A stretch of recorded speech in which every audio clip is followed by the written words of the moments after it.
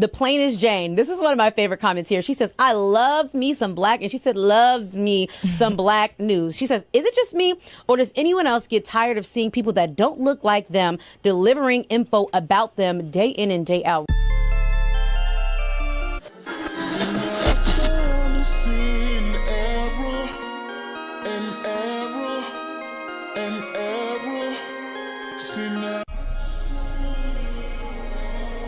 I'm your girl, the plainest Jane, and let's see what's happening in these virtual streets. You ready? All right now. This could be a crazy ride. I'm warning you now.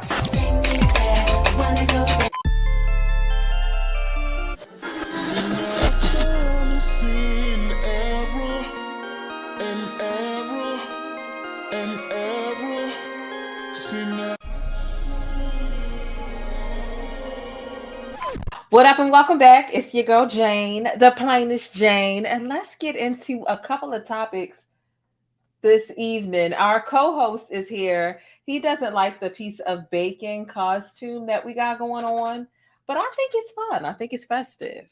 I think the piece of bacon really fits just, the way we want to switch it up around here. So come on in, the stickies. Make sure you hit thumbs up on the video. Y'all know things are always sticky in real life and in Hollywood. Let me go ahead and pay him his little bit of his fare. It's supposed to be a piece of bacon, right? You see it? Does it look like a piece of bacon? I don't know. It's a costume, and it's not his favorite, but look, guess what? He wearing it now. Okay. All right. Our co-host got his little. Let me give him another one because he hates this costume when he. What? Wait a minute. Wait a minute. Go up here so the people can see. All right, that's it. All right, now get down. Get down. Excuse me, bacon. Get out the way, bacon. You got go back on this side. That's where you belong, or up top on the chair. Bacon. You got to get out the way, bacon. You can't be trying to hog up the show. Y'all see Bacon trying to hog up the show? Put some pancakes in the chat. Did y'all miss Bacon? Did you miss me? Did you miss Leo? What's going on? I missed y'all. Y'all know I spent a little bit of time getting warmed up. I'm gonna spend about another 3 minutes getting warmed up, and then we're gonna get right into our topics this evening. Okay? Come on in, put some pancakes in the chat. What did you have for dinner? Y'all know I haven't had anything for dinner because if I did eat dinner, I would have the itis and we wouldn't be here right now. So I'll be waiting to eat until after I get off live. I have a long weekend this evening. We got Columbus Day as a floating holiday, and I just went ahead and took it on the day on Monday. So we're all, for me, my job, we're off on Monday. And then I went ahead and used some of my leave and I took off for Friday, which is tomorrow. So I have a long weekend. I got Friday, Saturday, Sunday, Monday off. I won't be back to work until Tuesday.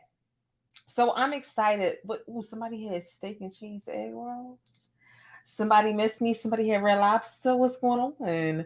Y'all know mental health is important. I put mental health first all the time. And I realized a lot of y'all know I put YouTube before a lot. I put YouTube before a lot of the things that I really need to be and should be prioritizing in my life.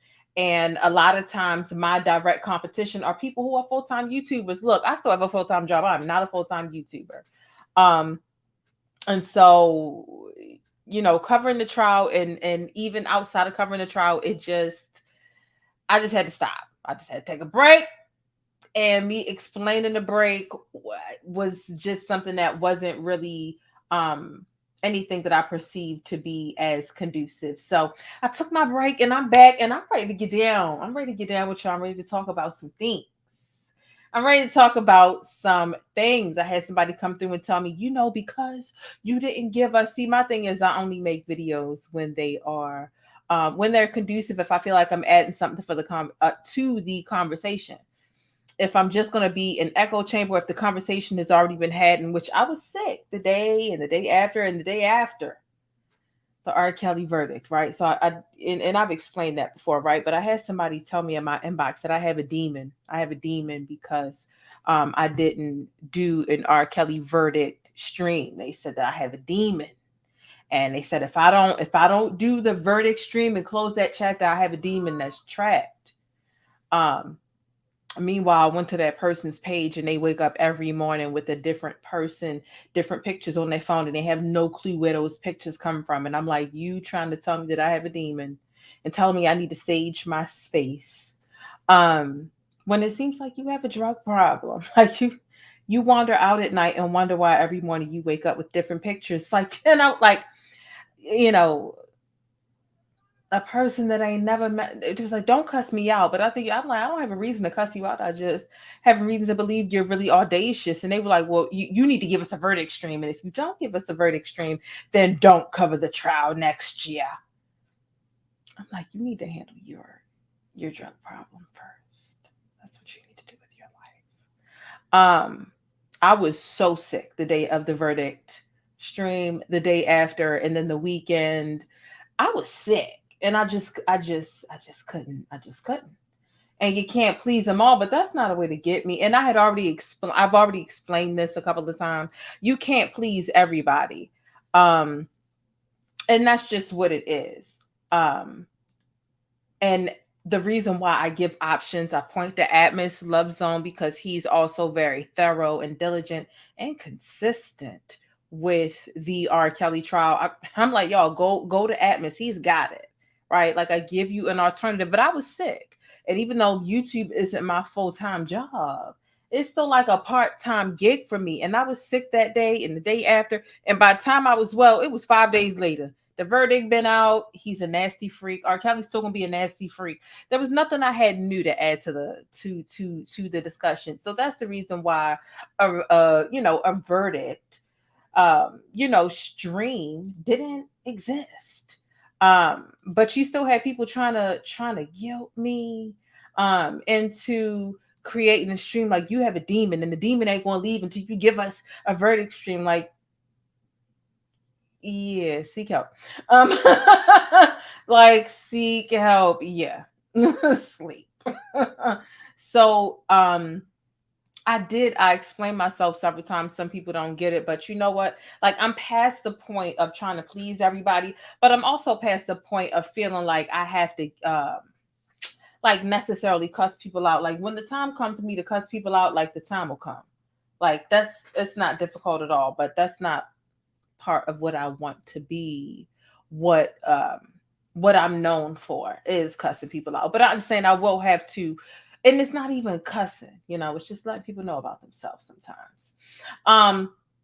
But nonetheless, I'm happy that you all are here this evening. There are some things we need to discuss, and I want to know how you feel about it as well. You clearly see the title. We are here to discuss some Black news on the Black News Bus, which is what this is. It's a social media stroll that covers topics inside of the celebrity world, but also things that affect everyday people like you and me. And we talk about real Black news and all the other things with regards to Black excellence, the celebrity world, the entertainment industry, and all those other things. The cat is already trying to get out the room like, buddy, you're not going to get the rest of your payment unless you stay in here. Yeah, you're not going to get the rest unless you do. Leo. So you're going to have to cut all that out. It's too early. We just got started. Come on now.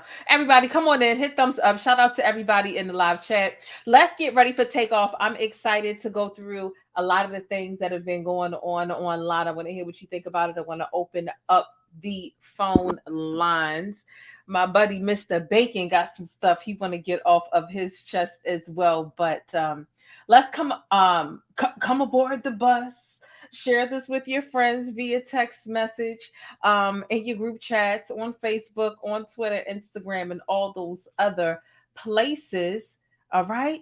Let's get ready for takeoff. The plainest Jane. This is one of my favorite comments here. She says, I loves me some black, and she said, loves me some black news. She says, is it just me, or does anyone else get tired of seeing people that don't look like them delivering info about them day in and day out?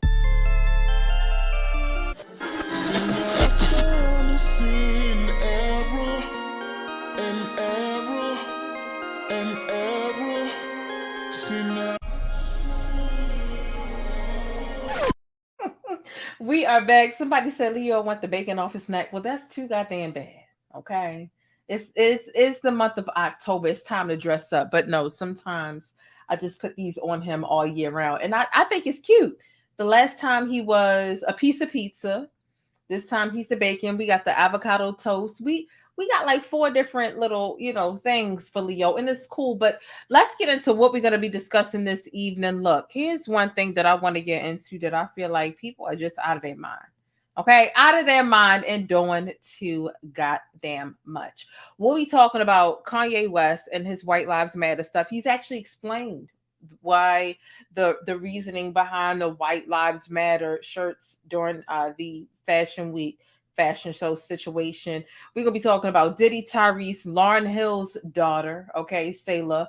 We're going to be talking about Velma on Scooby Doo cartoons. Is there too much emphasis on sexual orientation and attraction in these cartoons? Are they doing stuff to try to target the children? I want to talk about a certain product that I've noticed is discontinued, and also other things as well. So I'm excited to get into things today. Real quick, I hope you're feeling all right. Check into your own mental health and your invisible issues. A lot of you all know I asked a question on the community tab with regards to Scooby Doo. Scooby Doo is a 53-year-old cartoon. Okay, cartoons don't be getting older in age. They stay the same exact age. But I asked the question on the community tab. Make sure you vote if you haven't already. Shout out to my new subscribers. If you haven't already hit the subscribe button, what are you waiting for? Hit the button, okay? And of course, before I get into breaking down today's topics and viral events, make sure you subscribe and thumbs up or down. Either way, I appreciate it. But make sure you think critically and independently, truthfully, regardless of what you hear from me or anybody else, okay? Now, I know a lot of people want... Don't read that first, right? I know a lot of people want pumpkin spice this and pumpkin spice that. I totally understand, right?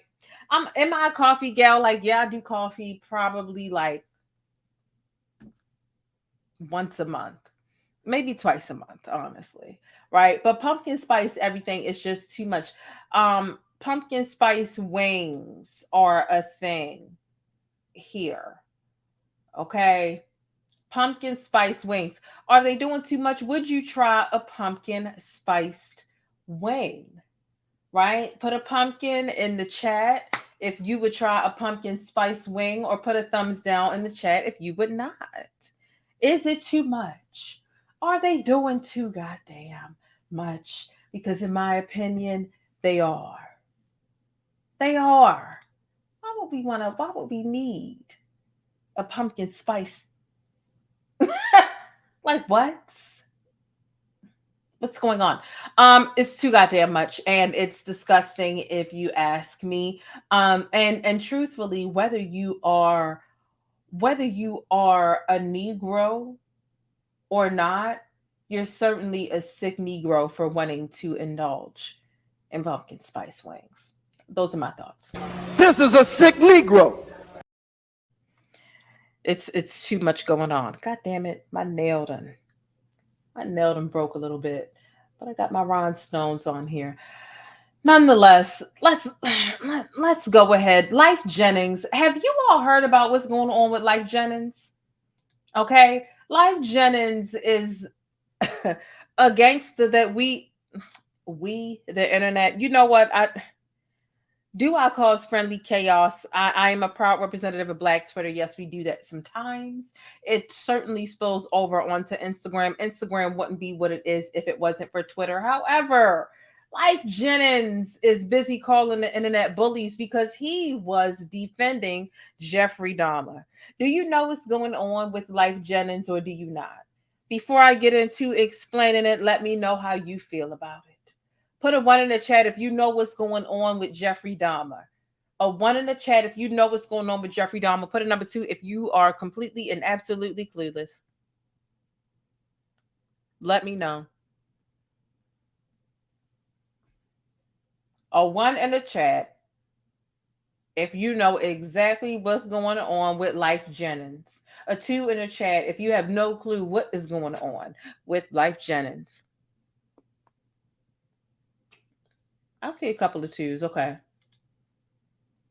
Okay. I see a couple of 2s. I see mainly 1s. If you're in the Discord, you already know. All these things you keep up with the Discord and get in the Discord.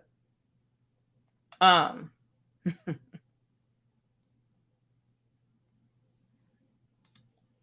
of y'all really don't know. All right. So here's what's going on with Lyfe Jennings. Lyfe Jennings has caught a significant amount of backlash because he says he knows Jeffrey Dahmer from the pen, right? From when he was locked up, incarcerated.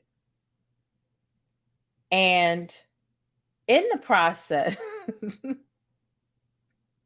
somebody said, who? Somebody said, who? Life's live. No, Lyfe Jennings, he's saying SEX. And what else? What else is it? It's another song that he sang. What was the other name of the song? SEX and Must Be Nice. That's the one. Must Be Nice. That's the other song he sang, right? So, and again, it's the guy that you see right here on the thumbnail on the far right, okay? His chin hair always looked like it was divided into 3 sections. That's hypothetically, of course. Yes, that's another one somebody put in the chat. Yes. Some things left. Yes. Ooh, I'm gonna listen to that when we get off here. King Roman News. Thank you so much. Yeah, so here's the thing. Lyfe Jennings is catching backlash because he said that he was in the pen, right? He was locked up. He even said he shared a jail cell with Jeffrey Dahmer.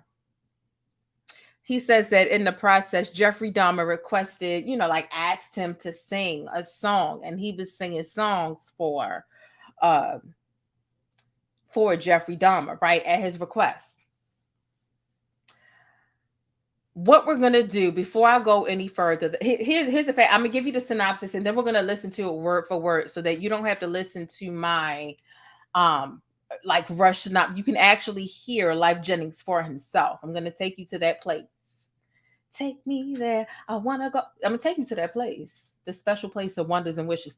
But what happened was the internet came at him because in the process of him talking about his experience with Jeffrey Dahmer in jail, he called Jeffrey Dahmer homie, right? And you had a lot of folks stopping past his page, kind of letting them know, like, what you mean, like, homie? Like, how can you see? Because he's only telling this story now because Jeffrey Dahmer is trending. So, for Lyfe Jennings to be homie, homieing him, and, homie would ask me to sing, and I would sing for homie, or whatever, right? That was his thing. And so Lyfe ended up saying something like, listen, y'all upset, the Black community, they glorify drug use in the music, and that has killed more people than Jeffrey Dahmer has. And I said what I said, right? So essentially, he swatted at this beehive. And shout out to a lady 747. Thank you so much for joining the membership. I appreciate you so much. So essentially what he did was he swatted at the beehive, right? And it wasn't like it was Beyonce's beehive. It's just like a mob of people who already feel like you're telling this story from a perspective of you're glorifying him. Like he's this great guy when he's killed a lot of Black folk. So he swatted at the hive, and then essentially he ended up calling the internet bullies, right? He's like, y'all are bullies. I'm going to delete my page. Maybe I said it wrong. that's where the situation went. So what I'm gonna do is I'm gonna pull up exactly Lyfe Jennings explaining himself and explaining his experience, his brush up against Jeffrey Dahmer in the pen. Okay. And then of course it will turn into the backlash that he is receiving. Okay.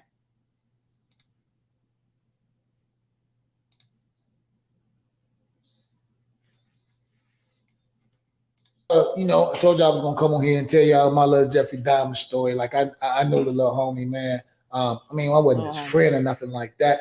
A lot of people gonna say it's cap, but it's easy to check. I was locked up in '92. He had to get extradited from Milwaukee for the little body that he had in Ohio, and so I didn't even really know who the cat was because I was locked up. I didn't really I didn't have no radios, no TVs, or nothing like that. All I know is just one day, we in maximum security, and they like everybody gets the wall because I was a porter in the little thing, the little bridge where they put inmates and stuff like that. So they're like everybody gets the wall. So they bring the white boy in, right? So he come, and it just so happened that they put him in the cell next to me. I'm out there sweeping and mopping or whatever. So anyway, he was only there just for, a short period of time, whatever. I don't even really remember how long. But, the first like day and a half, 2 days, like you ain't really hear nothing from the cat. But like in a couple of days, he was banging on the doors because, we locked down so much down there. Like you got to have some fun. So the cat just kind of released he'll get his little shit off, by yelling, beating on doors or whatever. And that was back in the penitentiary days when you could smoke in the penitentiary, right? So I used to run across dude all the time because he wanted a cigarette. Yo, what's up? Lyfe Jennings right here, man. Just I told you I was gonna come on here and tell y'all. So that is part one. Let's get into part two. That he has, and he only has 2 parts, so it's not like he said a whole bunch. But he did say something.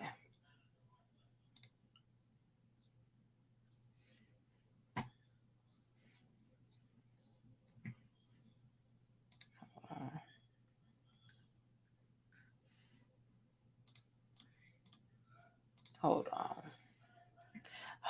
on.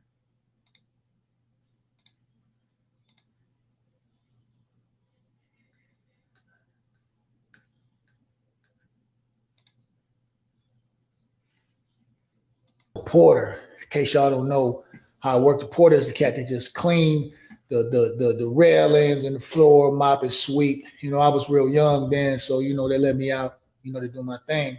And of course, while I'd be sweeping up, I'd be singing. You know what I'm saying? So a lot of times the cats used to have requests or whatever while I was down there doing my thing. And then one particular day, I walked past the thing and he was, Jeffrey was like, hey. Came and he was like, yo, that's you down there singing?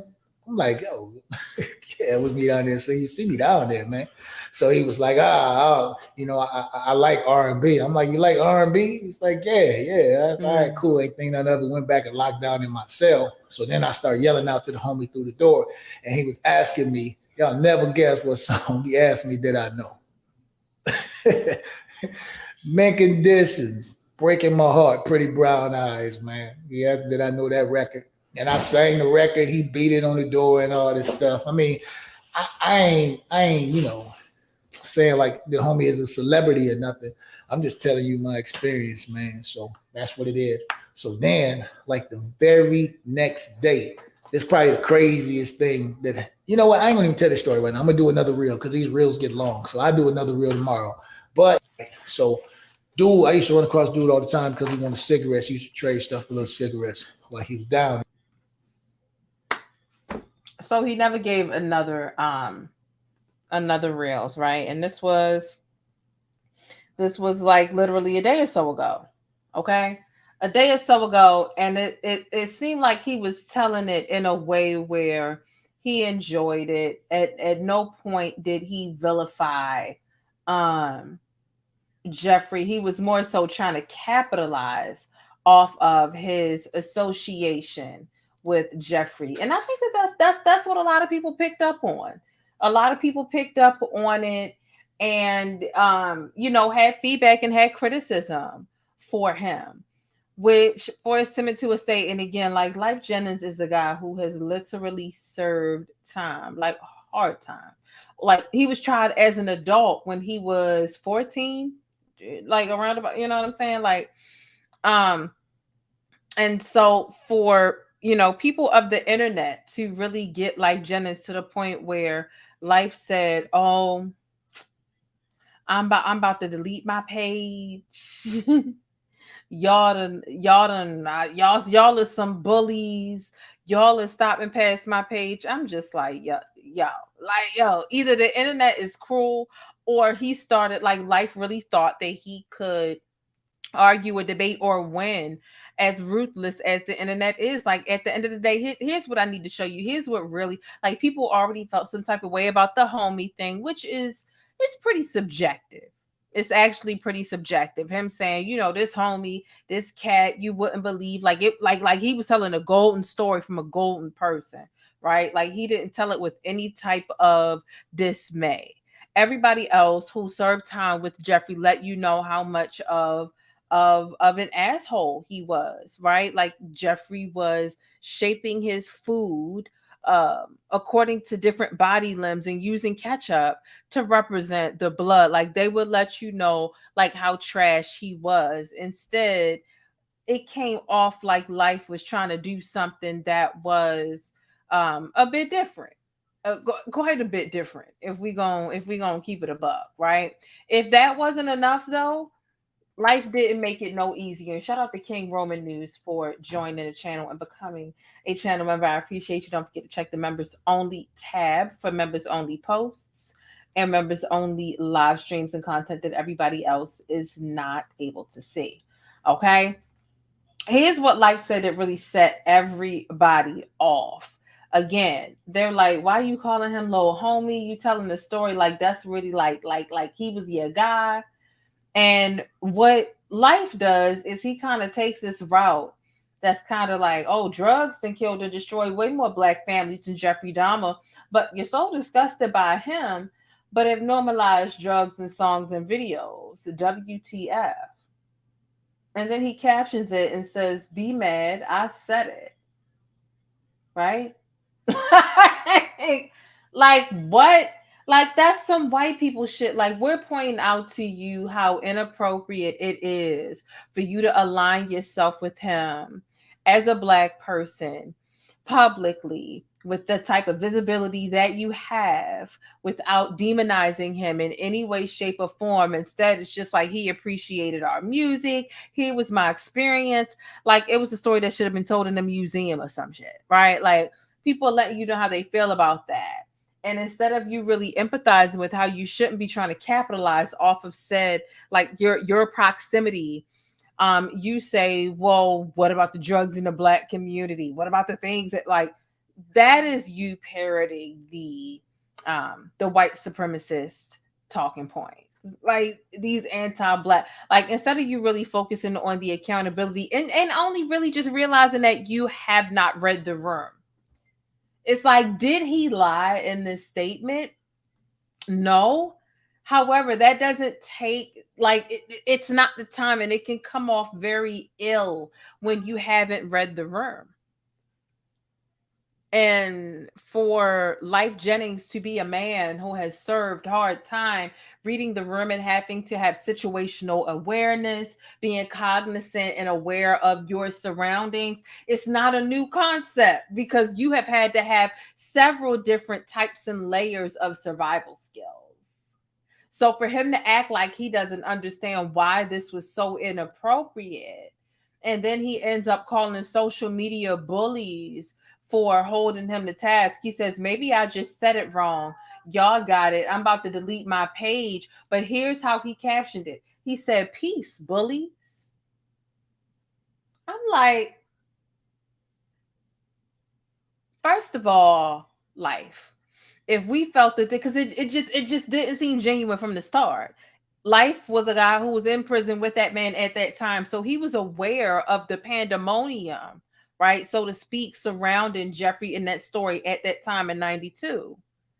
So him coming out with it now, it already came off capitalistic, but all right, let's hear you out. Then we hear you out and you're referring to him as the homie, right? And everything else. And then people try and get you together. You argue with the internet like you done served hard time, and people on the internet done ran you off the end. I'm about to delete my stuff. Y'all some bullies. Can you imagine the nigga that's done hard time like that?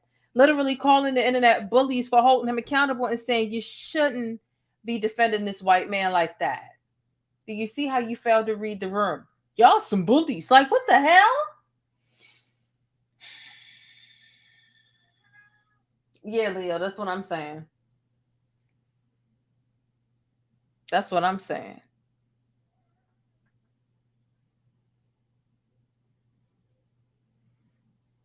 Does anybody else see what I'm saying? Someone said, did I just hear Leo? Yes, Leo's in here doing, yeah. But yeah, do y'all like, shall we go to the bush and shall we weep or what? It was gone. Let me just go in the bush and weep. Let me just go in the bush and weep. I just have to go in the bush and weep. Really. I don't understand. I swear to God, I don't understand. Okay. Like, what is really going on here with the Lyfe Jennings? Let's move on to the next subject. Let's move on because we have several things that we need to discuss this evening. If you haven't already taken a moment to hit the thumbs up button, there's 228 of us here. We got 111 thumbs up. 111 is a lucky number. However, I need more of y'all to support for free and hit that thumbs up button. But also, feel free to donate if you please, if you wish. The Cash App is on the screen. But also feel free to send a super chat or a Cash App, or you can join the membership like Mihi Grace. Thank you so much for becoming a channel member and checking the members only community tab. I'm off work tomorrow, so I think we're going to do a morning show backstage for everyone, for the members only. And that's going to be fun because I think there are like 430 of us now, channel members. So that's going to be really dope to be on the backstage bus. Morning show and really getting into some of my morning thoughts, because my morning thoughts, baby, when I tell you they are on point, and like I can't explain how linear my thoughts are in the morning. By the time y'all get me, I've been to work and here, there, and everywhere. My morning thoughts are hilarious, informative, and all that other stuff. So that'll be dope tomorrow morning, since I'll be off. And we might even probably do one on Columbus Day as well, which will be Monday, since I'm using my floating holiday for that too. So shout out to the channel members to get their members only perks and all those other things. Okay. D Sanders sent a $4.99 super sticker. Thank you so much. I appreciate that. Let's see. Let's make sure we are getting into the things. I missed y'all so much. I really, really, really did. I miss going through things with y'all. And honestly, I'm a keep it a buck. I was a little bit nervous to come back to y'all. I was like, I'm not really, I haven't been in the groove. What if I mess up? Like, girl, get the hell over it. You might mess up. You've been gone for about 3 weeks, but it's cool. It's cool. Let's get into the next thing. Oh, here's one thing that I really want to know if you all have heard about. Okay, I want to know if you've heard about it, because it is something that is near and dear to my heart. Ooh. That's definitely not what I was talking about. Well, make sure I got the right clip. I'm going to get into that next, but that's not what I was talking about. All right. I want to know if you've heard about this and the discontinuation of this snack.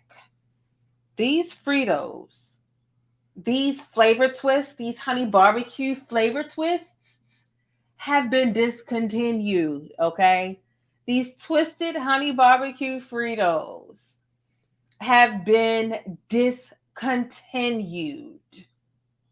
And so much so that the surcharge, the price gouging on Amazon is literally through this roof. I was a little bit late coming live today. I was eating a little mini bag of these because, yes, I did pay one of these ridiculous prices, but I won't be doing it again because I'm about to show you the prices of what's going on Amazon.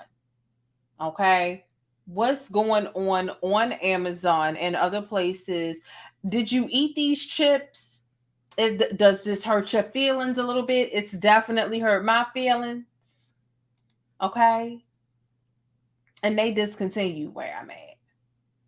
Like, period, point blank.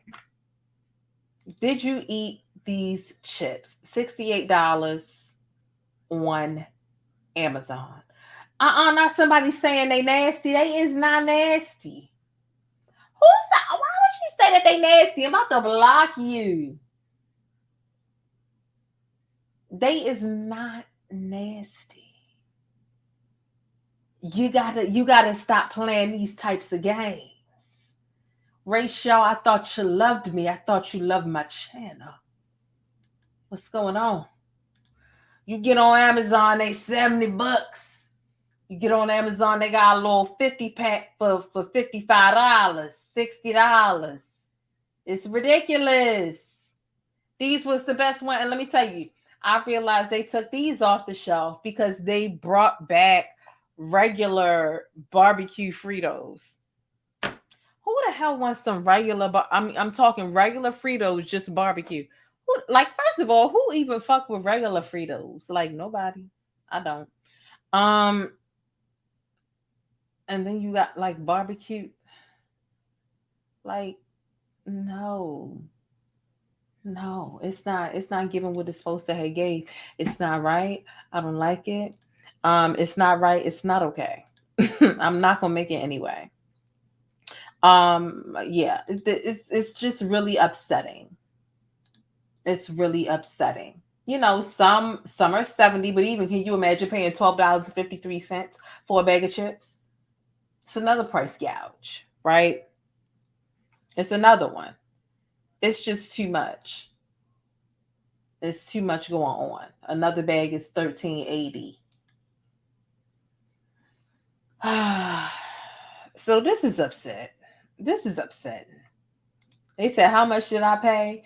Look, don't worry. Don't worry about it. I had to get my last look because it's been 3 weeks. I've been riding around to the different 7-Elevens and the Walgreens and the Walmarts and any other random gas station you can think of.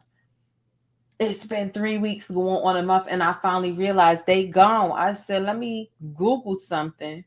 I don't see much. I seen one other person on Twitter talking about for 4 weeks they can't find it. I'm like, oh. And then I seen people talking about, oh, these barbecue Fritos came back. I'm like, oh, okay, well, this makes sense. I can't go to the website and order it. When I go to Amazon to order it, it's priced out the ad. It's discontinued. It's terrible. Like, so I'm still trying to recover from that. I'm grieving. Let me live, please, a little bit. A little bit. Let me live. Let me live a little bit. Nonetheless, let's move on. Let me know if it's discontinued where you at. Did you like them chips? Put a 999 in the chat if you like them chips, and put a 000 if they nasty to you, or if you don't know about them. A 999 if you like them, and a 000 if they nasty or you don't know nothing about them.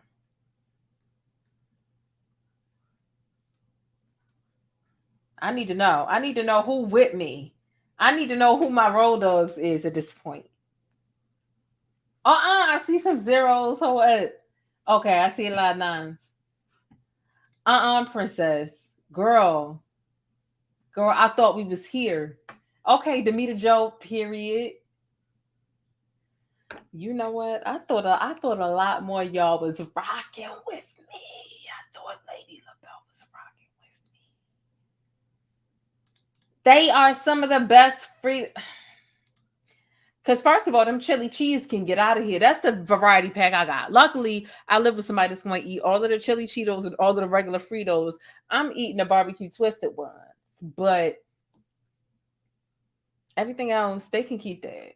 They can keep that. Everything else. Flame and fire. See, I don't do anything hot, but I do like Funyuns. That's what I will say. All right. Now that I'm gonna go back through these, I'm gonna go back through this chat and I'm gonna see who with me and I'm gonna see who not. I thought Olivia was with me. She's not with me. Okay. See? All right.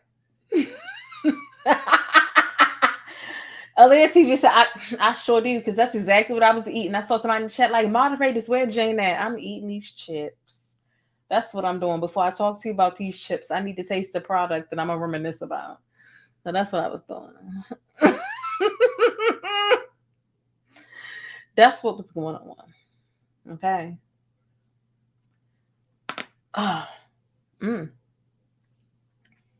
So, Cheetos is really good too. Cheetos are pretty undeniable as well.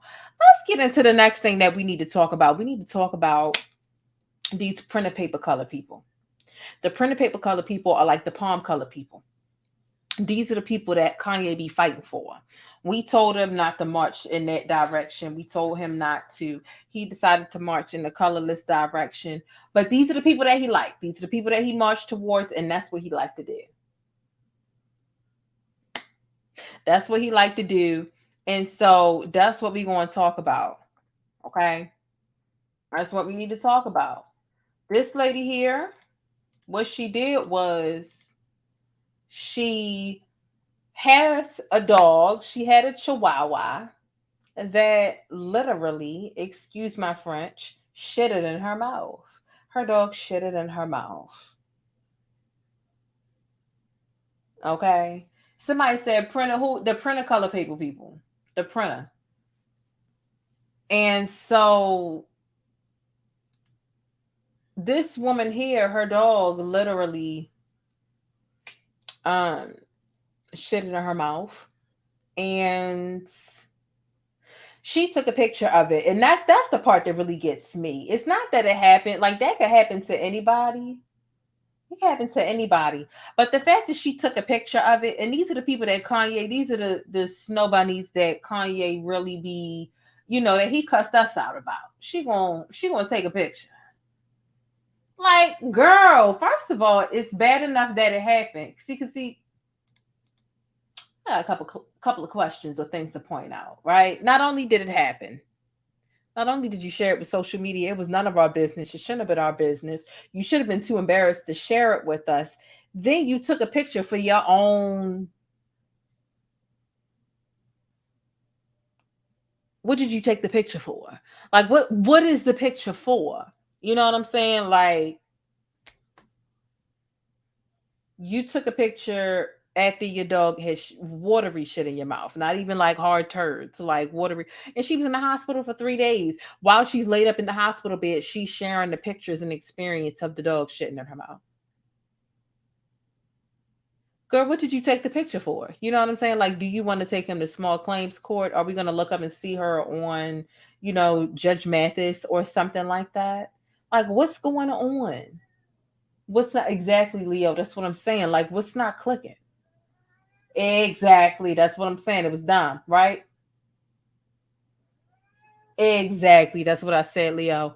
And it's crazy that these are the types of people that Kanye abandoned us and cussed us out and told us to kiss his ass for and about.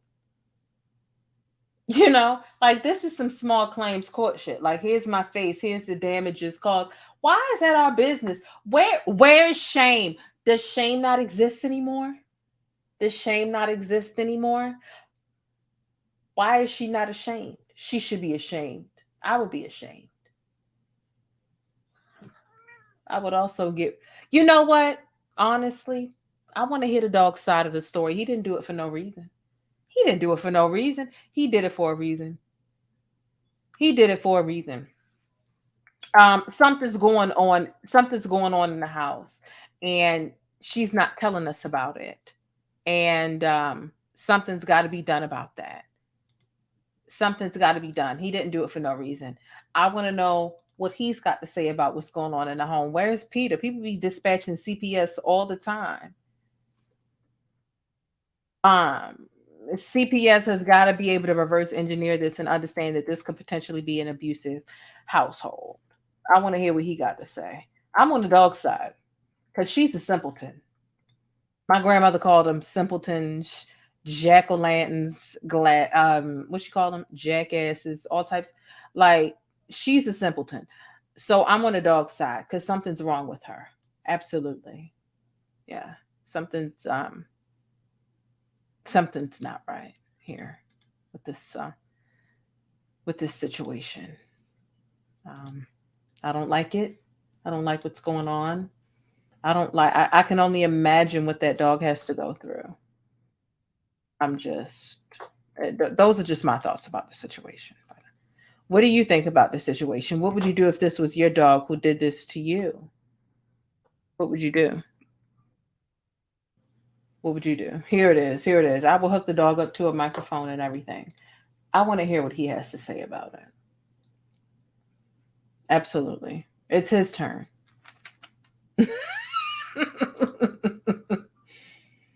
It's his turn, honestly. Yeah.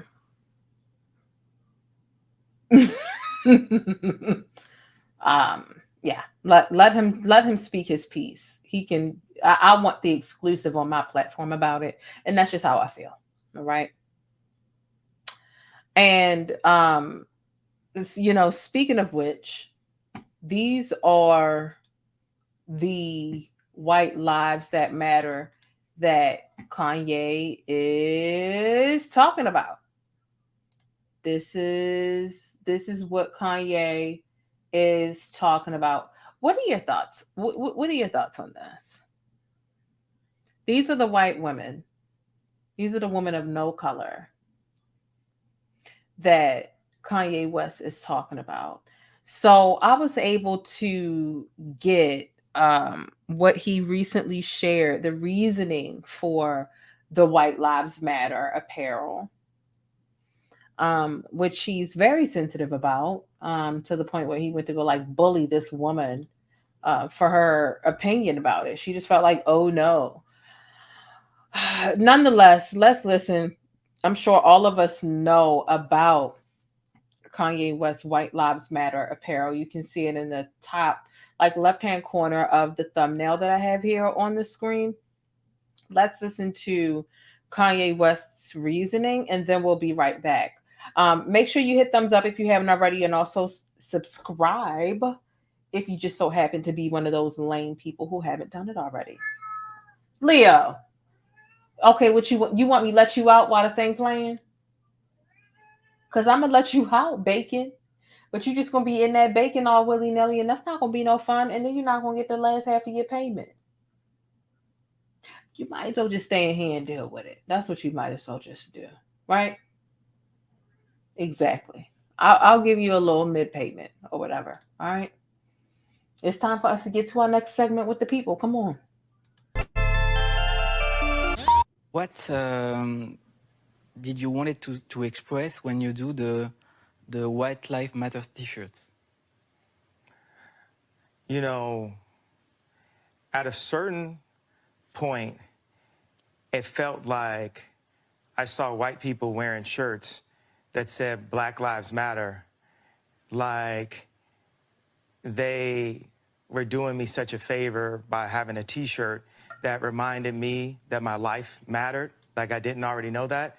So I thought I'd return the favor and let white people know that, hey, your life matters too.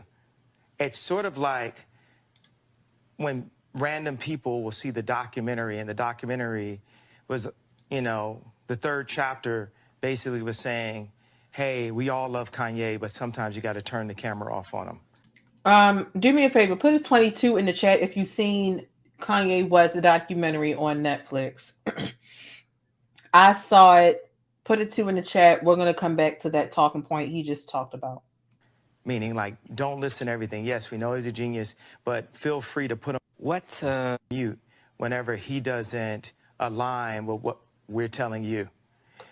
And so sometimes I'll see people at a fashion show and they say, we saw this documentary, and they say, are you good? And I'll say, are you good? So it's like Black Lives Matter, White Lives Matter. And it's just simple as that. Why do you say Black Lives Matter is a scam? Well, because it's proven. They had people who, and Rolex on your wrist, a plain giant.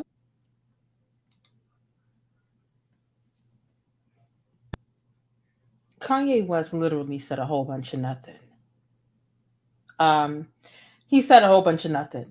I saw the Kanye West documentary, which it tugs at your heartstrings in a way, because you see his relationship with his mom. You see the way his mother believes in him, with everything she has, like without a shadow of a doubt. Like she just always had confidence that he was gonna become like this big name, but she tried her best to keep him humble. But you also saw this humble presentation of Kanye. However, that's so far removed to Kanye's present identity. So it doesn't give me any, sympathy or empathy for his present day person. It was beautiful to see what he was doing and how his, the person who was filming it at the time when he was just this hungry musician, just trying to make it in the industry. That's a beautiful sight to see when it's organic and it's raw and it's natural. But that's not who Kanye is now. So, I mean, like, him bringing up the documentary is a way for, and it also goes into his childhood, which when you're going into someone's childhood and you're talking about the circumstances, especially somebody who didn't just have a silver spoon in their mouth, right? Anybody that just didn't have a silver spoon in their mouth, and you go into their childhood, it by default, it humanizes them. It softens you to however they're acting as an adult, because you hear about the transgressions and the difficult situations that they had to experience as a child. That humanizes them to an extent. That's the reason why people had a bit of an issue with the Dahmer story in the situation. It's not that the story was being told, because it should be told. I think that the Dahmer story says a lot about hookup culture and a lot of other things, right? But that's a whole nother situation. But yeah, Kanye bringing up the documentary, he thought he was going to do something. Let's listen one more time just so we can hear, because there wasn't a whole... Listen to his explanation about the White Lives Matter shirts. What did you want it to express when you do the White Lives Matter t-shirts? At a certain point, it felt like I saw white people wearing shirts that said Black Lives Matter, like they were doing me such a favor by having a t-shirt that reminded me that my life mattered, like I didn't already know that. So I thought I'd return the favor and let white people know that, hey, your life matters too. It's sort of like when random people will see the documentary, and the documentary was, the third chapter basically was saying, hey, we all love Kanye, but sometimes you got to turn the camera off on him. Meaning, like, don't listen to everything. Yes, we know he's a genius, but feel free to put him mute whenever he doesn't align with what we're telling you. And so sometimes I'll see people at a fashion show and they say, we saw this documentary, and they say, are you good? And I'll say, are you good? So it's like Black Lives Matter, White Lives Matter. And it's just simple as that. Why do you say Black Lives Matter is a scam? Well, because it's proven. They had people who... and Rolex on your wrist, a plain giant. It's a pretty simple concept to understand that Black Lives Matter as a business, as a corporation, as an entity, was a scam, right? Candace Owens got this expose coming out that I'm rarely speechless, but I am. That's all I can say about it, right? However, as a movement, like as a grassroots organization, right? Black Lives Matter is not just moot. It is us, like as a people, trying to make a point about police brutality. For the people who tried to profit off of it and make this sort of organ, obviously that's trash. But he's making a mockery out of it in its entirety, which is sunken places. It's coonish. It's all of those things. Like Kanye West is a coon.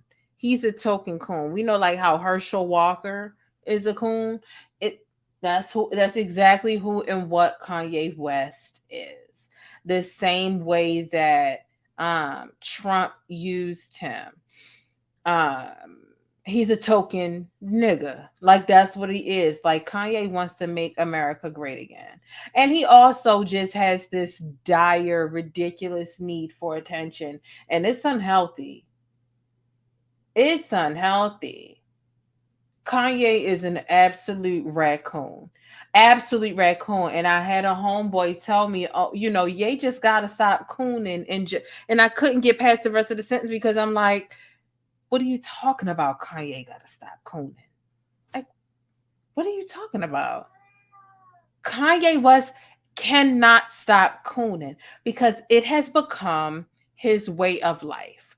Kanye West's way about life is outrage marketing, is ensuring that he outrages people. He needs attention. Before Kanye West was able to garner everybody's attention with his talent and his epiphanies about the Black experience and about the way America treated Black people. However, that's not where Kanye is anymore. At this point, Kanye is going to garner attention in any way possible. For God's sakes, listen to Kanye say, well, white people were wearing Black Lives Matter shirts, and I already knew that. So I figured I would return the favor and wear White Lives Matter shirts.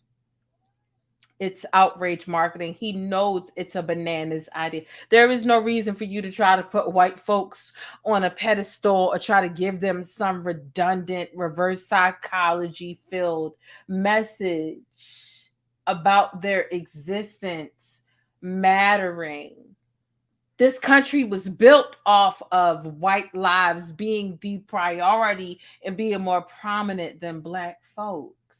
There's no need for you to remind them of such. Now you got Kanye West allegedly texting his father, and his father agrees with him after Diddy says something like, I don't agree with this. Maybe he's to run some of these ideas past his parents and so on and so forth.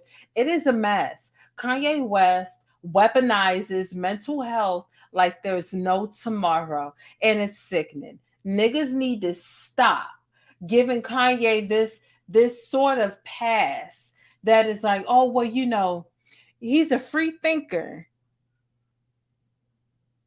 He's something's wrong with him. Ever since his mother, there are so many people who have bipolar disorder, whose parents aren't here anymore, who do not act the way Kanye acts. You can need mental health attention, medicine, right?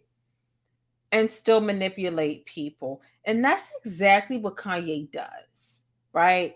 We're going to get into a couple of examples as of yet. These are some of my thoughts. If you'd like to call in, please feel free. I'll put the link in the chat box if you would like to call in.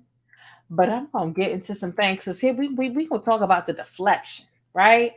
This man has got some White Lives Matter shirts.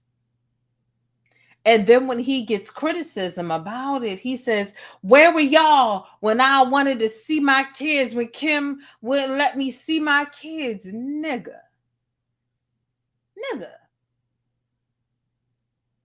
We're criticizing your very highly political statement via apparel, and you bring up your co-parenting situation with a woman that we told you not to get with a woman who we told you was a culture vulture, with the woman we told you was going to be a vampire to some extent and suck all of the black out of you and get whatever she needed from you and then leave you behind and spit you out and go on about her goddamn business. Now you're calling upon us as if we're CPS to say, where were y'all when I needed to see? If you got an opinion about my White Lives Matter shirt, then where were you when I wanted to see my kid, when Kim wouldn't let me see? As if we are the goddamn CPS master employee, head, chair, I don't know what you want to call it, but the deflection for you to go from something that you knew was some highly politicized apparel, and for you to somehow connect that to your co-parenting situation when, nigga, we told you she was bad for you. Now you continuously call on us because you want us to trash her in the public media, through social media. You want us to drag her because it would serve you. We can't help you see. Oh, I'm sorry. We were supposed to bust into Kim house and break the doors down and get shot and help you see north. Some shit you couldn't do, and you're richer than all of us combined.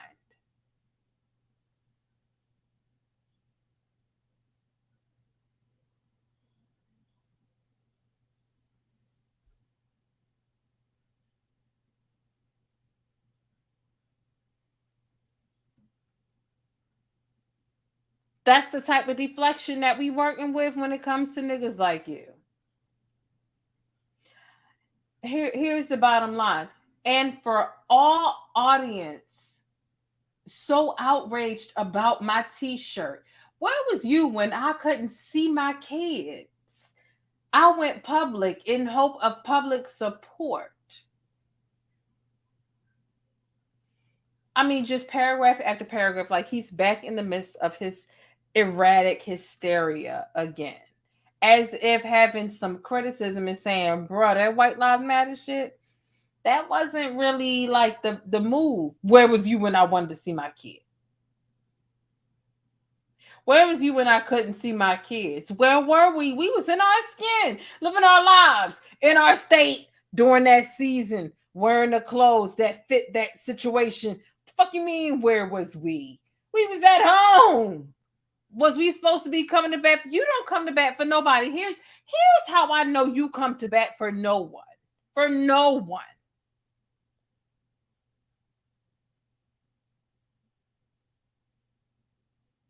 Kanye West, you talked Lauryn Hill's daughter into wearing your apparel. You talked her into wearing your apparel. Somehow she understood it when you kicked it to her. But when she began to get the backlash, she couldn't explain it. She didn't know how to explain why she made such a political statement. So she asked you for help. You left her hanging. You left her hanging. I'll pull it up just for the people who don't understand. See, for the people who miss me, shout out to all of you all. I know a lot of you miss me on YouTube, and honestly, I missed a lot of y'all too.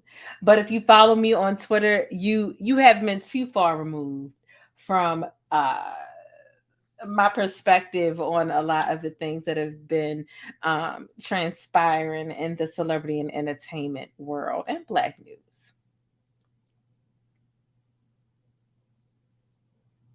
However, I was wondering when Lauryn Hill's daughter was really going to realize how much she had actually been used by Kanye West, because Kanye West certainly used Lauryn Hill's daughter, like used her and discarded her like he does everybody else.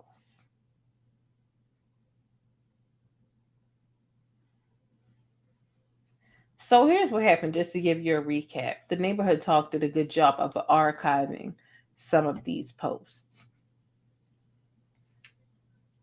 She received backlash because, again, Kanye West asked her to wear some of the WhiteLives Matter apparel.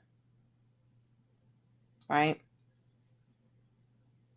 So I'm going to start to read some of these statuses to you.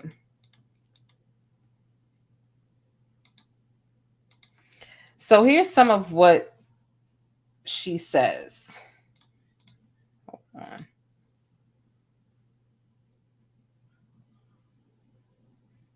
She says, the past 24 hours has allowed me to realize that most of y'all are stuck in a hive mind mentality. You do what the group tells you to do and think what the group tells you to think. Witnessing someone break free from the agenda sends you all into such a panic that you'll do whatever it takes to force them back into the box that you feel they should exist in. All morale and empathy is eliminated due to the fact that you feel justified by your emotions. The victim becomes the victimizer. You cannot bully me, manipulate me, or coax me into silence, nor will you bully me into being who you want me to be. I don't care how many tweets you make, DMs you send, or articles you write. Throughout all the chaos, I've yet to speak on my experience. If you know me, you know that nothing I do is without deep thought and intention. Wait till you hear what I have to say. So that's what she said, right? Which, honestly, it was given very much like Azalea Banks on a calm day. Like, that's what it was given, to be if we're going to keep it about. However, she ends up posting this in her stories, right? Because honestly, when people, let me continue. So here we can see some text messages that she has sent. She says, hey, Ye, is this your actual number? This is Sailor, by the way. Again, this is the perspective of Lauryn Hill's daughter. She says, hey, Ye, is this your actual number? This is Sailor, by the way. You may be sleeping, but I think that what we did has obviously created a lot of conversation. And I would like us to continue that conversation and provide the necessary depth and clarity that we're both extremely capable of. I love taking risks and embracing freedom.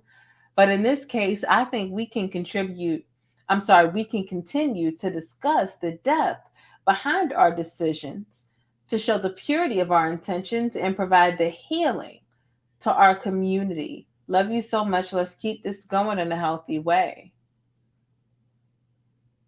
So essentially what she's saying here is, hey, can we continue to have a conversation about the White Lives Matter shirt, right?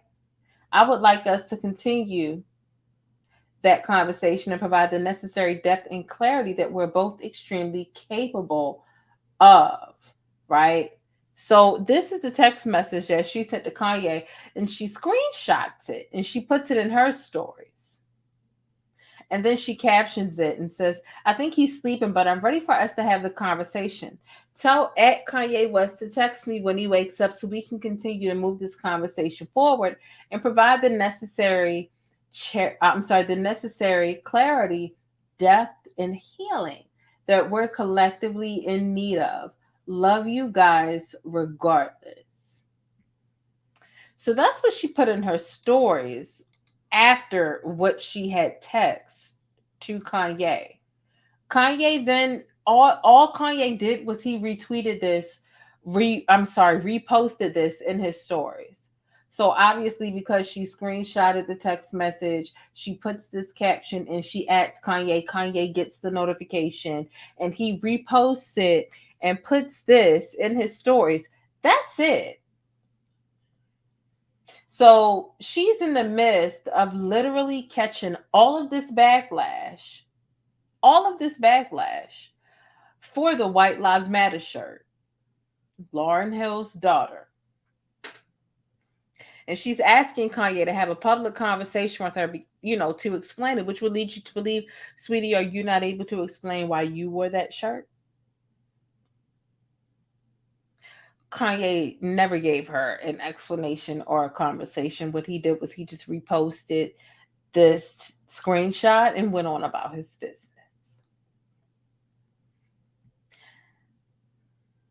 So that's that. Okay.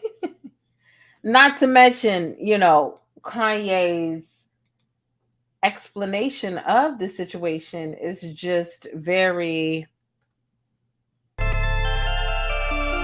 What did you want it to express when you do the White Lives Matter t-shirts?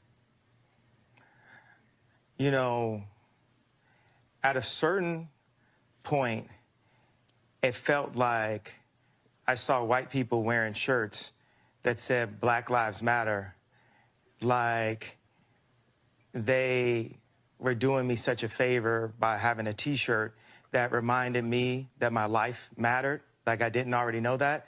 So I thought I'd return the favor and let white people know that, hey, your life matters too. It's sort of like when random people will see the documentary, and the documentary was, the third chapter basically was saying, hey, we all love Kanye, but sometimes you got to turn the camera off on him.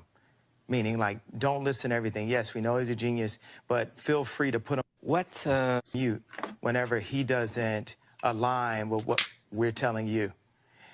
And so sometimes I'll see people at a fashion show, and they say, we saw this documentary, and they say, are you good? And I'll say, are you good? So it's like Black Lives Matter, White Lives Matter. And it's just simple as that. Why do you say Black Lives Matter is a scam? Well, because it's proven. They had people who... Rolex on your wrist, a plain Jane. All right. So that is that. I've dropped the link. If you are interested in calling in, the link is in the description box. If you just want to say how you feel about Kanye, what do you think his antics are about? What for? Any thoughts that you have about Kanye West, please feel free to call in and kick your thoughts, okay? I'm going to share a couple of mine, honestly. And I'm not going to take it easy on him because I just don't feel like he deserves it. I just don't feel like Kanye deserves to have it put easy on him. I just don't. Let me get into a couple of screenshots to remind me, a couple of screenshots that I went ahead and I formatted for you all. Let's see what this is about. Let's go ahead and read this one, and then I have another one after this. Kanye says, I wonder what Gigi and Venus's perspective were when I didn't know where my child was on her birthday. Gabby told me that she disagreed that, and that's me putting it in a nice way, that she said it was once. Put it in a nice way, she said it was on her group chats. So why did everyone feel so free to attack me about my t-shirt? But Candace Owens was the only public figure to say that it was wrong for the Kardashians to keep me from seeing my daughter. Or we just chime in and we just chime in when we want to tear a black man down for actually having a different political opinion. Let me get into this other part. We do have a caller back here. Like I said, if you're willing to call in, if you are interested in calling in. Okay, so we got two callers back here. I'm about to read this second screenshot, and then we're going to get into our callers. Here's the part that really got me with Kanye West. Khloe Kardashian ended up telling him about himself, and it wasn't on my bingo card to have me agreeing with Khloe in any sort of type of way. However, Kanye jumped back into the kidnapping allegations for North West's birthday based off of the disagreement that he and Kim had for North's birthday. And so Kanye had posted this thing yesterday morning, And Chloe responded and said, listen, Kanye, I love you. I don't want to do this on social media, but you keep bringing it here. You're the father of my nieces and nephews, and I'm trying to be respectful, but please stop tearing Kimberly down and using our family when you want to deflect. Again, with the birthday narrative, enough already. And here's the thing, I do agree with Chloe because the kids had nothing to do with him doing this whole White Lives Matter. That had nothing to do with the kids. Nobody brought up the kids. Kanye brought up the kids. He said, if you got a problem with my White Lives Matter shirts, what about my kids when I couldn't see them in the kid? Like, whoa, wait a minute. Like, this has nothing to do with you being erratic and doing stuff that makes no sense in the fashion world. Stop bringing the kids and Kim and look, I'm not one to take up for Kim, Chloe, or anybody of the clan because all their names start with K's and okay. Like, look, I'm not here to take up for them, but they had nothing to do with your political, very bold political apparel, remark and execution. Nonetheless, she says, please stop tearing Kimberly down and using our family when you want to deflect. Again, with the birthday narrative, enough already. We already know the truth. In my opinion, everyone's tired of it. You know exactly where your children are at all times, and you wanted separate birthdays. I've seen all the text to prove it, and when you changed your mind and wanted to attend, you came. Like you've pointed out yourself, she's the one taking care of your kids 80% of the time. Please leave her and the family out of it so that the kids can be raised peacefully. Prayer hands emoji. I come from a place of love, and I'm happy to continue this conversation privately if you wish. Child, Kanye gonna come out the bed and say, you're lying, y'all. All are liars. Y'all basically kidnapped Chicago on her birthday so she could remember her father not being there. So there, y'all also threw a party before Psalm's birthday when I was flying back from Japan to be there for his birthday party. And the first I heard about it was seeing pics of the party on the line. Also, I should see my children in 100% of the time, but since there's a separation, it should have been 50% of the time. Y'all wouldn't have played with Donda like that in Jesus' name. You know, he going to add Jesus on the end of this random ass rant that honestly doesn't really make a whole bunch of sense. But nonetheless, let me bring up a couple of callers. What is going on, Astute? What are your thoughts about Kanye West? Kanye West needs a complete 5150. 5150. He sung a song with Jay. He need to be in mental sleep, and somebody else needs to do it because he ain't gonna do it. He made a song with Jamie Foxx that Gold Diggers, but you sung that song, but you married the biggest gold digger of them all. That family has caused any black man that has dated anybody in their family drove them crazy. The only person that hasn't dated a black man is Courtney. And Kanye West uses anybody he can to get back at him. You married that lady. You married the biggest cultural appropriator there is. The biggest hoe you call Amber Rose, all kinds of stuff. You married the biggest hoe they is. And now you mad because they treat you the same way they treat everybody else that entered into that family. That don't make no sense to me. It just don't. He needs some serious help. Somebody needs to force him to take his medication. But when he goes on his little rant, he loses his little mind, and he runs to the Caucasian people for backup, and then expect us to have his back. That don't work like that. It's gonna be really hard to get somebody like Kanye West help because he has nothing but yes men surrounding him. And people like him, it's like, does he need help? Yes. But is he capable of talking himself out of the help by pretending that he's okay? Yes. You know, there's some people that are right in the middle. There's some people where they can't even lie their ways out of an emergency petition or an emergency petition is an emergency evaluation, right? There's some people that are so far gone they can't even talk themselves out of that because they need it to that extent. There's some people that need it, but they're capable of pretending like they're okay enough, and they won't get the help because they're able to talk talk in a certain way to pretend like they're not to say insane, because insane is not the word, but they're able to speak in a way in which the doctor or whoever it is that is administering the the situation, they know how to speak Everybody that keeps language. calling him this genius. Everybody keeps calling him this genius. So they say all genius go crazy at some point in time. Okay. Well, he lost it when his mom died. So when you married into the KKK family, that didn't make it no better. You know what? I think the reason he married into the Klan is because Kanye West is addicted to attention. Kanye West was a bit of an only child. He got and that's what you learned from the documentary. He was an only child and he got all that attention. And so when it came to him being famous and him doing music, and when his music would or if it would fade away, he had a crush on Kim Kardashian for a long time. Like, Kim went through several different niggas, literally. And so I think that he was interested in Kim's family's way of seamlessly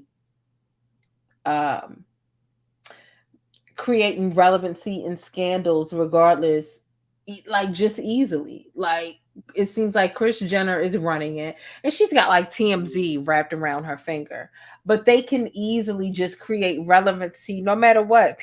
Whether people believe it or not, whatever the reason is, the Kardashians are trending for. Whether we feel like it's bullshit or not, it still creates that relevancy. And Kanye wanted that next level of superstardom. Not to mention, Kim isn't a bad looking woman with or without the surgery, whatever. She's never been ugly per se. But I think he really wanted that that hands-on experience with the way that family is able to seamlessly create relevancy. And that's why I feel like he was interested in them. Like his fashion, the fashion be trash. He just wants to make sure he knows that this White Lives Matter is a terrible choice. It's a terrible situation, but he understands, especially based off of his proximity to Kim and everything else, that outrage is currency. Outrage is it's going to get you to trend. People might not like it, and outrage is currency is a fancy way of saying all attention is good attention. Yeah, that ain't true. And Kanye has been able to master that a bit better than he was before he got with Kim.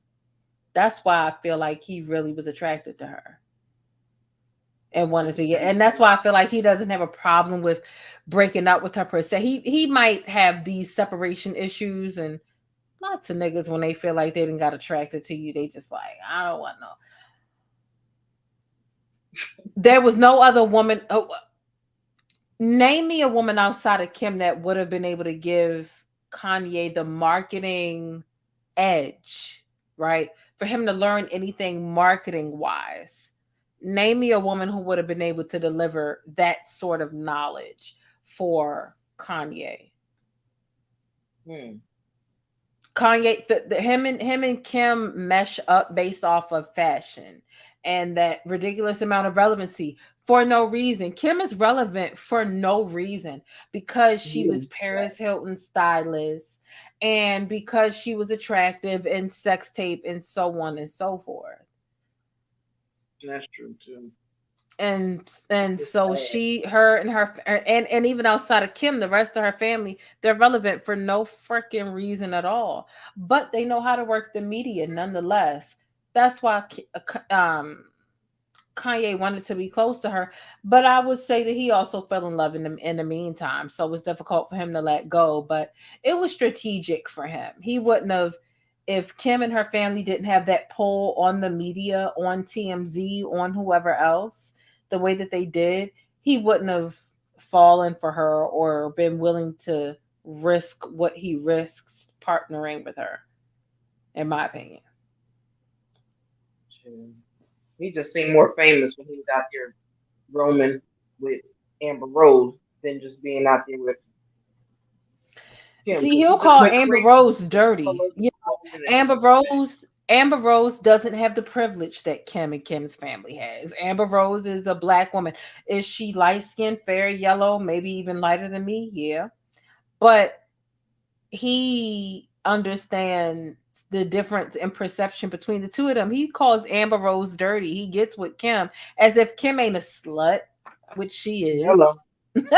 He gets with Kim and says, I had to take a million showers after I got with after Amber, as if he wouldn't have to take a million showers after Kim. Like, Kim is a fucking slut.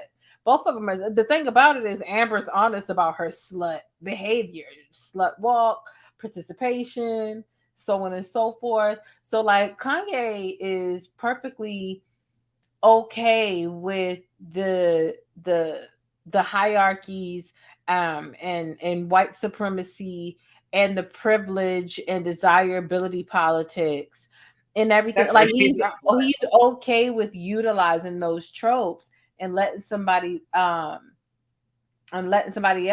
Amber can say she's not black all she wants to, but she's still looked at as a nigga.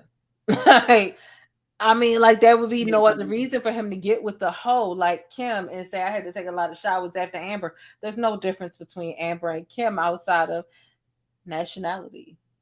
Like, Kanye is trash in that. Lost his mom, it was never the same again to me. But I'm like, dude, like, that's hard, but he must have had mental issues beforehand, before his mom passed. I know that can cause you to lose it, but yeah, I mean, that don't mean I feel like anybody succeeding in Hollywood has issues. You have to have issues in order to succeed. But that's a whole nother thing without me getting too deep. Let me read this super chat.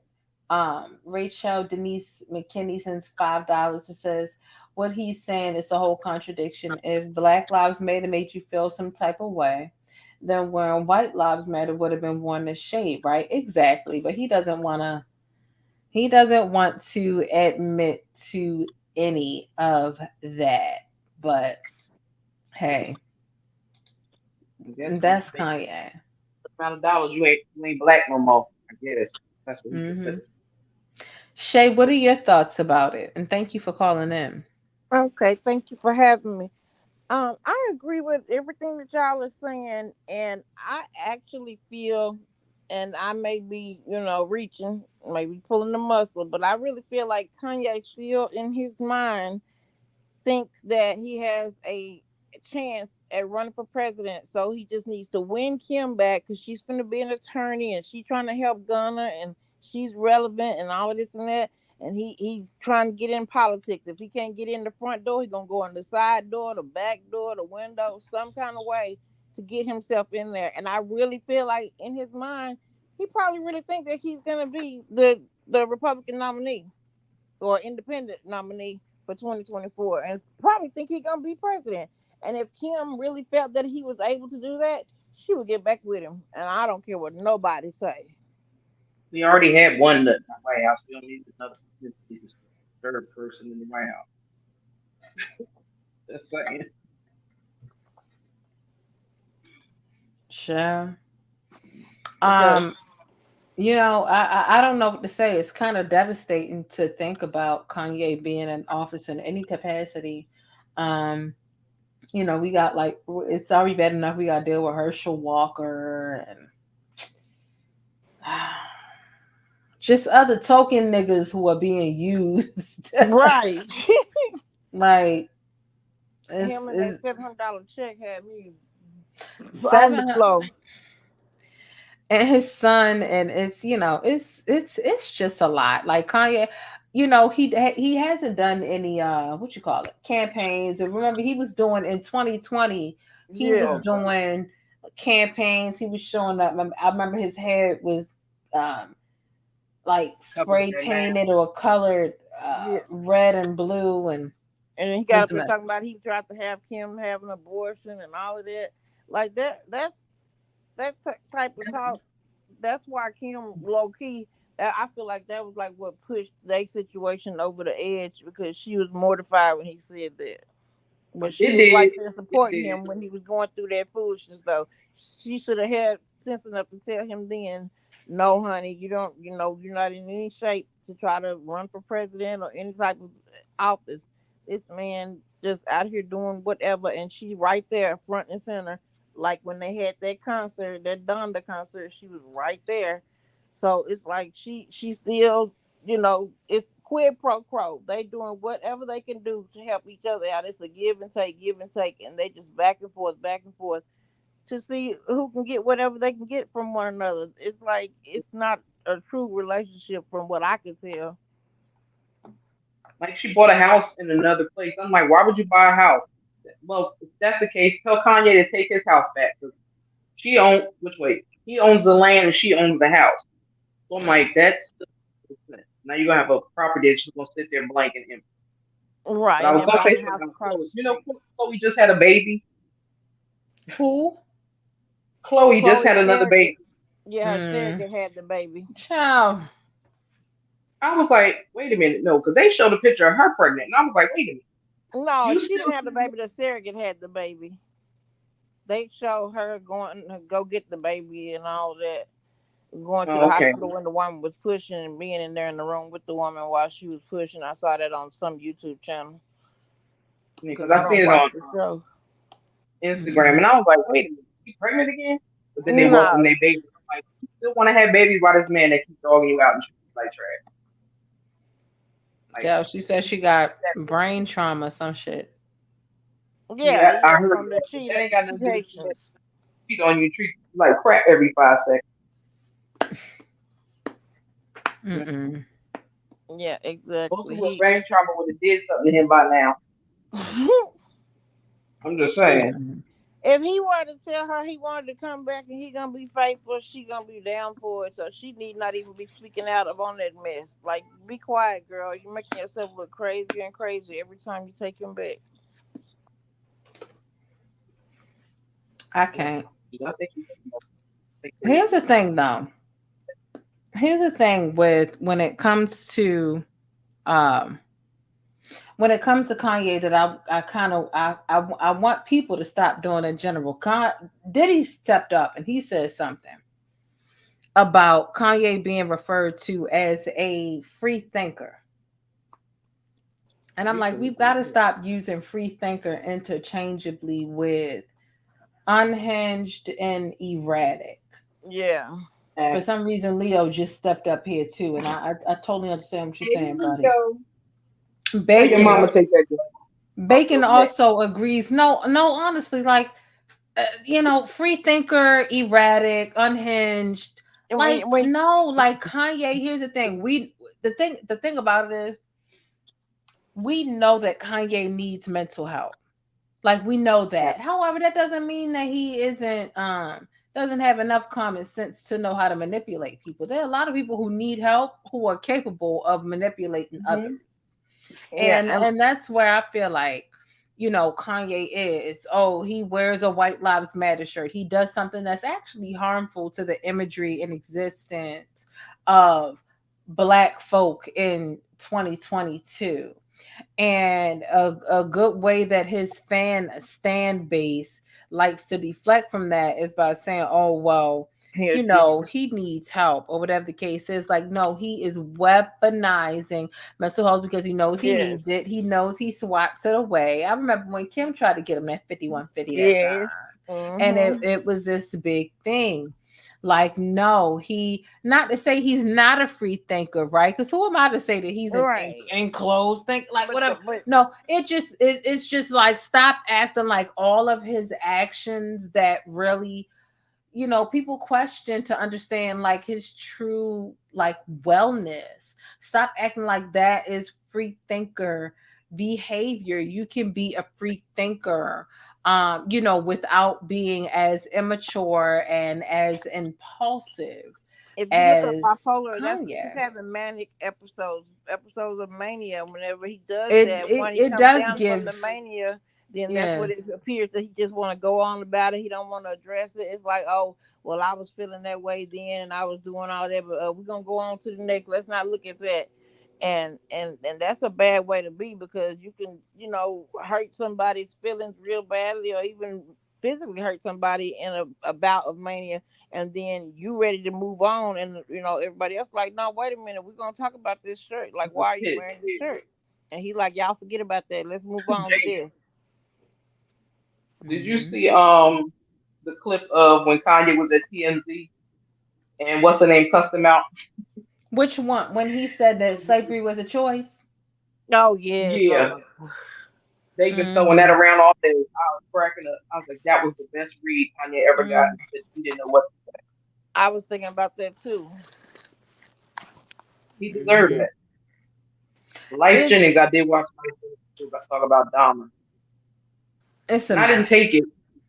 I didn't take it the way that everybody took it. I took it as him explaining his experience with him, because some people said he was nice and he was quiet, but some people said he was just did weird shit. Because I'm like, okay, you did weird stuff, but that's the same thing he did when he was a kid in high school, when they told him to act like that special person that your mother that you always imitate all the time.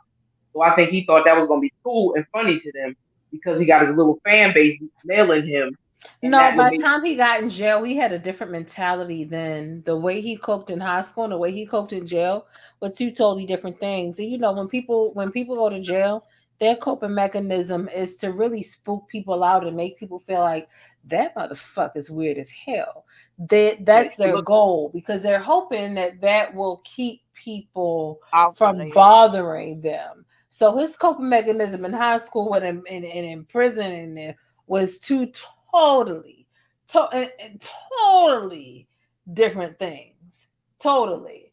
But, he thought it would help, right? He thought creeping people out by putting his food and shaping it into limbs and putting ketchup and kind of trying to recreate what he did. He thought that was going to creep people out enough. Instead, it made this Intrigued. one man so mad that man decided to kill his ass. And you know what? that Look, was the best part of the whole sometimes movie. justice is served cold. Mm-hmm. Yeah, in the way it should be. I'm sorry. He deserved to go out the way he did. Really I did. think so too, because it was really poetic, because it was the same exact way he was bludgeoned with the free weight, a weight, and that's Yep. exactly how he took out his first victim. So I mean, you know, hey, the poetry, the poetic nature of in which Jeffrey was taken out. Mm-hmm. Hmm. It was necessary. Mm-hmm. It was necessary for sure. But nonetheless, I don't think Kanye can stop cooning at all. I don't think he's capable. I think that Kanye needs this type of attention that he calls for by doing just outrageous things. However, here's the thing that people need to realize. I want to play what Diddy said earlier, but then I want to speak to and I want to speak about black businesses, because this is an arena in which Kanye is trying to infiltrate, literally. Um, let's go ahead. And if you haven't taken a moment to hit thumbs up, make sure you do. I've always been there, and I will always support my brother Kanye as a free thinker. But the White Lives Matter T-shirt, I don't rock with it. You know what I'm saying? I'm not with it. And with the press and what fashion is doing, thinking it's a joke. But right now, all America has planned for us is poverty, incarceration, and death. So I've always been there, and I will always support my brother Kanye as a free thinker. But the White Lives Matter t-shirt, I don't rock with it. You know what I'm saying? I'm not with it. And with the press and what fashion is doing, thinking it's a joke.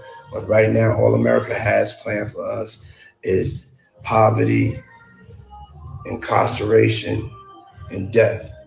So I've always been there, and I will always support my brother Kanye as a free thinker. But the White Lives Matter t-shirt, I don't rock with it. All right. So Diddy doesn't rock with it. How do you all feel about this? How do you all feel about this? Here's my thoughts. And I kind of want to wrap up the Kanye talk because Kanye really does. He requires a lot of attention. That's the type of person he is. Like, think about it. If and when Kanye decides to stop all of his behavior that garners outrage or whatever, if he goes back to normalcy, he won't get this type of attention. He won't be dominating the headlines, which is something that Kanye he can't get used to. He can't. Kanye wants and he needs this type of attention. Here's what I feel like is transpiring in Kanye's life. He done already burnt all the bridges with the white companies, right?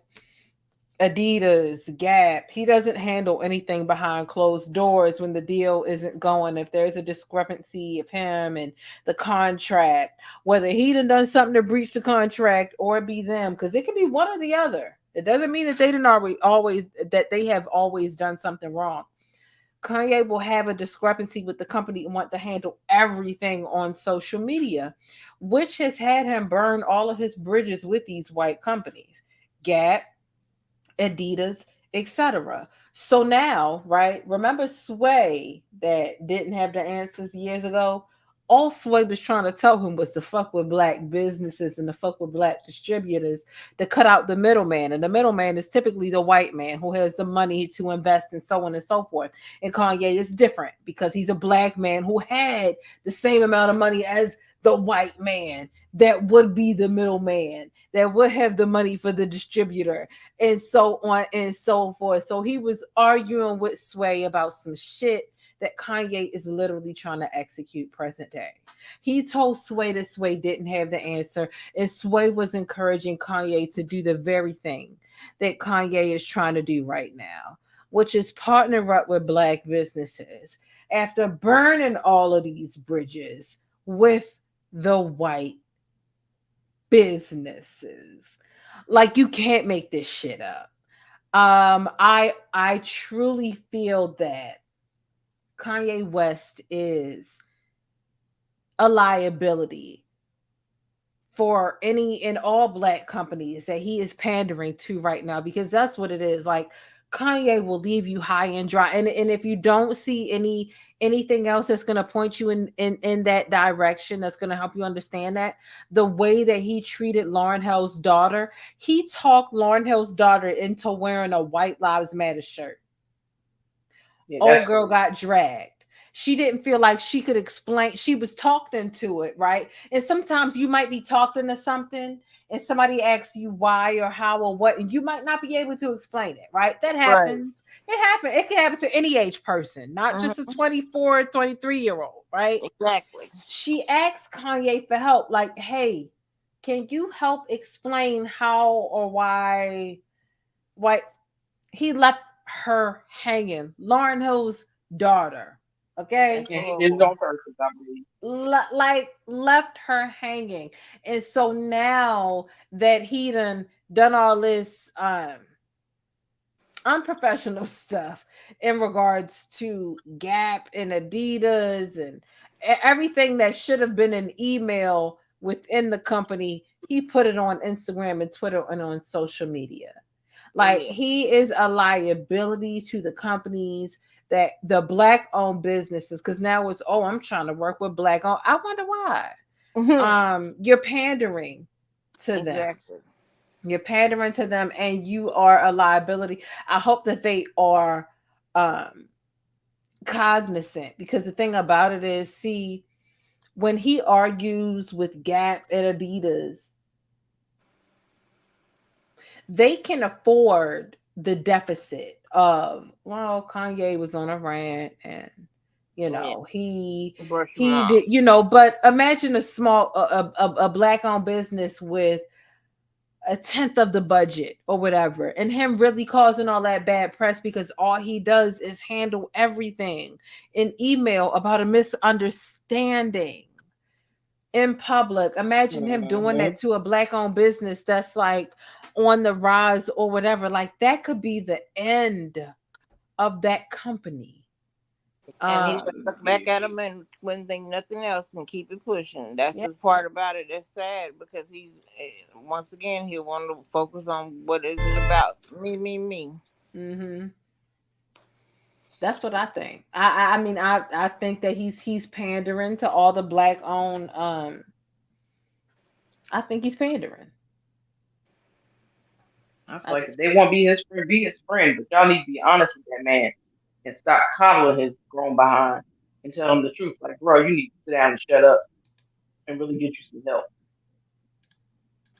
Because I wouldn't trust. I wouldn't go to none of you gotta understand, telling somebody like Kanye the truth, you gotta know you're gonna get fired if you just come out and say it. You know you're gonna get fired if you just come out and say it. If I'm your friend, I can tell you the truth, right? It's your friend. But he's not hiring. He don't have people working for him that's his friend. Okay. And if they're his friend and they want to keep their job, they not finna tell him about himself, especially when he's the type of person where he think he be okay. He think he not doing anything wrong. So he's really trying to convince you, and you're a yes man to it. Yeah. No, I definitely wasn't talking about doing the work from, because I know that would be a problem. I'm just talking about ain't no bunch of people in my opinion friends and all that. They need to have a conversation. Yeah. I just don't think it's a whole bunch of people that are willing to stand up to Kanye. I was watching I was on Diddy's live. I screen recorded the whole thing I did. I ain't gonna lie, but I was watching Diddy's live early, and he was drunk, like on the side of the street.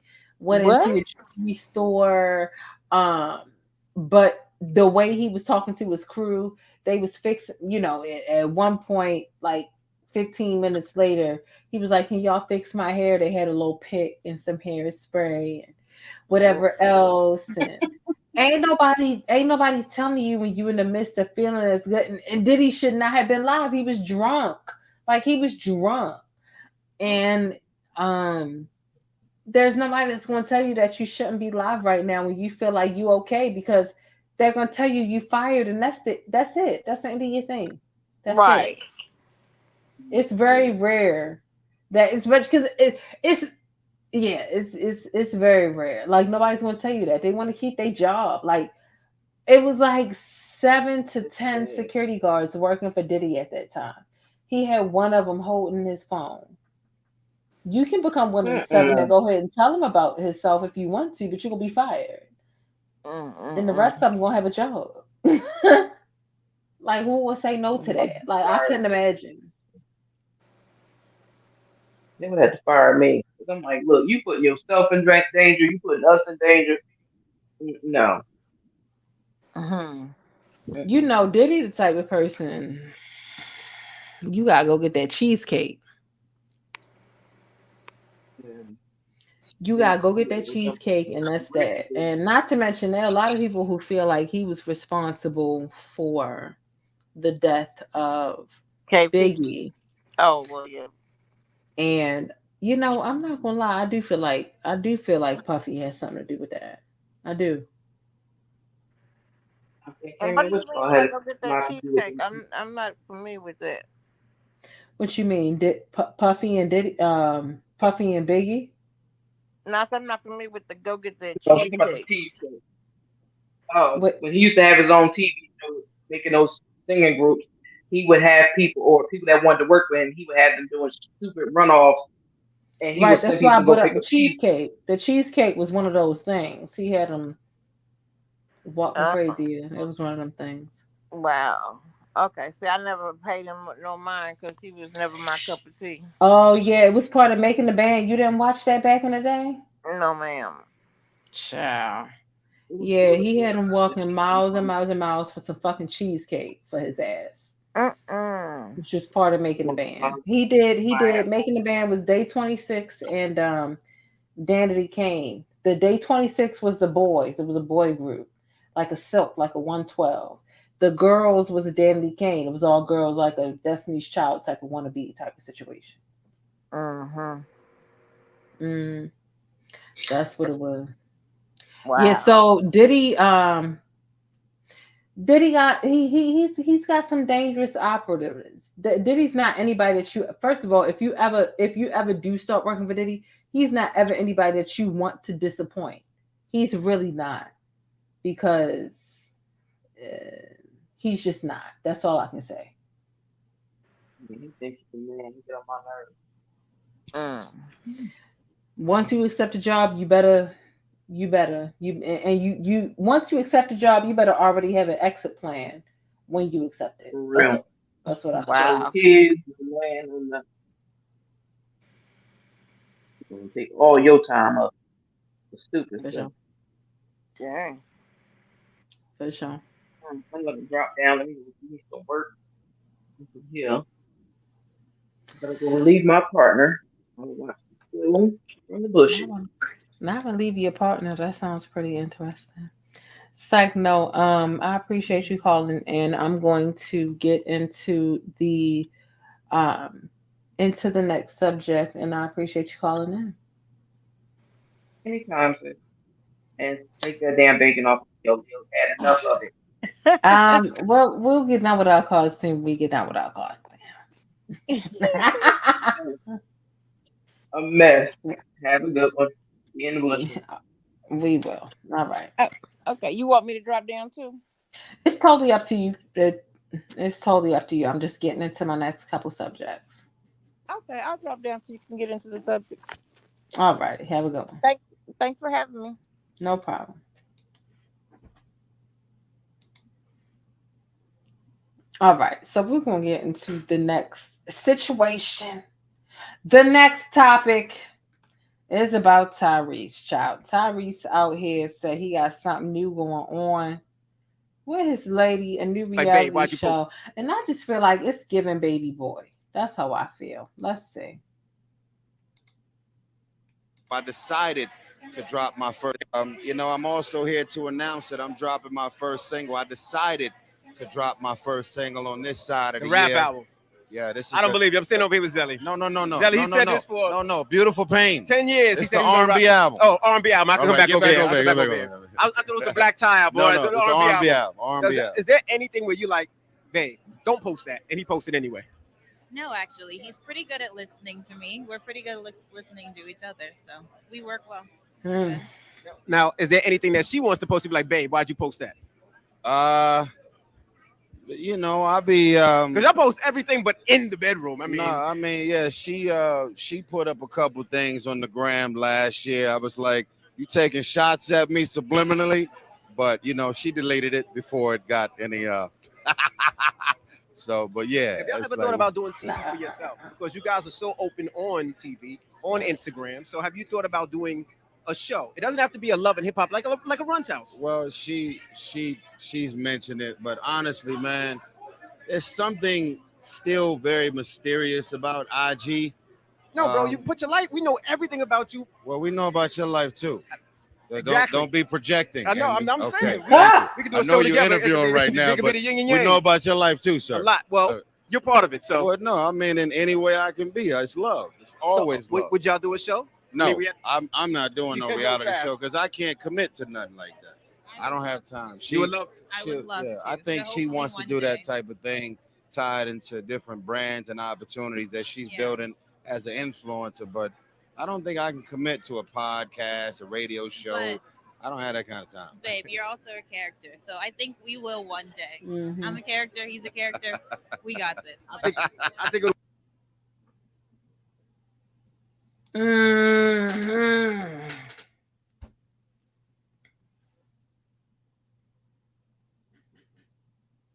It's definitely giving Baby Boy spinoff.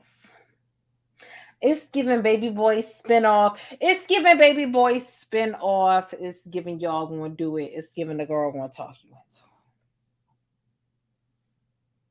That's what it's giving, in my opinion.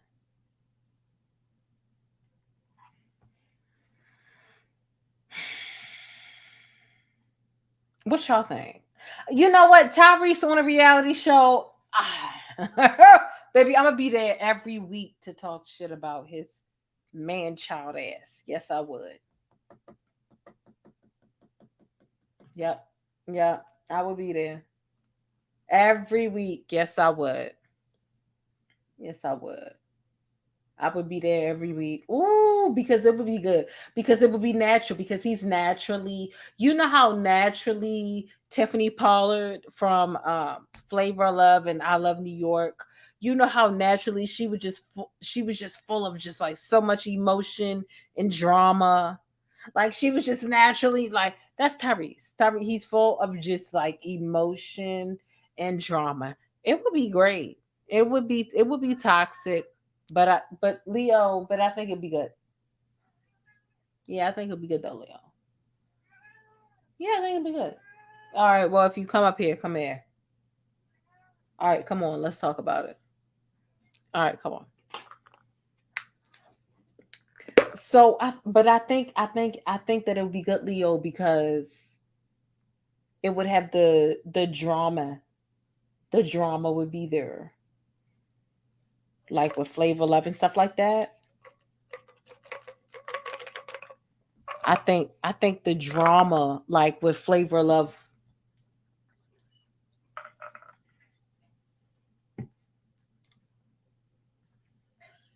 I think it'll be there. Yeah, I think it'll be there. I think it'll be there with Tyrese because like he's such a drama queen. You know what I mean? Like Tiffany Pollard was a drama queen. I totally think that it would be a thing. You don't think it'd be a thing? All right, then you should move. If you don't think it'd be a thing, you need to move. Move it, buddy. You're supposed to agree with mom. I think it'd be a thing, y'all. I don't think it'd be a fighting thing. That's the part that I think would be great. I don't think it'd be a fighting thing. Like Zeus Network is a whole boxing ring, and that's it.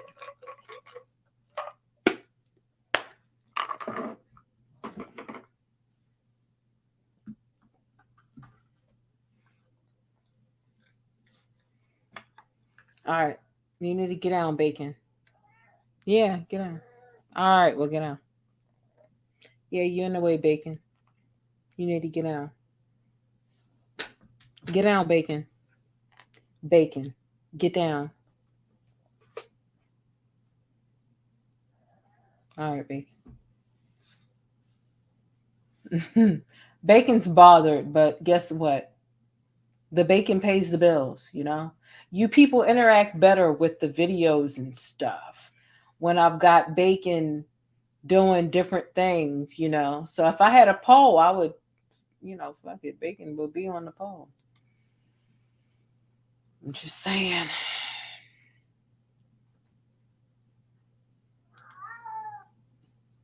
What, Bacon? What you say, Bacon?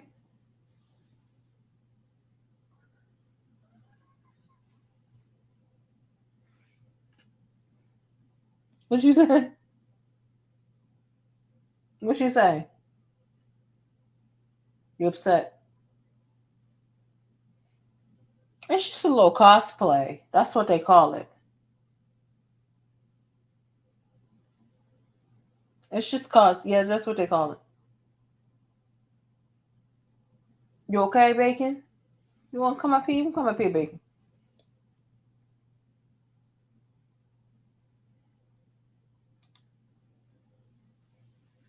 Look, y'all got Bacon catching on. Stop playing. Okay. Ah!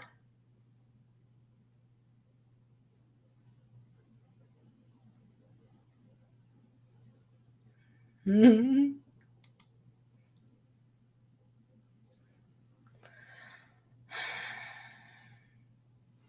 All right.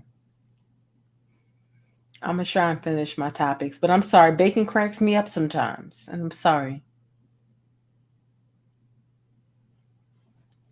He cracks me up, and then I just want to lay down with him because he like to lay on my chest. I get off live, and he be like, "Let me just lay right here," because he played. What's going on with Diddy? Diddy outside? Oh Lord, yeah, Diddy outside. Diddy's outside in his arthritis knees, and Carisha out here rubbing icy hot on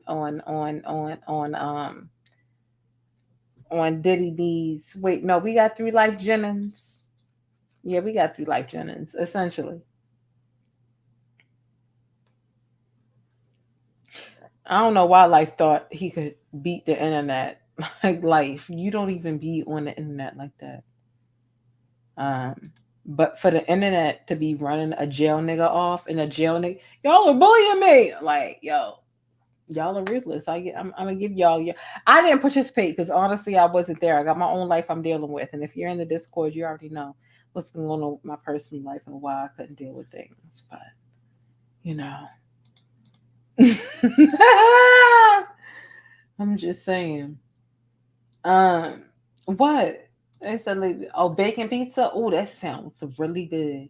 I don't know what I'm gonna have for dinner. Not the pole. Yes, the pole. I would definitely have the pole here if okay, well that doesn't mean that you it's no assumptions. You can still work the poll and nobody assume that you like that.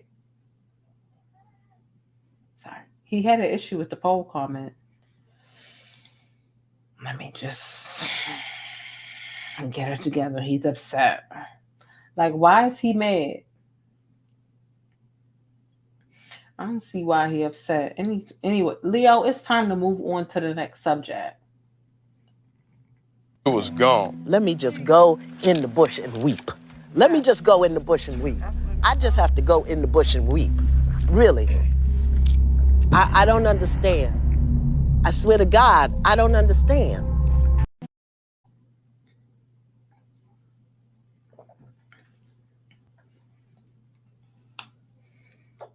Y'all, I'm drinking this bubbly caffeinated sparkle water, but y'all have to understand this other sparkling water that I have.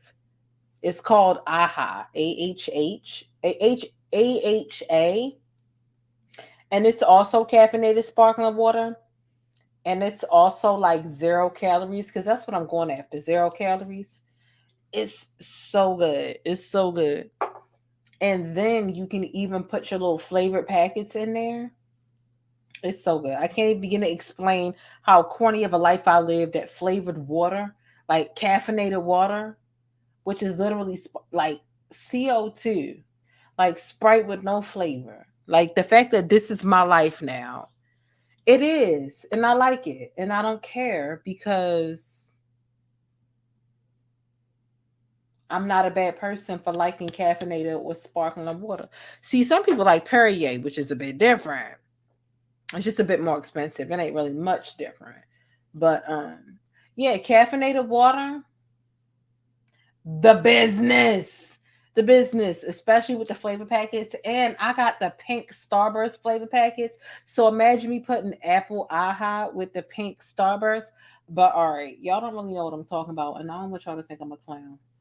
Even though you probably already think I'm a clown, but that's okay. But just understand that what I'm talking about and me liking these 0 calorie drinks. See, because look, the day Kevin Samuels died, I literally ran out of Red Bulls. And I ain't had one since because that shit gave that nigga wings. I didn't want them type of wings. So I used to drink 1 Red Bull every single morning to get me up. But then I realized if I just have like a strong tasting like pop sort of a situation without having to drink a Sprite or a soda, which is all of those calories, this is similar. Leo, you need to give me a second. But this is 0 calories. So this is the same amount of Fizzly Pop that I used to get from the Red Bull every morning. And so I replaced Red Bull with Sizzle water. And I was already in the process of like mixing them, if that makes sense. Like used to drink a Red Bull every morning, but I would do a Red Bull one morning. I was weaning myself off. It'd be a Red Bull one morning and then a sparkling water another morning and vice versa. So I was in the middle of weaning myself off of shit when Kevin Samuels passed away.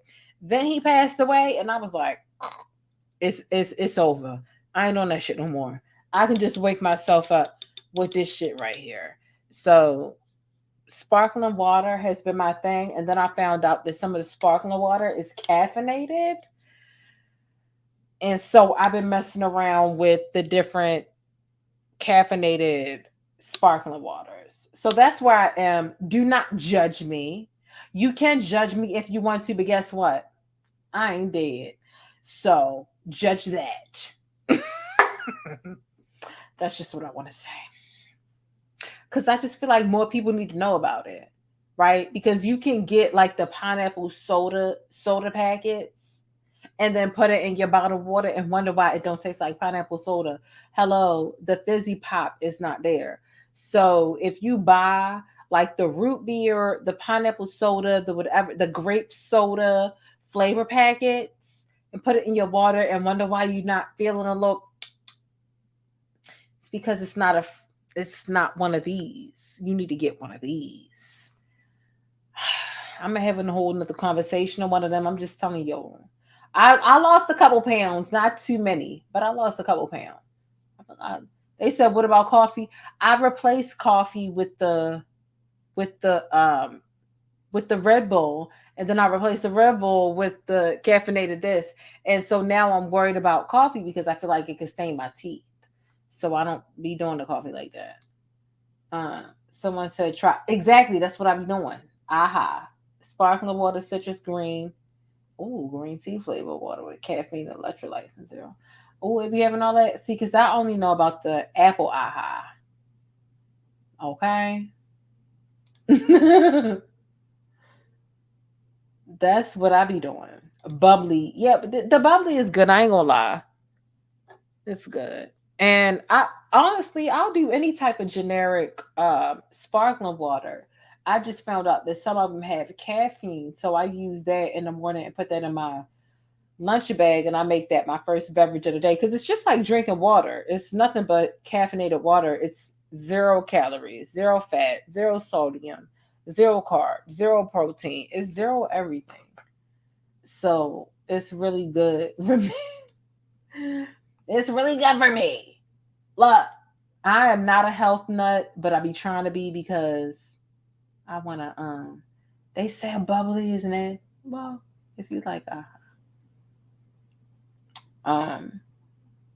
shall not add vodka. All right, but anyway, because look, this is my joint. This what I poured into my cup from JasmineMader.com. I poured my bubbly into it. But anyway, let me go ahead and get past this so I can get off of here.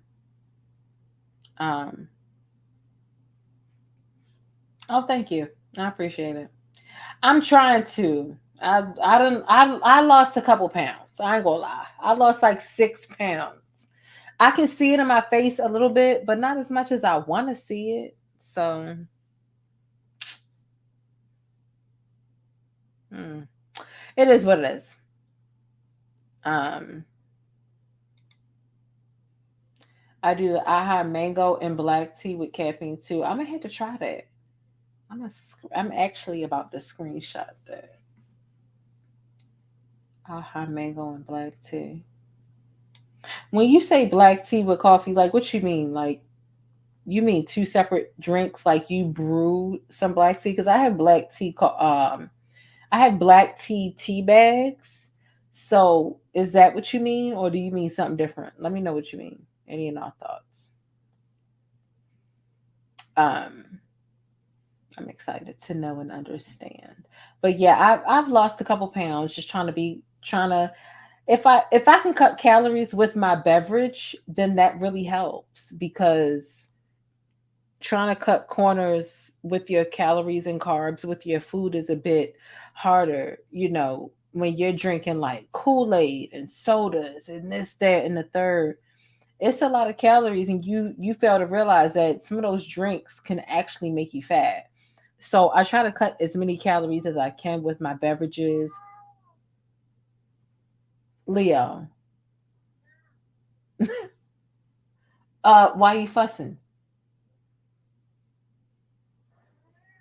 Okay, well, why are you arguing with me like that? Yeah, but you never argue like that. What's the problem? Okay, I get it. You want to come up here and like talk to the people a little bit? Okay, well, come on up here. All right, well, come on up here.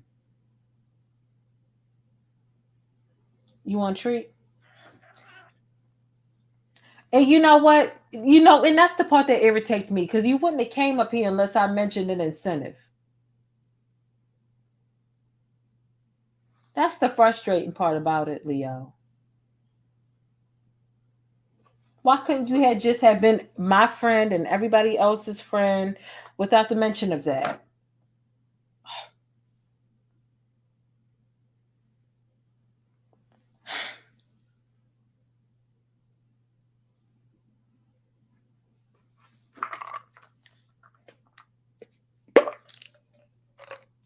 Okay, you need to walk around on the surface.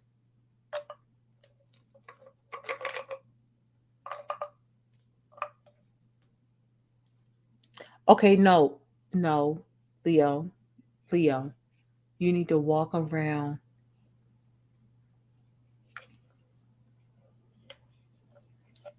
Leo, you need to walk around this, right?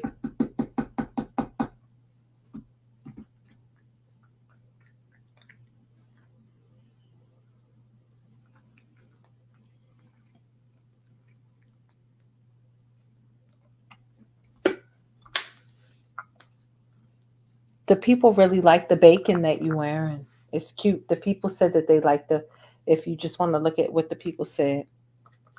The people said if you want to just like look at what they said, they like the bacon as you wearing the bacon that way. They like it. Over there. Whoa. You got to keep it together. What's going on, buddy?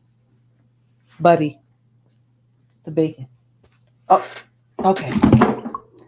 Jesus Christ.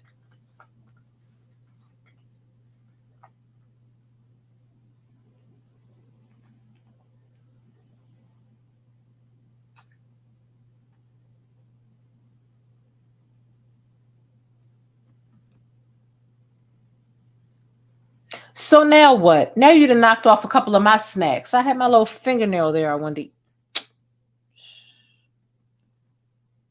Leo, get down. Get down, bacon. Get down.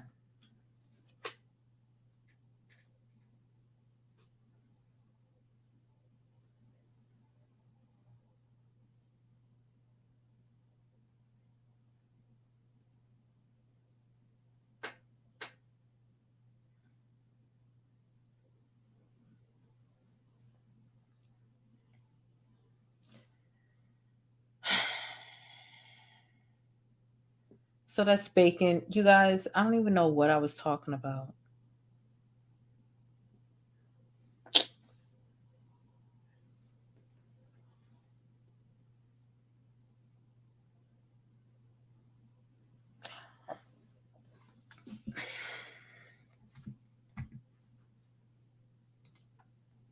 I don't know what I was talking about.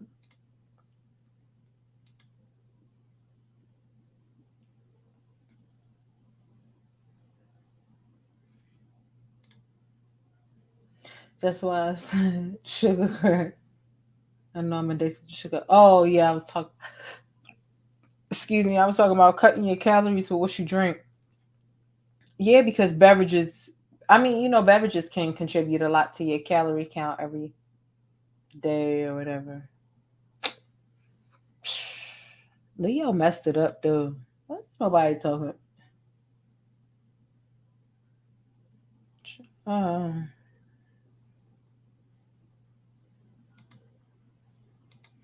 what's nobody talking about this cat? That's why you. That's exactly why you're a piece of bacon.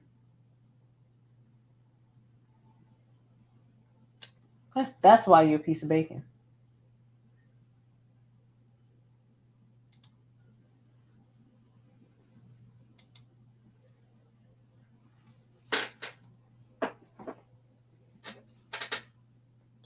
Look at bacon. Look.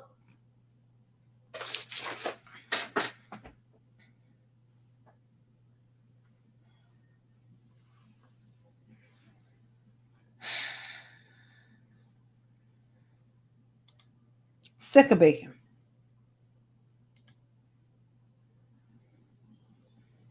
Nonetheless, before we got into bacon, we got into Tyrese and how whatever Tyrese's reality show is going to be a Tyrese, a baby boy part 2. Exactly. I'd rather eat my carbs instead of drinking them. That's why I like to cut any corner I can cut with beverages. I do. I'm like, I'll drink water. I'll drink diet green tea. A bottle of diet green tea is less than 5 carbs. Like little carbs or calories, whichever one, or whatever. It's like almost nothing. It's like almost zero. I'm like, I'll drink that. Like I will cut every corner when it comes to drinking my carbs or my calories, because I know eating them tastes better, but I also know that like a cup of Kool-Aid could be 200 calories, which is crazy if you're on like a typical like 2,500, right? 2,500 calorie sort of a diet, which is the average person's calorie intake, 2,500. So I'll cut a cup of Kool-Aid or a beverage or whatever in a heartbeat just so I can have,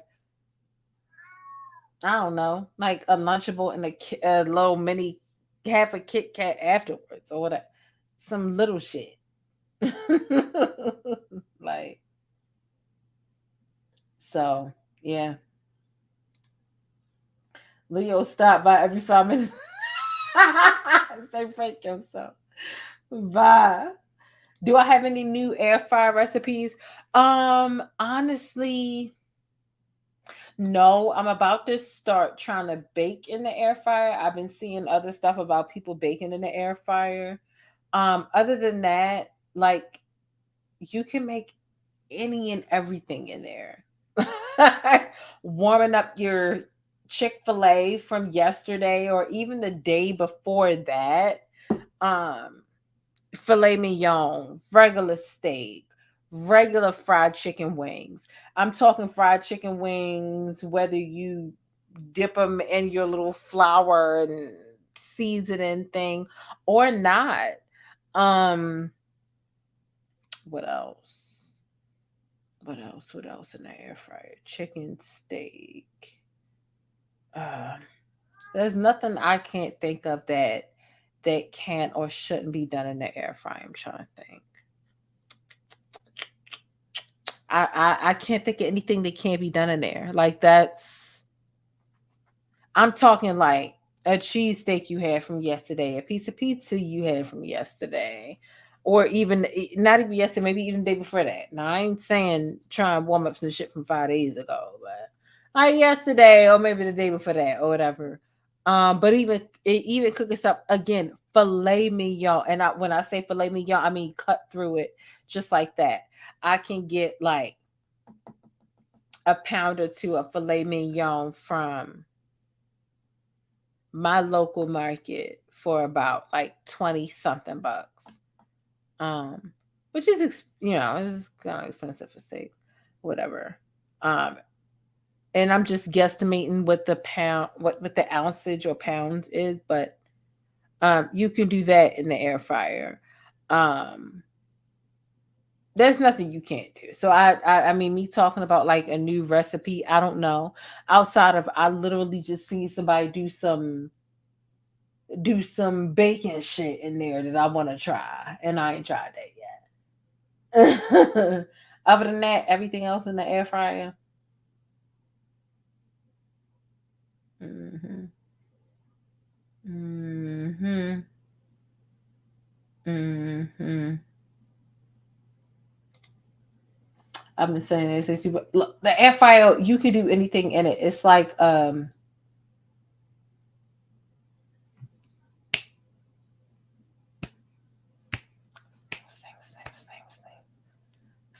what's the name of the Pop Tarts? You can put toast oven. It's like a toaster oven on crack. Ah, there it is. It's like a toaster oven on crack. That's what an air fryer is pretty much like. Um, because there's nothing that you can't put. Again, you can put, you can buy fresh chicken wings or chicken thighs, whatever breast, whatever you want to. You could buy fresh chicken breast, right? And put it in there, or you can have the ones from the freezer. You can buy this big bag full of like party wings that are just nothing but drumsticks and wings that are frozen, right, Leo? Exactly, that's what I'm saying. And is that what she's saying, Leo? Okay, well, what are you really saying? Okay, well, what is that about? Okay, well, come on, come up here, tell me what you're talking. What you talking about? Okay, well, that's pretty crazy. What else? What else, Leo? Outside of that, because he's taking his time telling me what's wrong, but he's telling me about some big shit. You can do regular chicken wings or frozen chicken wings. They got frozen chicken wings too. Obviously, they take longer in the air fryer than anything that's fresh. But yeah, you could do fried frozen shrimp or like whatever the case is. Like any and everything you can put in there. Anything that you would put in the oven, you could put in the air fryer. Like for real. Um, yeah, that's what they say. They say vegan items are better than that. I wouldn't know. I'm not vegan. They said I like us. He said cheesesteak instead of steak and cheese. Yeah, I'm from Baltimore. Like, what the hell? Yeah, we say cheesesteak here. We don't say steak and cheese. Like, what the hell? Like, no, why would I say steak and cheese? Ooh, that sounds crazy. Mm. That sounds crazy, you guys. Oh, now think about the air fryer. Now y'all got me hungry. Fuck you guys. Forget. God. Now I'm hungry. Now I'm supposed to eat. If you want to cut the calories, drink water. I put lemon in my water all the time. Cut the calories, drink water, lemon, and honey first thing in the morning or right before bed. Hot or cold, it'll help dissolve the fat. Trust me. Yeah, I heard you're supposed to drink it warm because warm water does better for your body than cold or whatever. I can't see or understand anybody drinking hot lemon or honey water. I don't know. I couldn't. I love bread, and I know that is a lot of carbs there. I don't know for me that for sure. So I don't know. Do I have a formula to lose weight? Obviously not, because I'm still not the size that I want to be, and I want to lose more weight. But I do know I am a little smaller than I was before.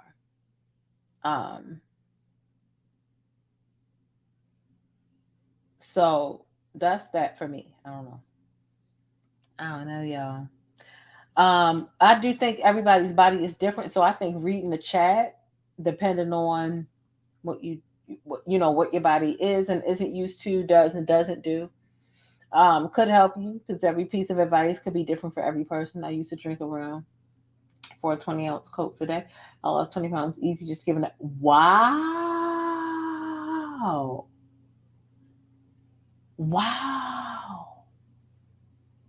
So the soda, see, and that's how I know beverages can make a difference.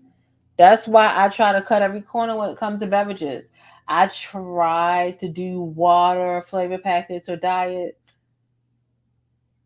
Wow. Thank you for sharing that. Oh my God. It replaced the conventional oven.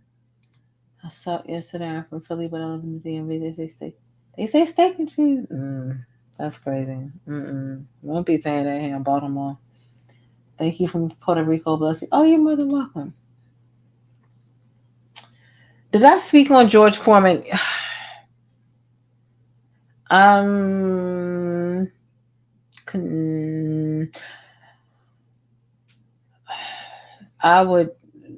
George Foreman has a couple of different situations going on right now, and I'm curious to know which one it is that you're speaking of.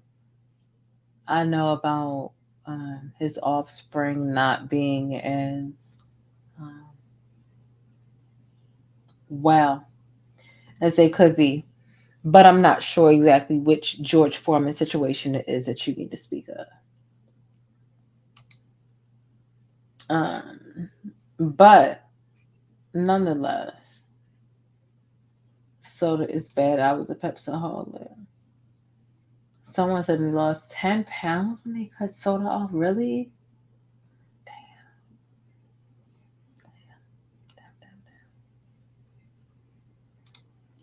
Damn. I'm literally chasing the bus right now, but I had no idea Kanye was on this BS. I'm so sick of his boo.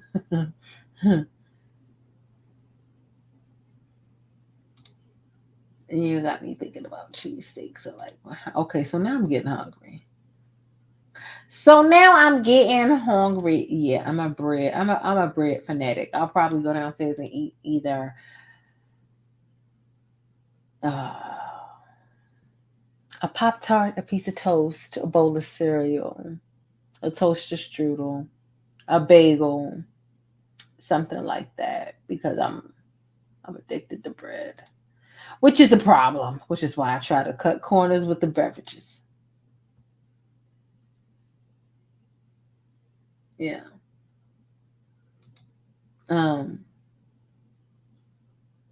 Right. What's going on with George Foreman? I only know about his kids being a little I only know about his daughter being really mentally like not being all there. That's all I know about George. So I'll wait for y'all to put whatever comments you want to put in the comment section. I need to run to the restroom real quick. I'm not even gonna lie to y'all about what hold on.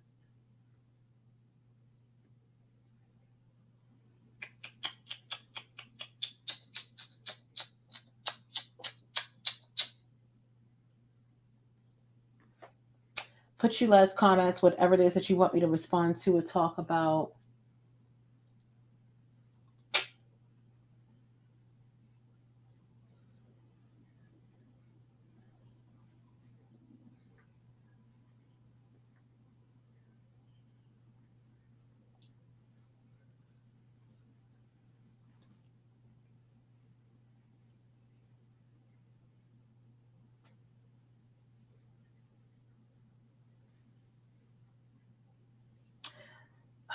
Cannot find what I'm really looking for. I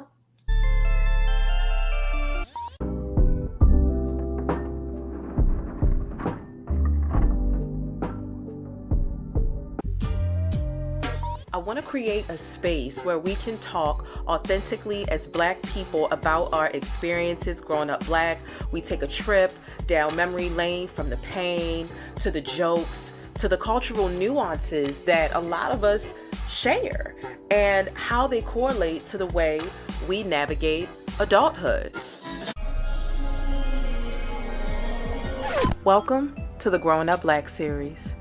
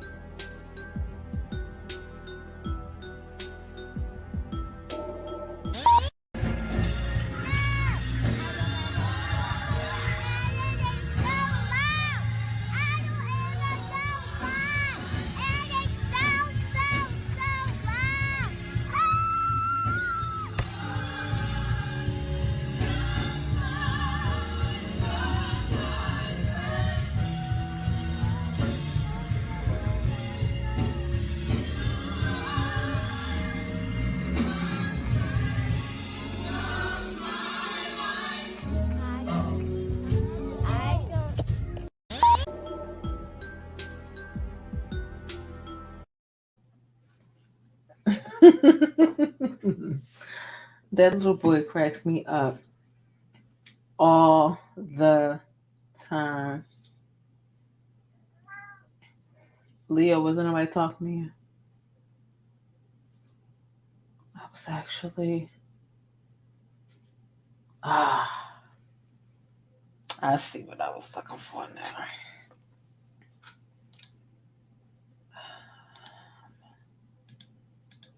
I have to rename that. All right.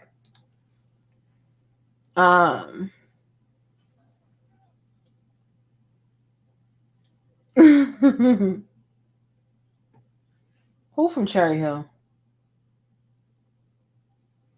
You can tell she from Cherry Hill. Who you talking about? Who from Cherry Hill? I'm not from Cherry Hill. Do I have family from Cherry Hill? Yeah, I got an aunt and a cousin from Cherry Hill, but I ain't from Cherry Hill. When I say I'm from Baltimore, I mean I'm from Baltimore. If there was a more specific way to name myself without like giving away exactly where I live, I would say that. But when I say I'm from Baltimore, born and raised, and I've been here all my life, that's what I mean. I'm flat out Baltimore. To the point where it's not even, is she Baltimore County or Baltimore City? She's right in the middle. That's why I say I'm from Baltimore. I'm not from Cherry Hill. Cherry Hill not far, and I don't have a problem with Cherry Hill, but like you clearly bringing up Cherry Hill because you think that's where I'm from. First of all, the accents don't differ from Cherry Hill and Baltimore City and Gwynn-Oak and Forest Park and Woodlawn and Park Heights and Windsor Mill and Randallstown and Owens Mills and Pikesville.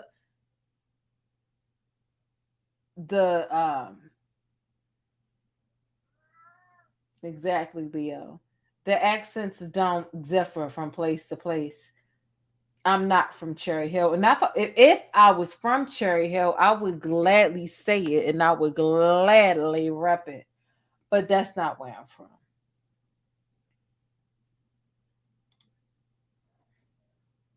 I'm from Baltimore. That's where I've been my whole life.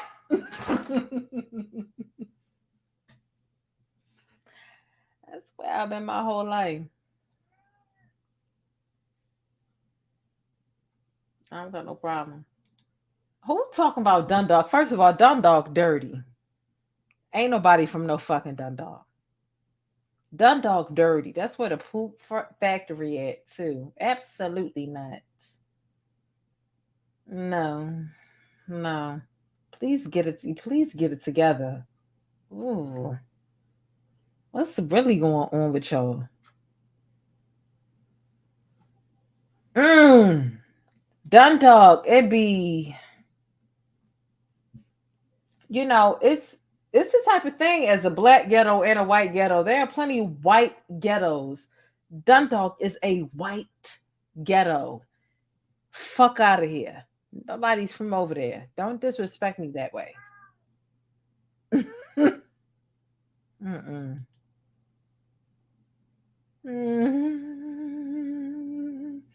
Yeah, the poop factory. It's a poop factory out Dundalk. And you can smell it in the air when you drive out there, whether you have your windows down or not. You can have your windows up. You drive out Dundalk.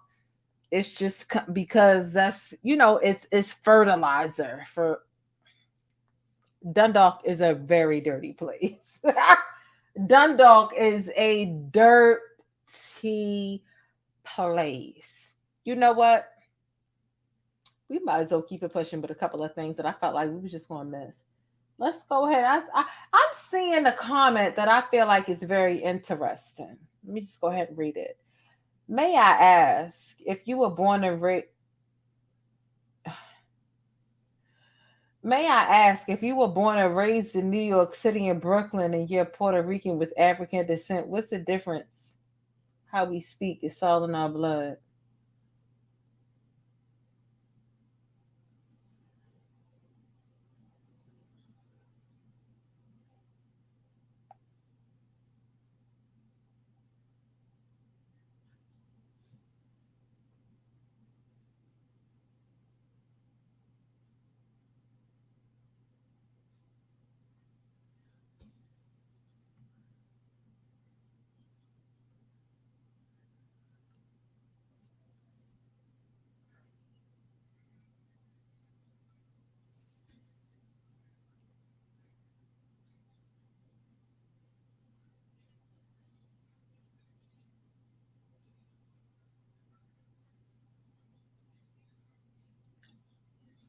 What I'm supposed to say?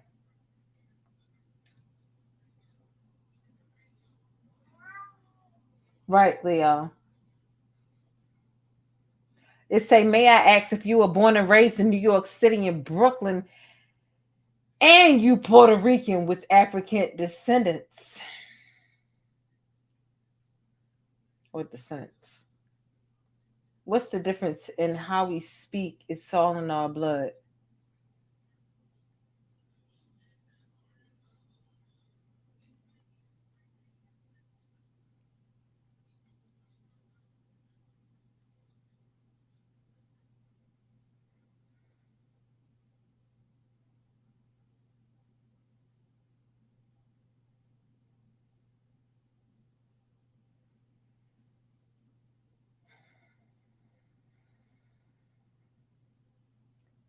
Well, you know.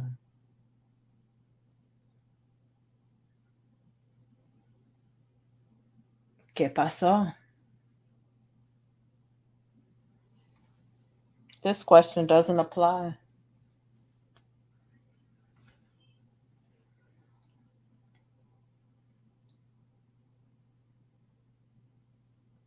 Yeah. You're asking about being born and raised in New York City. Then you bring in Brooklyn, and then you bring up Puerto Rican, then you bring up African descent, and then yeah. This doesn't apply. So we gonna move on because I'm not sure if you really trying to derail this thing or what. But we gonna go ahead and move on. Te quiero. ¿Qué necesita? ¿Qué pasó? Like what's really going on? ¿Qué pasó? How did what was that other Lyfe Jennings song? Outside of Life's Lives. How did we get here? Bitch, I caught the bus. That's what it was in school. Nobody's supposed to be here. Bitch, I came to fuck. I tried. She's asking for herself, but worded it poorly. I think she may be trying to get permission to say the N word. She wants your blessing. Child, here's the thing. You got Fat Joe going on the Breakfast Club today, literally saying, I thought I was black because here's why I thought I was black. Here's why I thought I was black.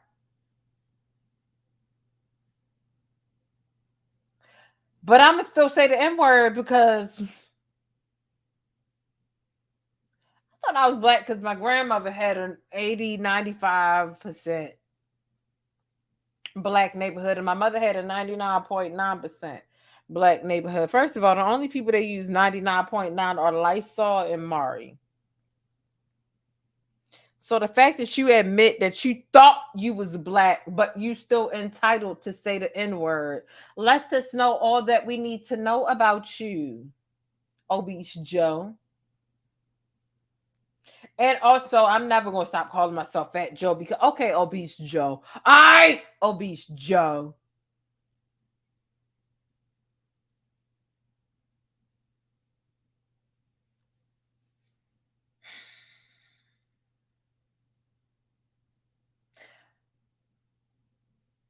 But you sure did host them hip hop. All right, Obese Joe.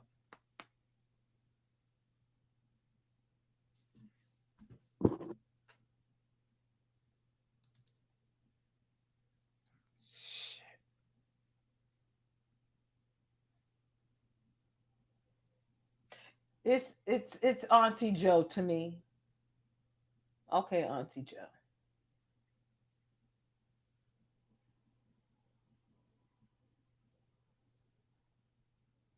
Hypothetically, of course.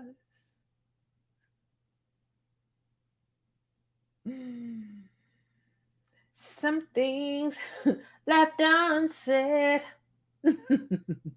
That was a song. Nonetheless, though, someone says, I'm from Brooklyn. I get what she's saying. But Jane isn't one to address that question. Thank you. I'm glad you understand. Because, I mean, like, at what point did I express being from Brooklyn, being raised in Brooklyn, and being a person that be up in Brooklyn? Like, how am I supposed to answer a question about Brooklyn when I've never... Like, I could get if I was lying up front and like Brooklyn is like I'm Baltimore all day. Like, I don't understand how like that question. Maybe that question is for her. I don't know. But the question is wild. I can say that.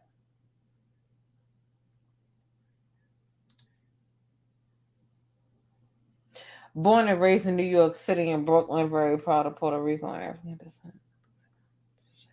They really are asking a question. Shit. All right, the first part of the question. All right.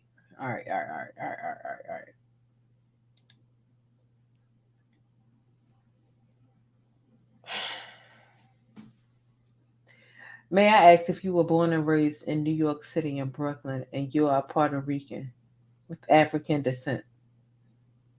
All right, let me start over.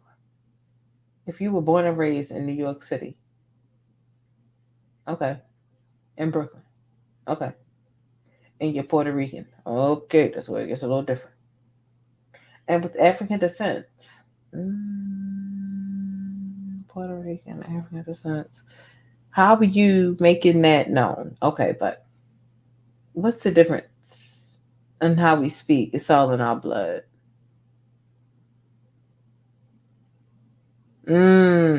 This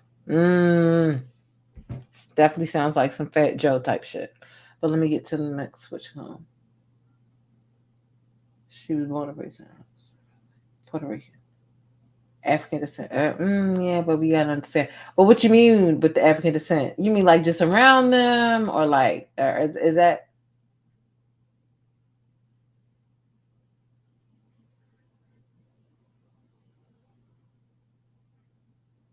How we speak. It's all in our blood. You know, the context in which you use the word nigga also kind of like matters too. I'm born and raised in New York City and Brooklyn and very proud of it. Puerto Rican and African descent. I'm 61 years old. All right, so you were born and raised in New York. You were born and raised in Brooklyn, New York. But you're Puerto Rican and African. You're 61 and you're proud of it. It definitely sounds like the Fat Joe Cardi B argument. Should you be able to say the N-word? Is that what you're asking? Do you say the N-word, Maria Rivera? And I'm only asking that because I'm trying to understand the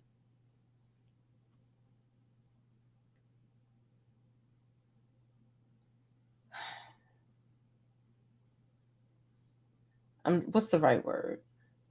Are you trying to understand if your dialect, if a certain word within your dialect should be accepted, or like your existence?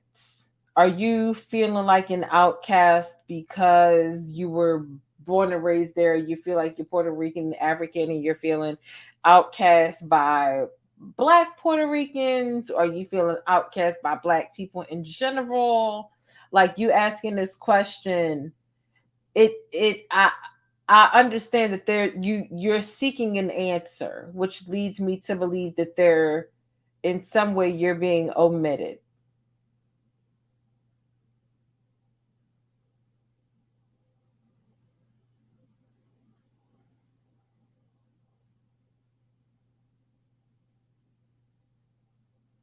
Hopefully you're still here.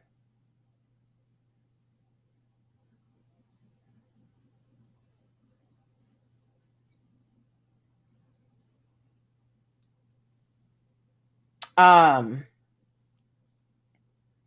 wait. I see another answer. Another 3 minutes ago. I'm only playing. I've been watching the broadcast for a long time. Thank you, Shao.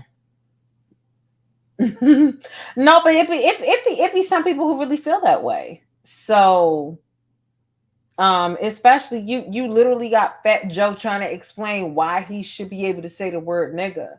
And he's using a lot of what you've said as his reasoning as to why he should be able to say it, even though he acknowledges that he's not black. He's like, well, I thought I was black because XYZ. He explained all that shit this morning, and it's like, you're explaining how you know you're not black because you can sit up here and say, well, I thought I was black because da da da da. So you thought you were black. And you know you're not, but then you still mad at people and you saying the word nigga, right? Like, so, me just trying to be realistic and understand people who may be asking a question from a cultural perspective and don't quite understand, I guess, like I was saying when I first began the video, I don't just want to cuss everybody out. I really would prefer to have conducive conversations. And I was going back over some of my content, and I realized, like, I want to do something different. Like, I don't just want to come across somebody who I feel like is crossing my line and just cuss them out just because. Even though sometimes it's going to happen. But, when that happens, it happens. But I don't just have to do it, like, for whatever reason. But I do understand that there is some ignorance between, I've even heard black people who just feel like, why are we wasting our time with people who should be able to say it, people who we should be giving the pass to, and I'm like, that's wild. Like, it's not the people who feel like, it's not like the Fat Joes that I would be up to debate more so with. It's the people who feel like, just give them a pass and move on. Oh, well, forget it. They grew up in a neighborhood that was 98% black and impoverished. Give them a pass and let's move on. I'm like, are you crazy? Like, you clearly don't understand the concept of gatekeeping and what we need, the pressure that we need to be applying to certain people who want to use certain words, where at the drop of a dime, if they wanted to use that word in a way that was derogatory towards us, they could and they would. And what have they done to prove that they should be able to use that word? Which sounds like a lot of work. But I be doing it.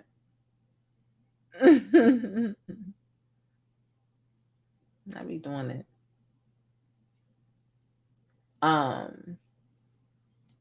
Someone says, I'm a black woman from Brooklyn. It bothers me when Hispanics say the N-word. My ex is Puerto Rican, and she wouldn't stop using the N-word after I asked her. And that's why we broke up. Oh, wow. Interesting. Very, very interesting. Shout out to you for taking a stand against that. For sure. Tracy says, I know it's way off topic, but Jane's eyebrows are lit. Love them. Thank you. My eyebrows are one of my favorite traits. My eyes and my lips. If I was ever asked some of my favorite traits, those are some of the things that I pay the most attention to.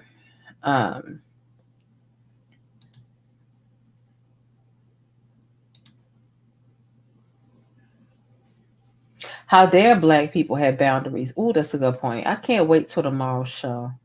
I'll be more on point tomorrow. Right now, I'm just feeling kind of more like let loose vibe. Oh, good point. Puerto Ricans ain't the same as black Americans. Hello. So their desire to just want to say nigga all willy-nilly. It's a point. It is a point.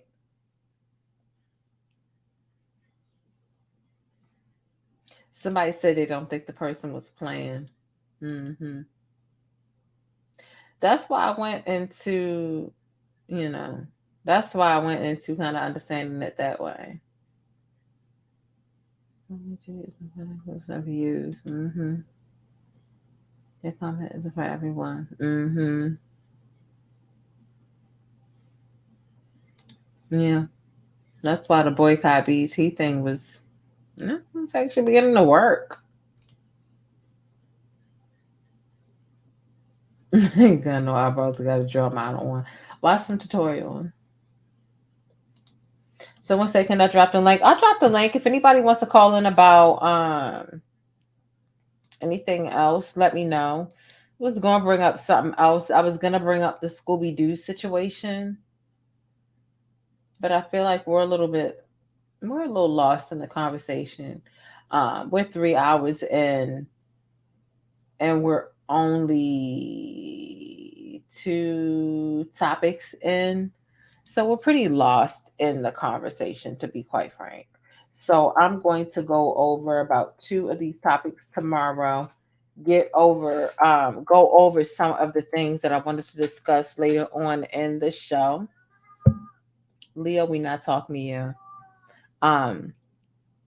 And hopefully tomorrow it'll be a really good show, especially early on. But I'll drop the link because at this point it's kind of like just open chat. It's kind of open chat at this point. So I've dropped the link. If there's anybody that wants to call in and speak about anything at all, feel free to call in. Otherwise, I'll just be like kind of ending the show. Leo, what are you talking about? What are you talking about? Come on. Come up here. You coming up here? Well, come on. Come on. Okay. Hey, Bacon. And so people say, hey, she's over there. Yes, they say you're so handsome. You're so handsome, Bacon. You're so handsome. Oh, wait. But yeah, don't be grabbing my hand like that. You're so handsome. You so handsome, Bacon. You so handsome.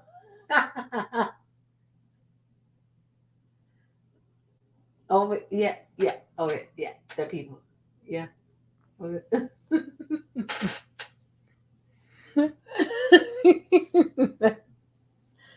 Bye, Leo. Leo, I can smell a little bit of your hair. You're not paying attention. The candle's over here. There's been some of your tail. I smell it. Oh. Ciao. Hey, what's going on?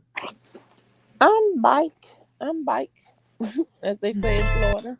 Oh, ciao. Honey, I'm not trying to be mean. I'm trying to have get an understanding, get some clarification.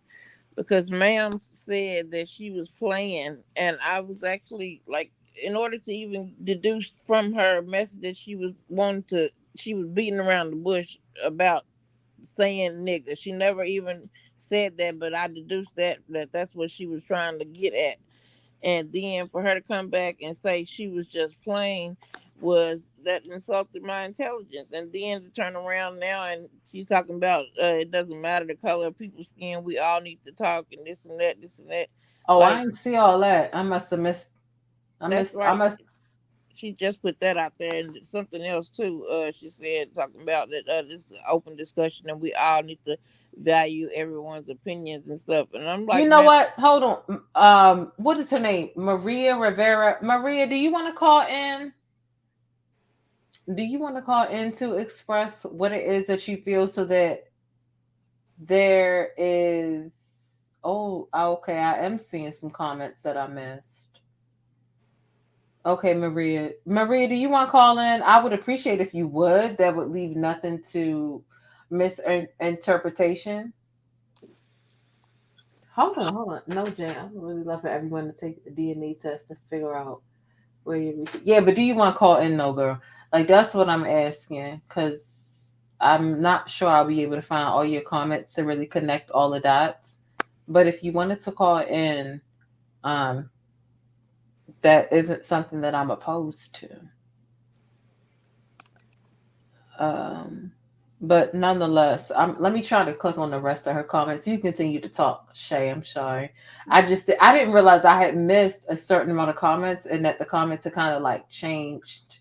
That's okay. I just was like, I'm just confused, honey. You went from beating around the bush, and then that's when I said, "Wait a minute, you trying to say where that you're from Brooklyn, this and that, and that." So basically, are you asking, about? That's what you're alluding to. You want to get some.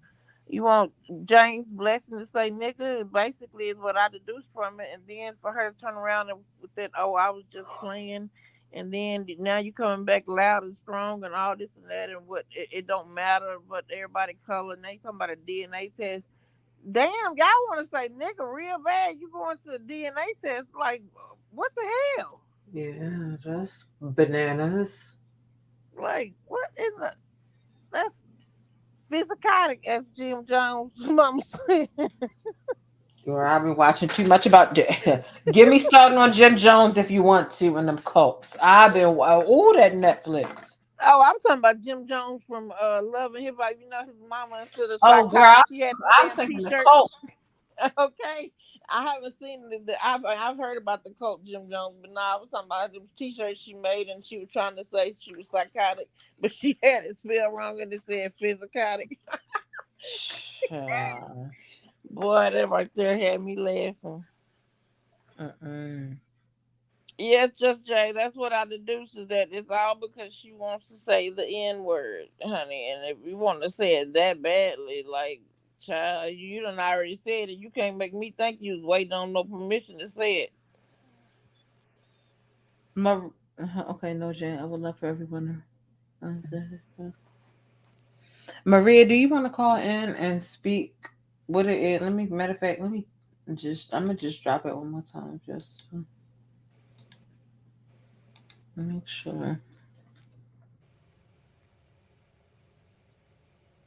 That you can call in and speak her piece. Let me make sure. Okay, yes, it does because it's all in our blood and it's in our DNA. How can we not apply? Everything that happens affect girl. Like, how you could say you playing and then now you come back with all of this justification type conversation like that? It sounds like you was trying to back out of it, and then you change your mind again. It's like, baby girl, you're doing too much.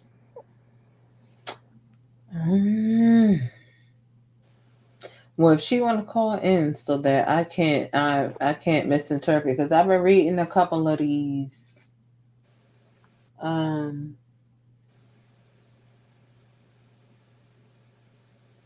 Yeah, Reading. I was just thoroughly confused as to why it's that important to want to say a word. Like, of all the things going on in this world. I respect that. Also, Jane, I'm not asking you to address it. We are here to speak to everyone else. It's not that we are here to try to make ourselves better than anyone else. That it was not the intent.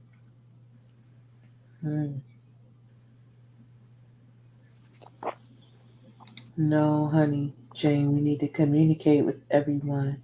Does not matter the color of skin. What we need to do and understand is respect and love.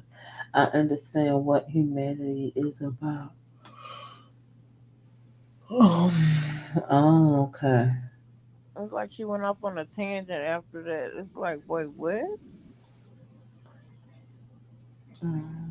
Okay. No, Jane. I would like for everyone to really take a DNA test to find exactly where our roots are from. It's so important to know exactly the DNA. Think you can with all the blessings, all nationalities. And I think that's when you were talking about Fat Joe. She was putting that stuff up. Child, if you ain't finna call in, I'm not this. Right. All that typing. You done typed all these paragraphs, and when we want clarification, now you don't want to talk. Like, what is it? Like, that I don't don't make know. Yeah, I don't know how you get there. Um, she can call in if she really want to explain, because I really still don't understand what she's saying. A lot of stuff don't. A lot of the stuff is giving Don P energy. I'm You know sorry. what? That might be him. He trolling. Damn, we fell for the damn Don P. Oh It- man. it's definitely giving Don P energy, and Yeah, it like I is. don't know what it mean, and like, do I really want to know what it mean? But I feel like being more vocal about it and being in real time, and me being able to ask a question in real time will Right. give me a better understanding to be like, that's sister, that's not that, if that's what because everything ain't about a damn religious metaphor. um so yeah, I don't know if they want to call in or if they Well, don't, but yeah, I don't know what's going on. And at this point, that's why it gets so irritating talking about Kanye West, because it'll turn into that. It'll turn yeah. into that Yeah. because you'll have his stance that will come up here. Honestly, Tyreek Nasheed's stance do that too, but that's a whole nother conversation as well. Mm. They'll turn into just like this massive amount of deflection and or religion, either one. It would Mm-hmm. have you in a totally different space that had nothing to do with the initial. And I literally, before I started this video, I was in um, a space that was holding Tariq Nasheed to task. Um, and they were really trying it, and I'm just like, no, like Tyreek. Look, long story short, here's a long story short with Tyreek. And you may or may not catch me making Tyreek Nasheed content moving forward. But the bottom line is Tyreek Nasheed is, a black man, supposed to be what, a foundational black American FBA, who is working towards and helping black people and all foundational black Americans, with which aren't just men or women, right? Mm-hmm. Helping all of them to get reparations, all of them. However, he's got like this form of statement where he said, "Oh, they said Maria's still trying it. Hold on, Maria in the comments. Yeah, I saw that. I didn't want to cut you off. Hold on, Maria, you still here? First of all, First of all, I don't offend anyone ever. It's not who I am. That's not what I'm trying to explain. Yeah, Maria, that's why I dropped the link so that you can call in so that we can better understand you, because we truly don't understand all of the different because you left the comments at totally different timestamps that were different pieces of the conversation taking place. So you didn't even have a fair chance at making sense because you responded at different times where different things were going on. So it's impossible for me to try to make sense of your different comments when you were responding to different aspects of the conversation. So that's why we asked you to call in. Nobody was insulting you or anything of that nature, but you are more than welcome to call in if you're capable.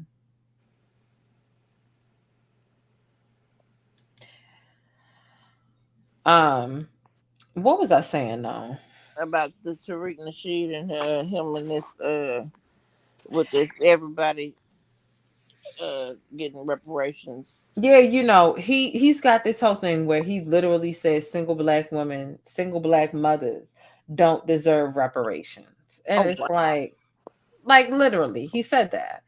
And he said it a while ago. It might have been 2019, 18, whatever year it was. It doesn't matter. The fact of He the matter said, is he won't correct it. It would be so easy for him to be like, you know what, I was on one that night.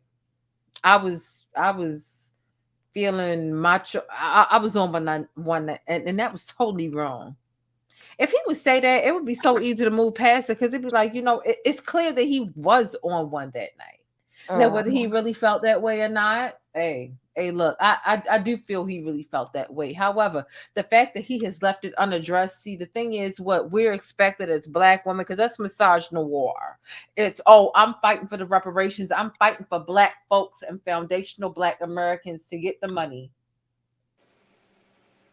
To get the money that they are deserved based off of what their ancestors endured with slavery and oppression and so on and so forth. But I'm only working for it for the men. I ain't working for it for the women. I'm only working for it for the women who agree to stay with us, regardless of what it is that we do or call. That it's given 1957. Yeah, and this is crazy because what these men fail to realize, the ones that come with that ideology.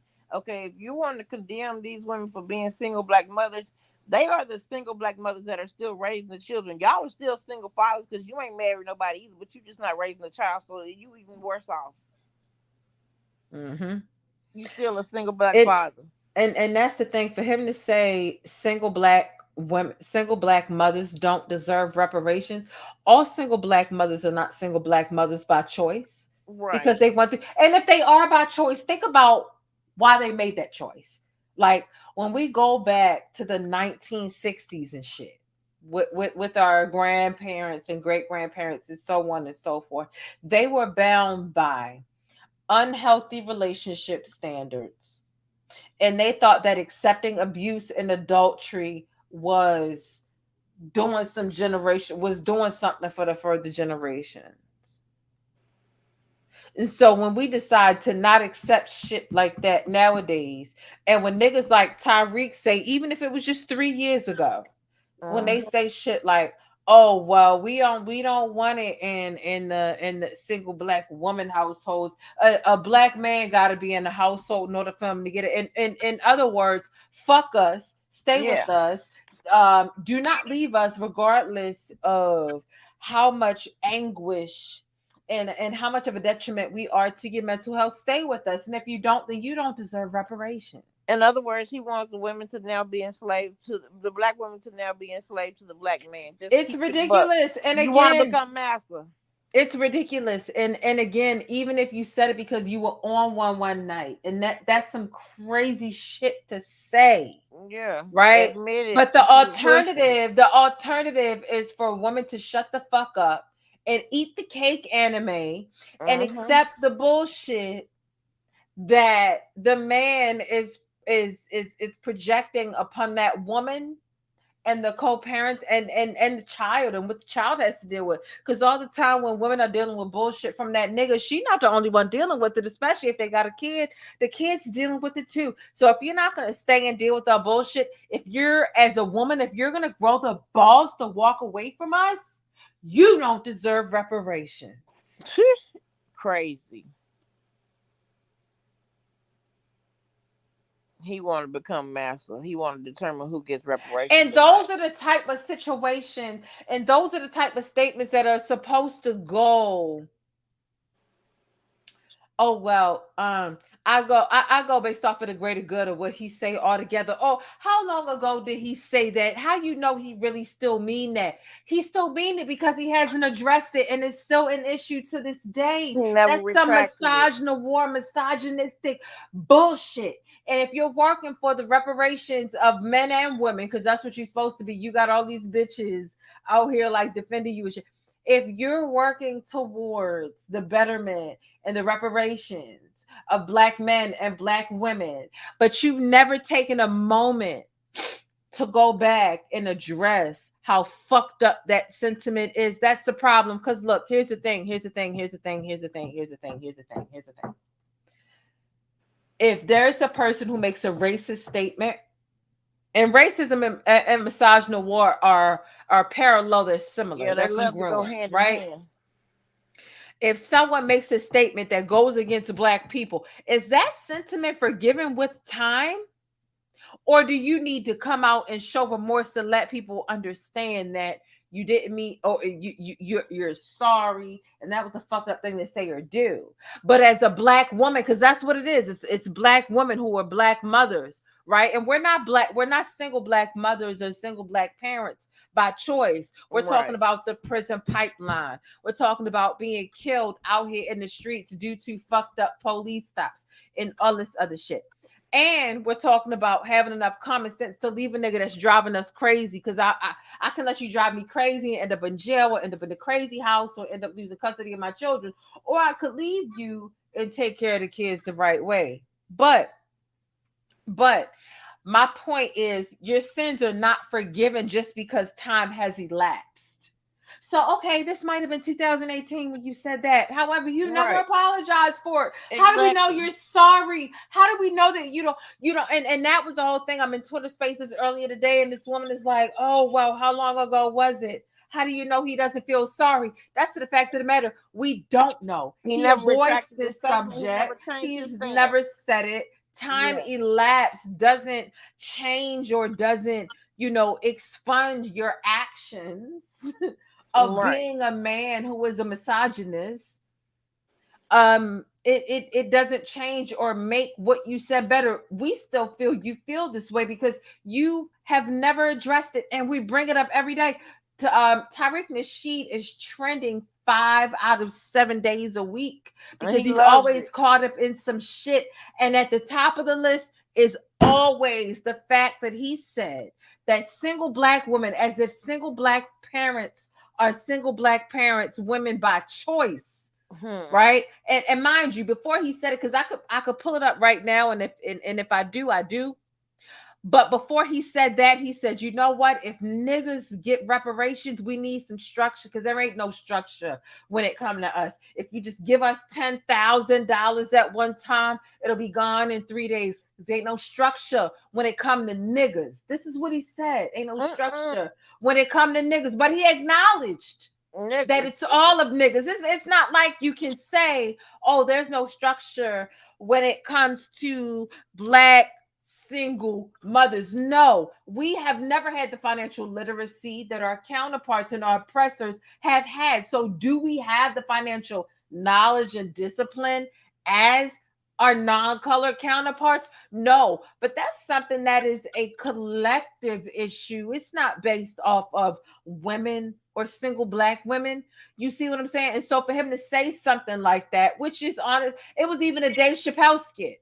It was even a Dave Chappelle skit when it came to niggas, Black folks getting reparations, and how we would act if we ever got it.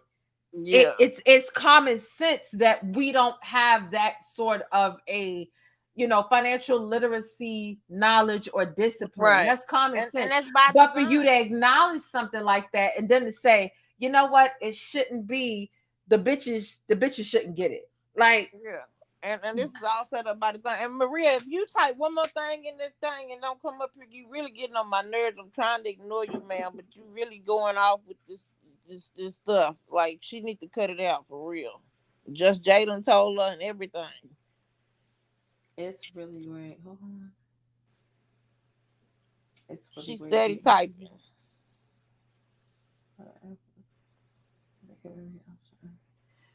Yeah, girl, you should definitely call him. All of this for something you claim you was playing, girl. We don't believe you. Whatever. You're going on, Don P. Yeah, girl, call in. Tariq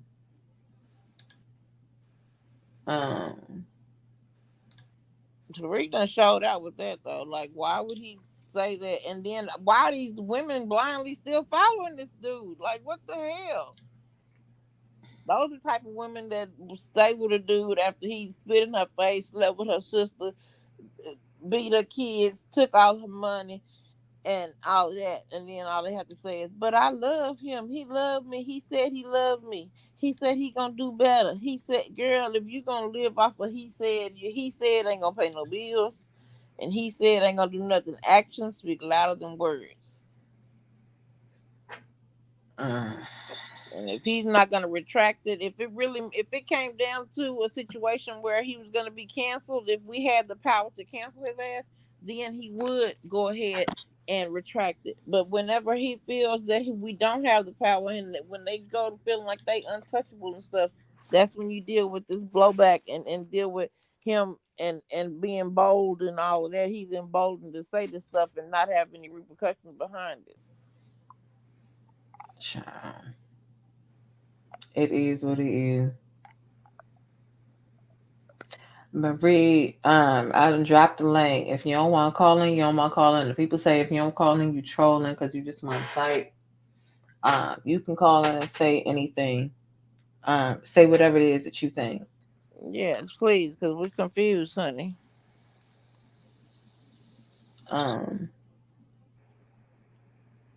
Yeah, but you know, the fact of the matter is, child. The fact of the matter is. The fact of the matter is. What, Leo? And what you talking about? Leo mad too. And that's the most handsome piece of bacon I ever saw.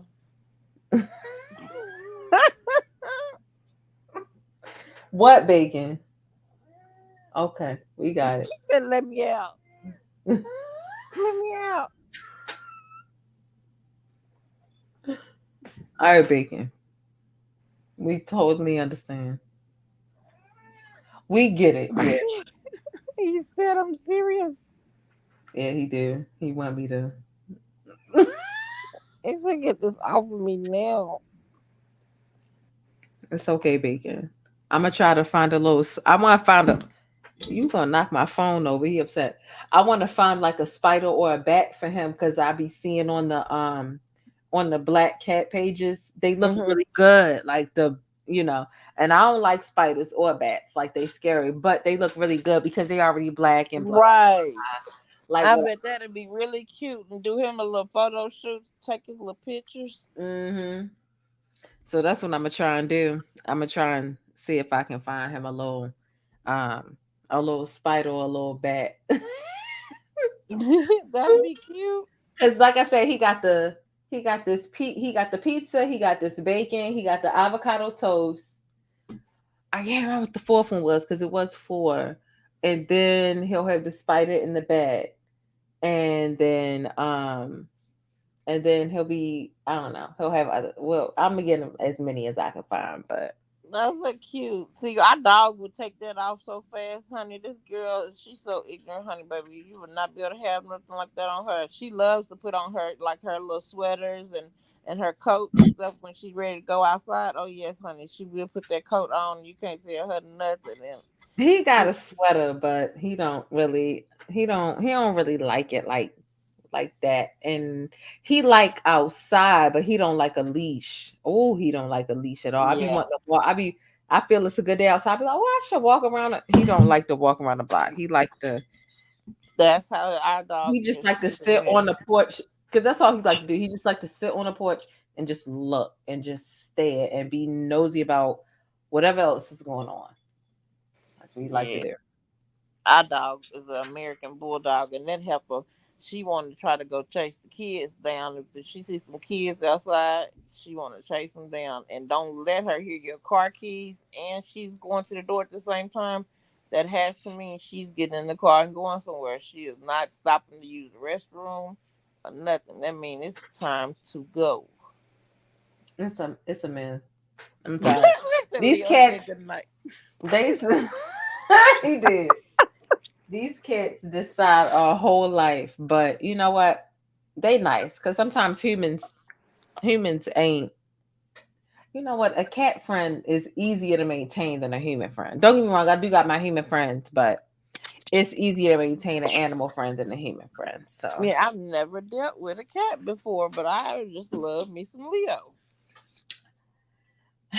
He got his little way. You know. Uh-oh. He got his little, and all that's he my buddy. Leo's like 9, 8. I would say Leo's like 8.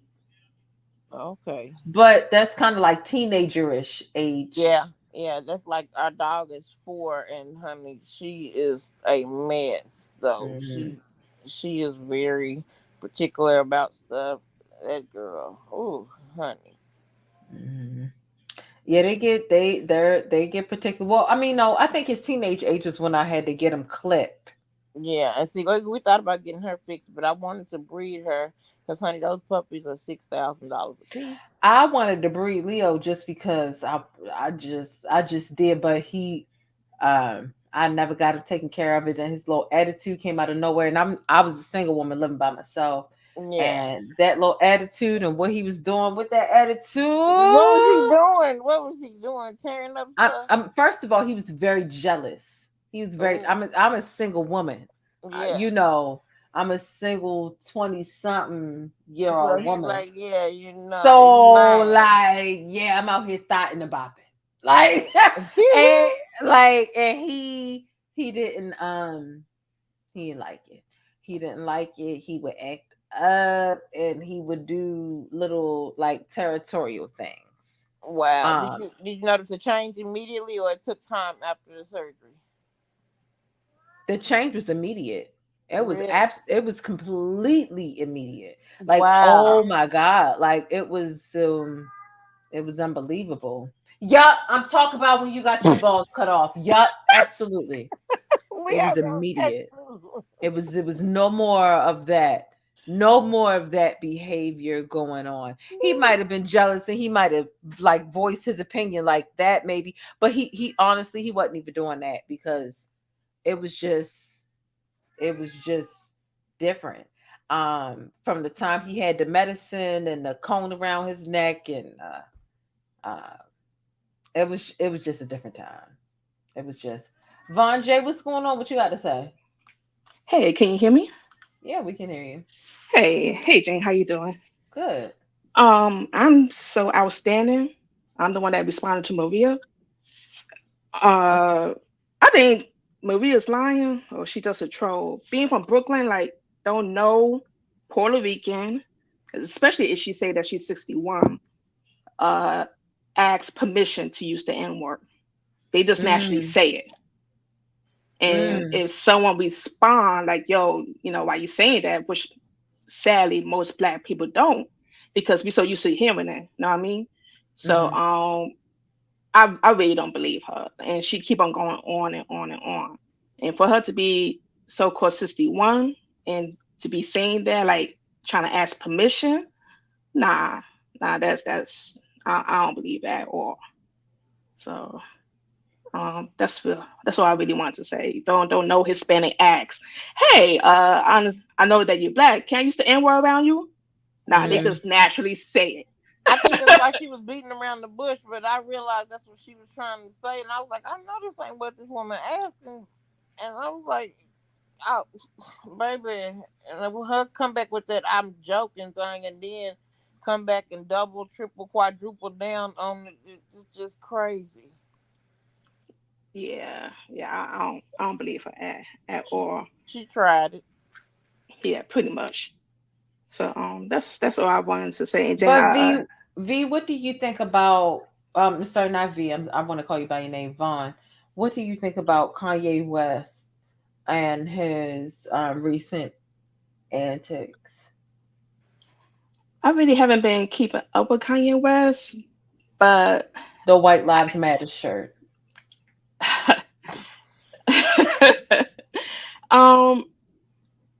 It's sad that I used to be like a really, really big Kanye West fan, whatnot. But I think he's doing a lot of stuff for attention. Because when Black Lives Matter was going on, whatnot, and I understand it's still going on, you had people saying all lives matter. And at the end of the day, we all know that.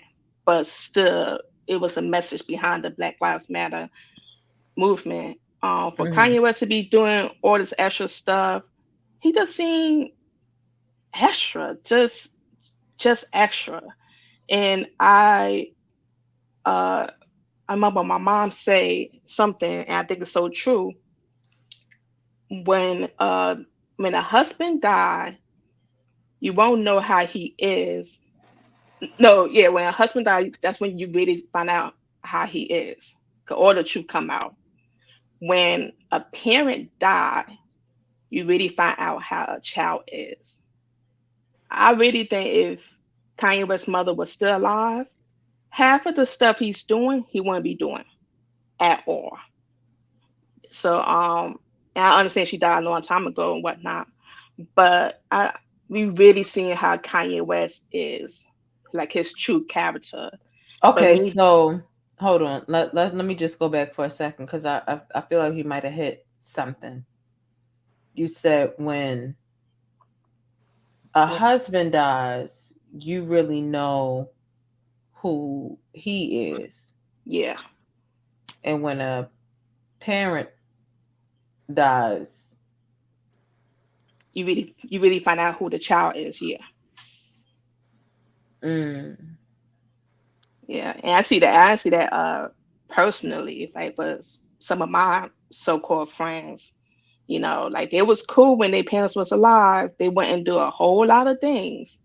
And as soon as the parent go, like they really became, their true self.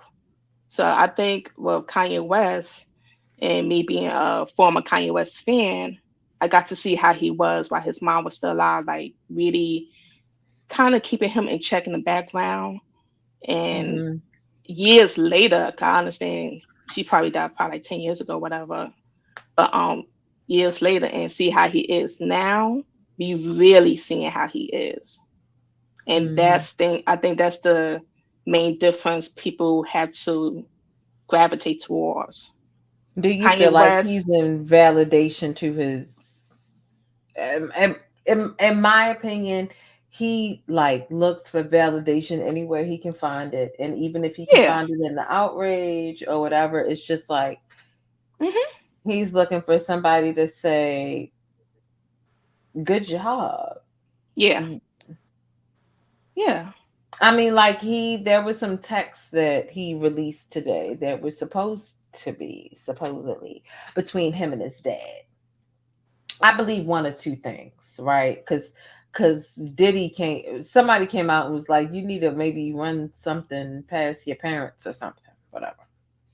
And so then all of a sudden he comes out with this text message correspondence that was supposed to be between him and his dad, where his dad was kind of like, in so many words, not a whole bunch of words, but in so many words, was kind of like, okay, yeah, you did the White Lives Matter thing. Like they was like proud of him without saying that they were proud of him, but in a lazy way. It was like a lazy, I'm proud of you kind of.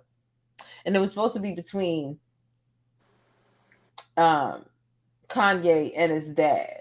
And I'm like, either one or two things have happened here. Either Kanye is texting himself because he's never like had a good relationship or publicized the relationship with his dad. Either he's texting himself or I hope not. Or they're both dense. They're both dense as fuck to think that because that's what it was about. It was a White Lives Matter, And so for an older black man, think about your great-great-grandfather who was like 70, 80 some years old, thinking that a White Lives Matter shirt is okay. You find me a black grandfather. Fuck it. You find me a black grandmother. You find me a fucking 70 to 80 to 90-year-old person who thinks a White Lives Matter shirt is the business. I mean, I think he probably texted to himself. His fucking, like I said. And isn't his father, I mean, cut you off, but is his father, like, doesn't he have a church or used to be like some higher up member of a church or something like that? I'm not quite sure. I can't keep up. Keep up. All I know is, when's the last time you heard about Kanye and his father? For him to all of a sudden come out with some text messages he done publicized of them agreeing on a White Lives Matter shirt. Huh? Like, I mean, it doesn't make sense. And I hate the way that society are treating celebrities that like they gods, like they use celebrity, especially black celebrity, um, and not to sound like colorist or whatever. I'm dark skinned, but they like to use dark skinned black people more than anything to push any type of agenda, in my opinion. You know, but it's man, because at the end of the day, not to sound, oh man, how can I say this? Black people, we lead in a lot of things, whether it's sports, entertainment, music, you know, food. I don't care how many white people are on the cooking shows. We all know that it all started with, well, not started with, but a lot of people learn how to cook from black people, you know. So at the end of the day, I think they're using Kanye West to push whatever agenda they trying to, push. Yeah. Sad. And it's sad to see that, because I actually do believe Kanye West is smart, but some people could use their genius in a good way, or sometimes they could use their geniuses in a bad way, and he's using it in a bad way. I'm a let another like 50 or 60 seconds pass. Somebody say something else before I tell y'all what somebody said to me in the mentions that I agreed with, and it'll just take me a minute to explain. But somebody else say something.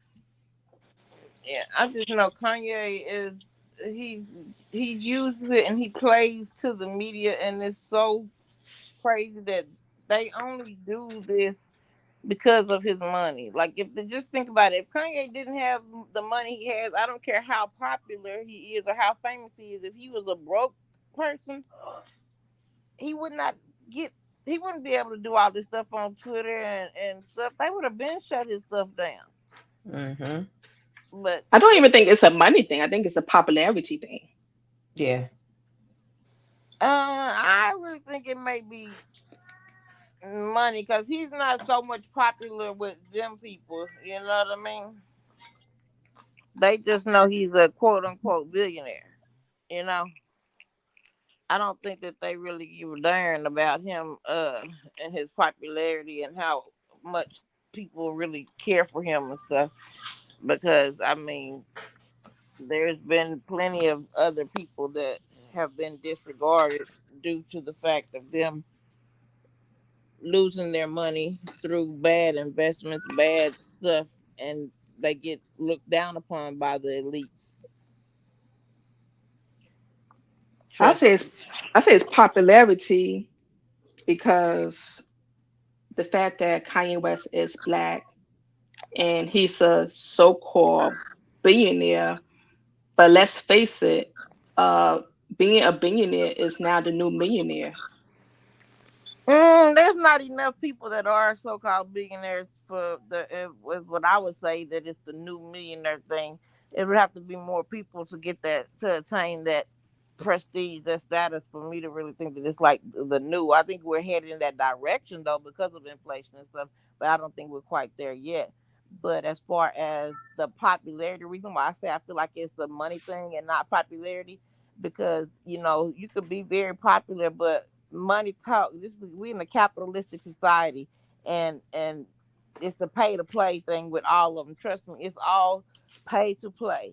If he did not have the amount of money and the ability to pay these people and give them the amounts of money that they want, they don't give a darn about popularity, because that ain't gonna pay their bills. That's not gonna do anything. But these people will jump and be yes men to him because of the cold hard cash. That's, you know what I mean? I get what you're The saying. popularity could take of course it plays a role in it, the popularity do, but like, think about it, okay, with Bill Gates. Bill Gates is not a popular person per se, you know what I mean? As far as people just, everybody love him. But he do what he want, bought up all this land in America, all of the farmland, and not farming on it because he has the money, which is giving him the power. But there's a difference between popularity in front of a general public and popularity behind the closed doors. Kanye West is popular in, you know, in front of the door. He's not popular behind the door. He's popular behind the door as a puppet to use. Because even though that so-called $1 billion, it's the difference between a billion being worth $1 billion liquid and assets. So if someone wants to say value Kanye West company as only let's just say $100 million instead of $800 million, the value of it goes down.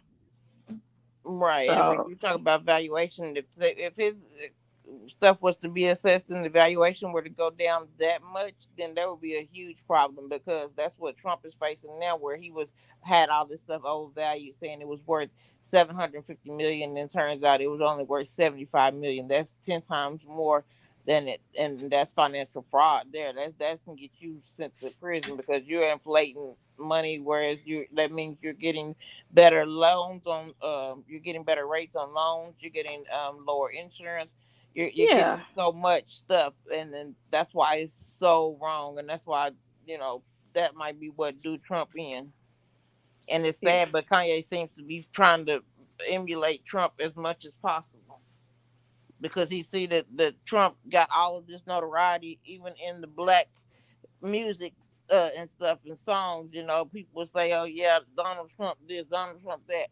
That's where I first heard of him from, was rappers and stuff talking about Donald Trump and all of his money and stuff, and then to find out this man is not even nowhere near as rich as he proclaimed to be, but people fed into it and people believed it because he sold them a dream, and he bought his popularity. You see what I feel like, once he was able to get the actual type of get people to believe that he had that amount of money, he became popular off of that. You see what I'm saying? I don't think that the money came after the popularity. I think the popularity was attained because of the money. That's why I feel like that it's all based, because the root of all evil was the love of money, and people really will be a yes man. Well, you see, they smuggling documents and stuff for Trump just because he had all that money, and that money was able to afford him power and all of this and that. But now when it's all crumbling down,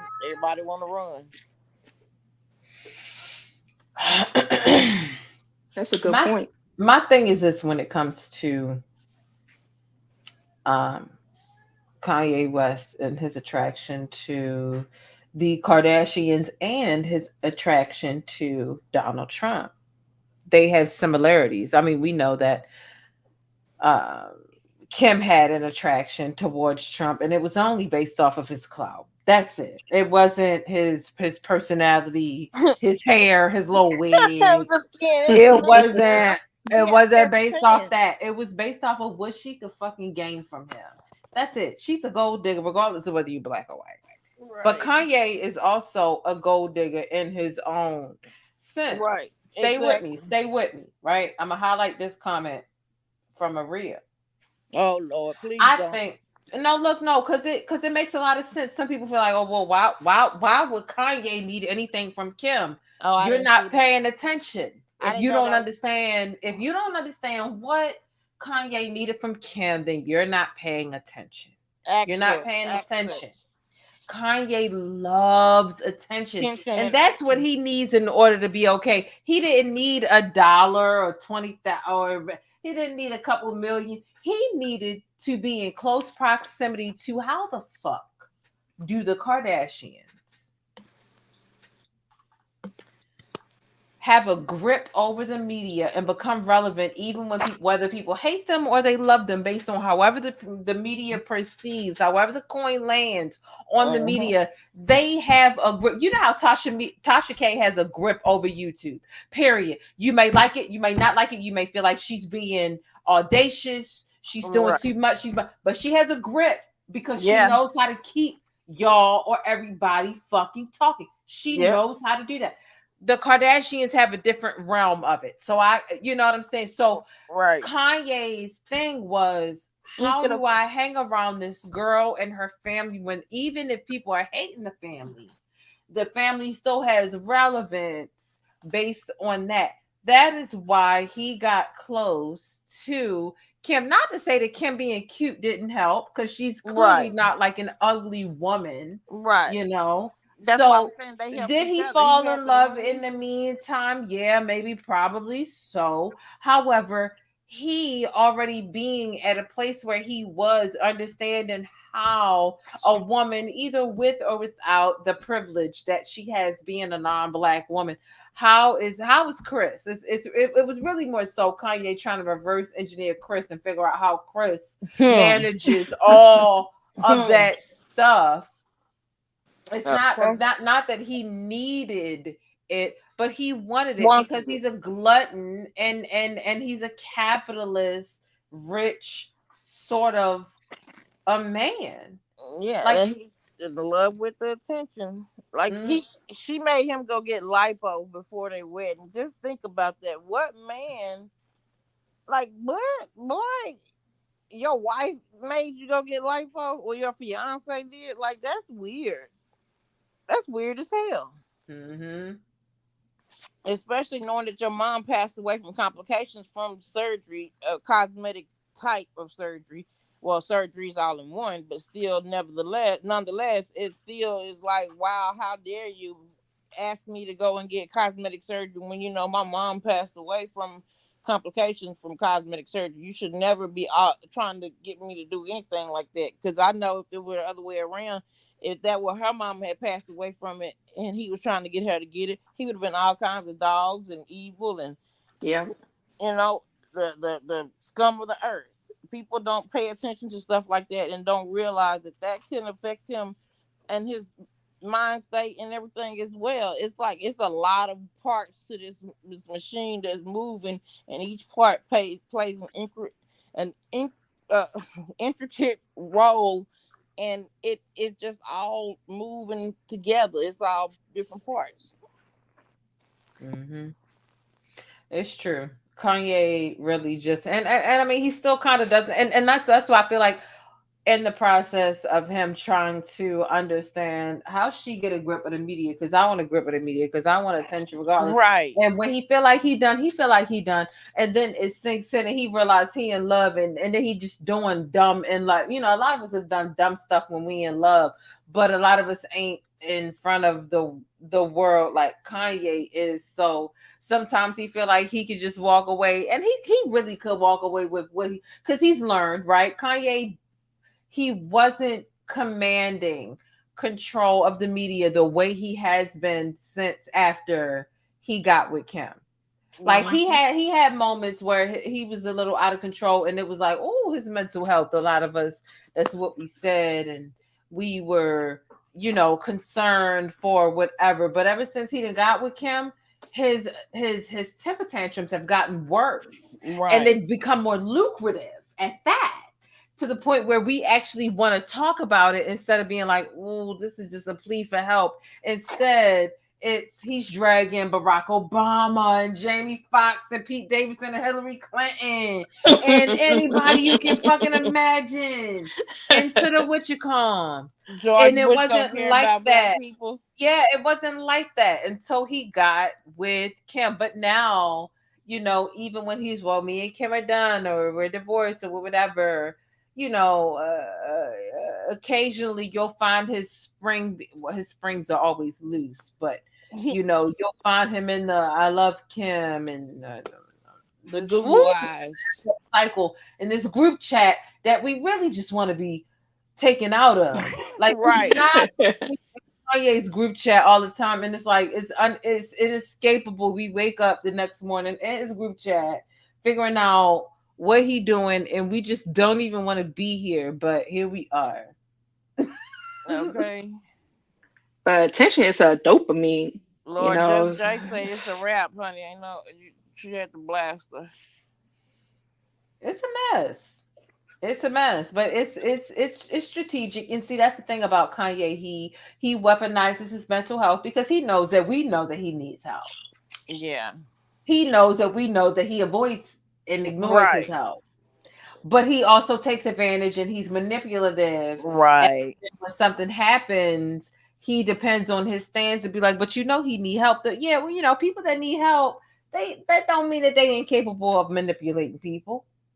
It don't Yeah. mean that he ain't pitting people and things, and he's hoping that the same people who told him to not fuck with Kim in the first place because she was going to culture vulture his ass and spit him out at the end. Now he's expecting us to drag her ass on because that's all he Yeah, wants. He exactly. doesn't want to go to court with her. He doesn't want to go to court and modify their custody agreement. No, he wants us to drag Kim on the internet because it would satisfy him. No, we're the very same people who told you that she was gonna do this shit to you, and you said, "Kiss my ass." I'm going for my printer paper baby. Okay, and I didn't even know about until that information that came out, and Lovely T was talking about that girl that he was with originally and how badly he did her and stuff, and she was the one that was into fashion and turned him on to fashion. I was appalled. I was like, what? Mm-hmm. And see, if she was a clout chaser, she would have been and came out and blasted him, but she went on about her business, and I don't know if I could have let it go like that. Ciao. It just ain't what everything that I learned about Kanye now, excuse me, is just the same way that I learned about things referencing Krishan and Blueface. It's unprovoked as fuck. It's not by choice. The things that I'm learning about Kanye is by force. I'm not asking to learn anything. It just be out there. And I don't want to learn it, but I'm like, shit, it's just sitting out here on the street. Like, I'ma just like when I'm like, okay. All right, it's unprovoked. I don't ask for any of this. That's why we just want out the group chat. Let us out. Let us out. It's not our business. It's not, but he makes it our business because White Lives Matter shirts. People don't like it. Oh, you don't like my White Lives Matter shirts? Where were you at when I wanted to see my kids? Kanye, where the fuck were you when you wanted to see your kids?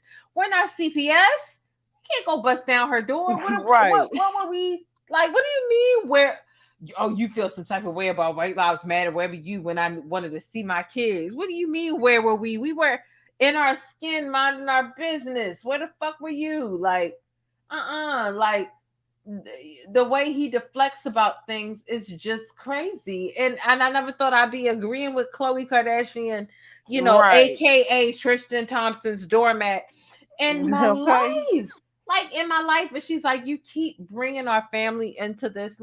People got feedback about your White Lives Matter shirt, and here you go talking about. But I mean, your co-parenting situation. Y'all kidnapped my daughter back 5 months ago. You kidnapped like Kanye. I mean, he told us from the jump what he was gonna do, and when you get on, you're gonna leave your ass for a white girl. Hello. He told us what he was gonna do for a gold digger. But he just taking that whole bad press is better than no press. He just taking that to a whole new level because on the business side. I actually think Kanye West is very smart when it comes to business. But if he could just stop doing. You think that present day, or you talking about the old Kanye? Are you talking about the Kanye on this day in 2022, or you talking about the one from back then? No, present day. And I say that because when the whole COVID situation was going on, and a lot of artists couldn't tour. Kanye West was touring. And why was Kanye West allowed to tour? Because that's when he really amped up the whole church ministry thing. Now the churches, they was allowed to do whatever. So Kanye was like, okay, I can't do the hip hop. I'm going to do the church. And they said he had dark energy around that concert when she had. Didn't they say Kim had on a wedding dress? Right. That's my whole thing. Okay, so he's on tour, and then he's talking about church. Do you really trust the energy like coming from him? Like I don't mean it's like it's good energy, but I'm just saying it was a smart move. Smart move. I would call it a demonic move. Of diabolical, financially evil, playing smart. If we talking about just for him to gain more money and stuff, but not smart as going to hell. I mean, I'm not. Hello, because now he's opening a little school with the religion. Nope, you couldn't. Honestly, I don't trust Kanye's energy. Something seems wrong. Something seems to have gotten to him since he got to Hollywood. And not to sound cliche, but like that's what it It's seems giving. that has I think happened. his delivery is messed up. There's That's no what I way. think. There's some random people. I would listen to a random person on the street talk about God or the Bible and listen to what they had to say rather than listening to Kanye. There's no way his energy is just not something that I want to let into my psyche by way of even just listening to it. You couldn't pay me. I agree. You couldn't pay me. I definitely agree with you, with both of y'all, about his energy and whatnot. But that's what I'm saying. Like, just on a business, like if I had to like look at a business plan, I would say, okay, this is cool. Without knowing, it's almost like getting a test without knowing who took the test and just seeing the result. I was like, okay, this is smart. And like how you say, the only reason why he went with Kim, it was to really learn how she's doing what she's doing. You know, like, okay, that's smart.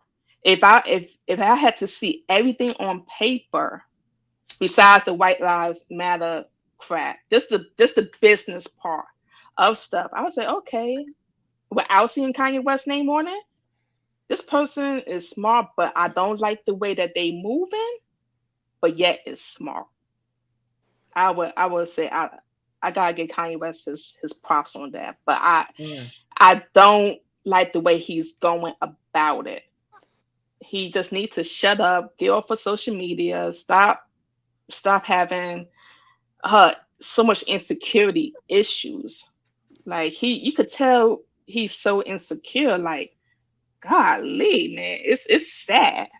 It's sad. The comments are hilarious. Y'all, you know, time people out. Lord, just Jay said enough is enough. Wow. So, Kanye, he went Marilyn Manson. That was weird as hell when that came out. Why you got him up there? Oh, y'all talking about all them cars. See, I was watching out. Don't get me started No, because Kanye I had was him up there with him.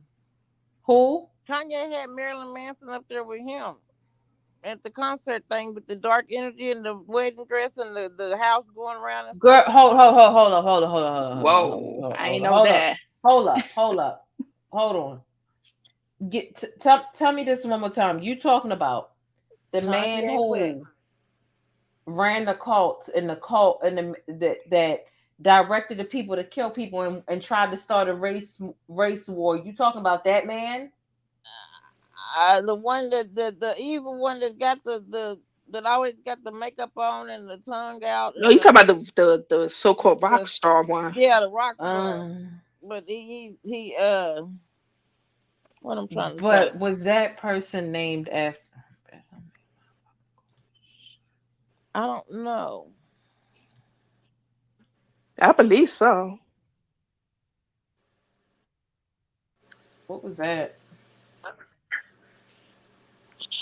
Okay, Marilyn Manson and Charles Manson are two different things. But what was Marilyn? What was Marilyn Manson based off of, though? I don't know. It's just some weird stuff to me. Like that's just his whole persona. Like with the full face of the white makeup with the dark eye, the lipstick, all of that. Because I've been watching a lot of. I've been watching a lot of killer shit. I'll be watching a lot of these little documentaries. I'm like, wait a minute, not that Manson that ran the cult. I'm like, oh, wait a damn minute now. Finished watching the cult, the whole cult series thing, and I'm still watching the Sons of Sam one, and they saying the Sons of Sam is connected to the Charles Manson one because they said Charles Manson learned it from the. Don't get me started. I'll be watching that.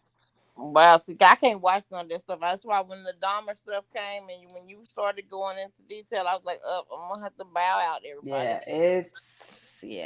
Oh wow, but Marilyn Manson it says prosecutor is more needed than Marilyn Manson's sexual assault probe. He's been accused of sexual assault by somebody.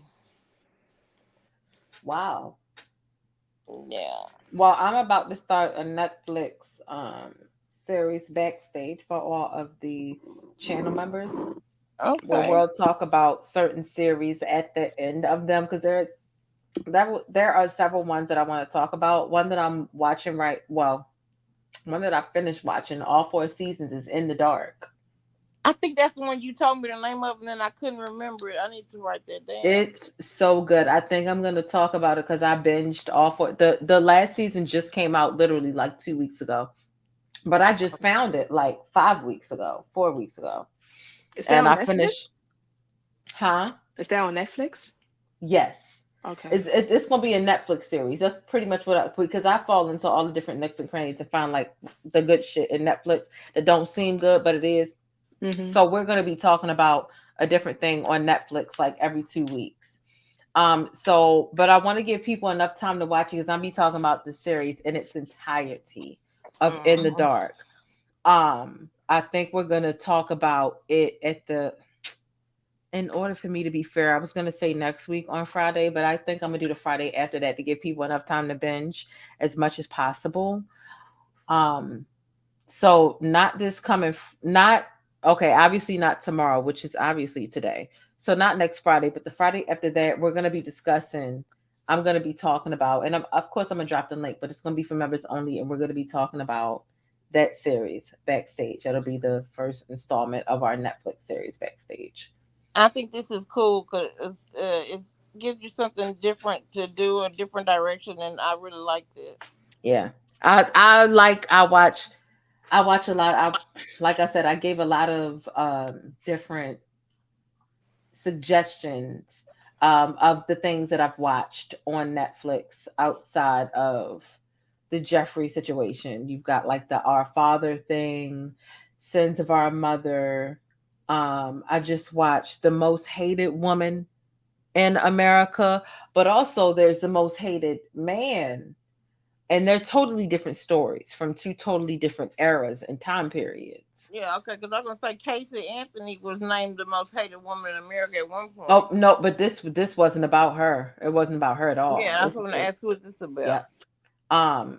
Yeah. There's a lot of different stuff that I watch, and there's a lot of decent good stuff on Netflix. I recommend that a lot of people watch. So I'll try to start putting out like little things like backstage so we can know the date and time of when we will be discussing different. Night Stalker was good. I see another person. Hold on. That was good. Yeah, that was good. She trolling. That's why she's trying to make you think she laughing and stuff. See, she is really trolling. Oh, child. She been cutting up the whole time. They on her ass in them damn. They is on her ass. But yeah, it's a lot of good.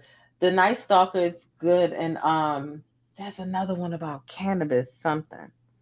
Oh, I want to see that now. I'm interested in that. Did you hear that Joe Biden that he's getting people out and dropping the charges finally for people that have marijuana charges?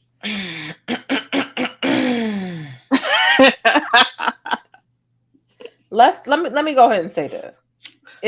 It's almost time for midterms. Like Grandpa Joe is just trying to do something.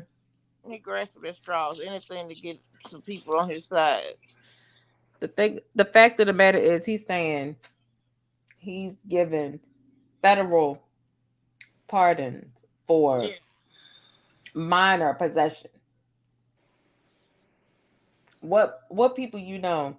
With the federal charges for minor possession. What type of minor possession? Because it's got to be a certain amount to even make federal. Come on now, unless it's a conspiracy charge, and then that's a whole different thing than a drug charge. But people he like to go round and round we go. Round and round we go. Around the bush. Because he want to look good. Each local senator could do or say something different. So this is just really kind of like a plea to get them to do something different. But, for the ones who don't want to, they aren't. Is it a step towards decriminalization? I think, yeah. I think like even him putting this verbiage out here as the president and not just like a certain different whatever. I think it does start to normalize a bit of something. But All the trillions of It's dollars that not the United enough. States is in debt, this is gonna be their best bet at trying to come up out of some of this debt. Because they have made it so hard though to become like to have a dispensary. I think you have to start out with at least $1 million to even get a dispensary. That's It's too many ridiculous. fees. Yeah, It's it's a lot of ridiculous. fees. You know that doesn't make sense. That people gonna still be going and doing what they do because the government want to have their hand in it, and that's the problem with oversight of and overreaching of the government. Mm-hmm. It is. Vaughn, what you think? It's all. I think they're looking at it from a money standpoint and a voting. Are they gonna make more money as far as them getting money from marijuana business or having people lock up? Which one's gonna favor them more? And also with the whole election thing coming up. To me, in my opinion, because I'm like into finance and whatnot, everything they had to look at the books. Which one's going to benefit us the most? Because even if he lose his next election, that's if he runs again, how will it affect the economy and stuff like that? So that's what I think. Okay, so let me ask you this. Moving on swiftly and professionally. Velma of the Scooby Doo franchise, 53-year-old cartoon. Velma is now openly gay. And she's admitted this, and she has a crush on another character. Yeah. I think her name is Coco Jones, I believe. And is Coco black? Who's Coco? Coco. It's either Coco something. I'm sorry. I might have the last name wrong. But hold on. But here's the thing. Do you think that it's necessary, right? Do you feel like this is hold on, I'm gonna read my poll because I put it on the community tab. Oh, I missed it. Okay. She's come out as openly gay. She has a crush. She has an open crush, and then she came out and was just like, I'm gay. Do you think that this is pushing a dangerous or inappropriate rhetoric to our children? Is this what the children wanted to see in the cartoon, or is this what the adults wanted? Do you think it's out of line? Or do you think, no, there's nothing wrong with it, fix your bias, or do you not feel any way about it? What are your thoughts? Hi, full disclaimer, I'm black and I'm gay. And I'm going to give you my 100% honest answer. I think they just pushing an agenda. I hate the fact that I study psychology also. I hate the fact that a lot of people, and especially the media, want to make a sexuality into a lifestyle. I hate it. I absolutely hate it. I even hate the gay flag. I'm against a lot of stuff that a lot of people would think I'm for just because of my sexuality. And I constantly tell people sexuality and personality are two different things. And the fact that the media wants to do this with a cartoon character, it reminds me of the whole SpongeBob situation. When the person who created SpongeBob was alive, he said that he does not want to make SpongeBob a gay character.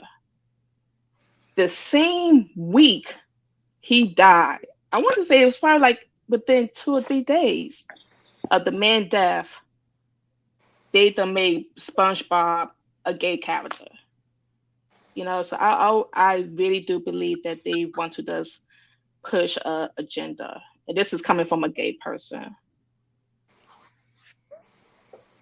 So yeah, I mean, for them to make that character gay, I think they just say, hey, what other characters do we have that could look like they could be a gay character?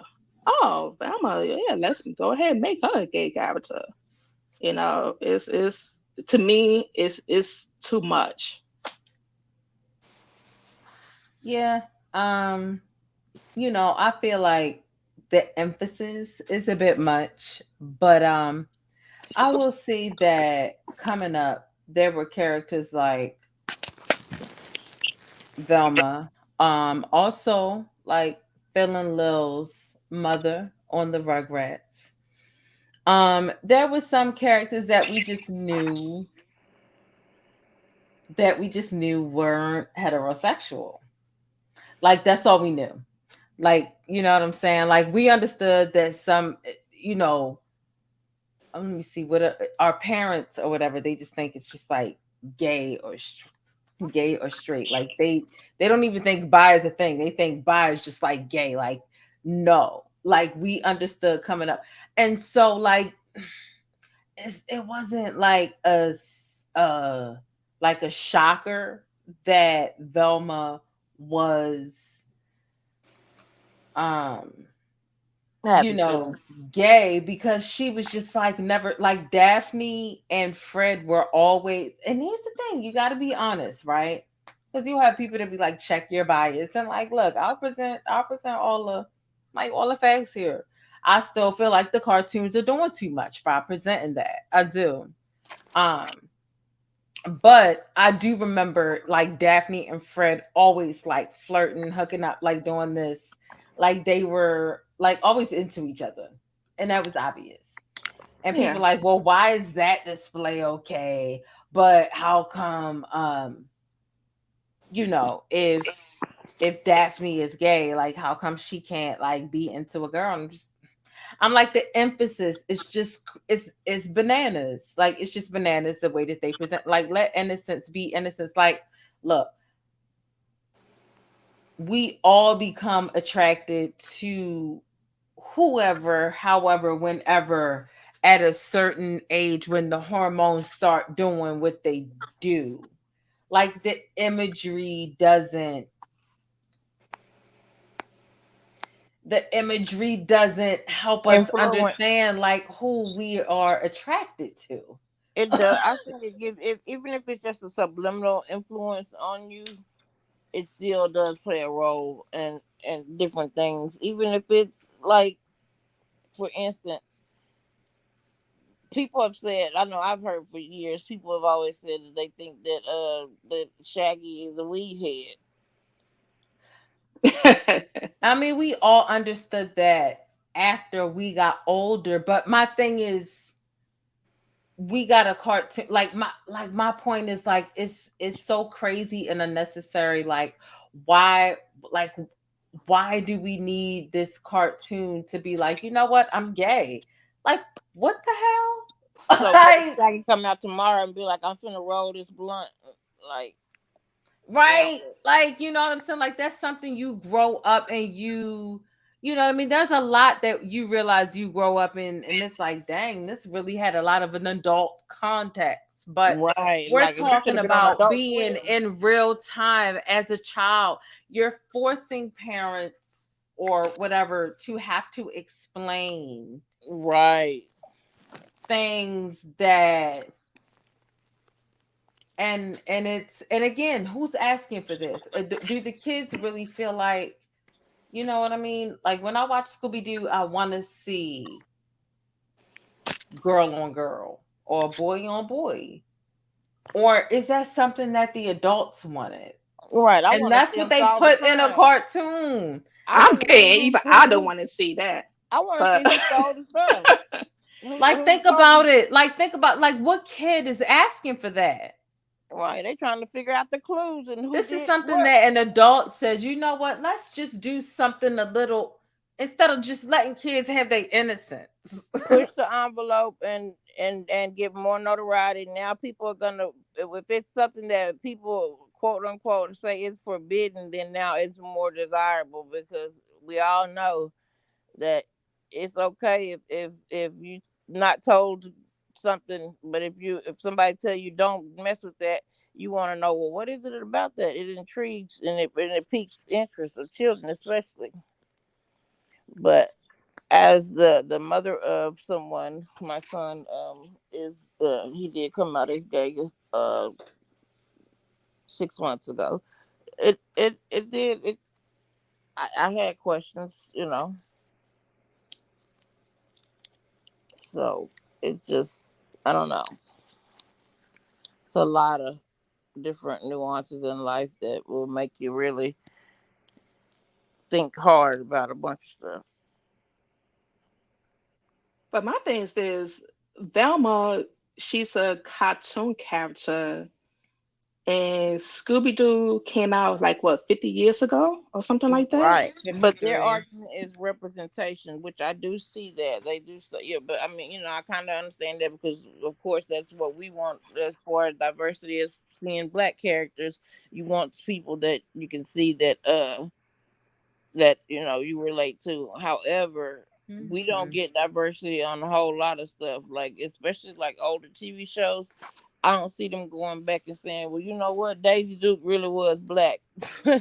But my thing is this: don't rewrite it, because for it to be a cartoon from 50 years ago, growing I up, didn't like realize it was that I'm in my old. late 30s. I'm in my late 30s, so I remember growing up, like the librarian, they had a certain look.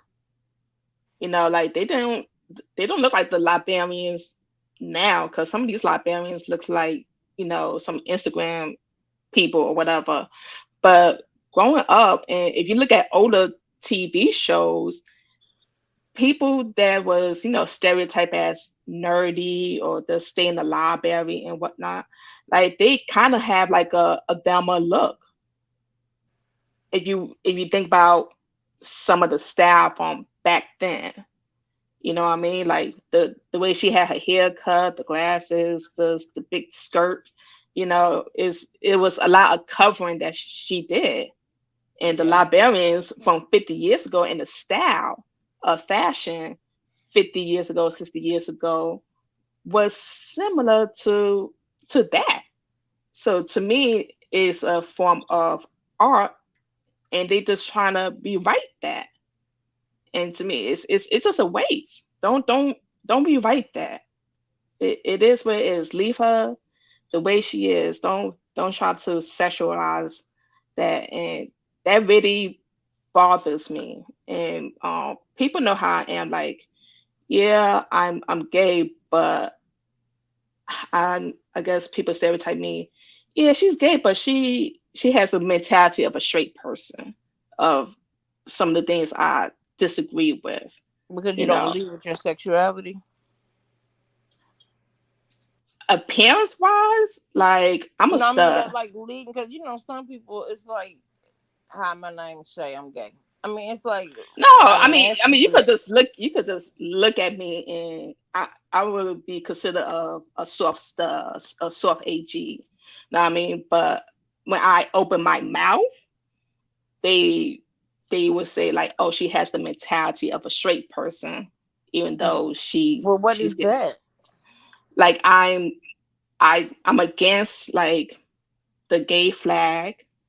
Well, all of them, because it's like the gay flag, the bisexual flag, all of them. I'm totally against it. I'm against calling it a community, because all I see is sex. And if you're going to call sex a community, that's an orgy. Mm. I'm against companies. I'm not gonna say where I work at, but they do celebrate Gay Pride Month. And I'm like, yo, this is work. Why they celebrating sex at work? But I understand why they doing it, but I'm against it. Yeah, You I know, remember when my son was in pre-K, and I didn't realize the effect that I had then because I had a very strong opinion about things, and he was in pre-K, and they were like saying that the the next day was going to be Gay Pride Day, and everybody was going to dress up, and I said, "No, my sons ain't coming to school for this. This is not what school is for." yeah, like And that's the it's but not it's not for the that. the principal was a gay man, and so they had all of the kids dressed up for Gay Pride Day. That's messed up. But my kids didn't go to school that day. But I didn't realize that my ideologies and stuff that I previously had. I had to apologize to my son because it created a situation between us as though he felt that I, well, because I mean, I didn't know, first of all, and I felt so bad. It makes you feel like the size of an ant when you realize how you've hurt your child.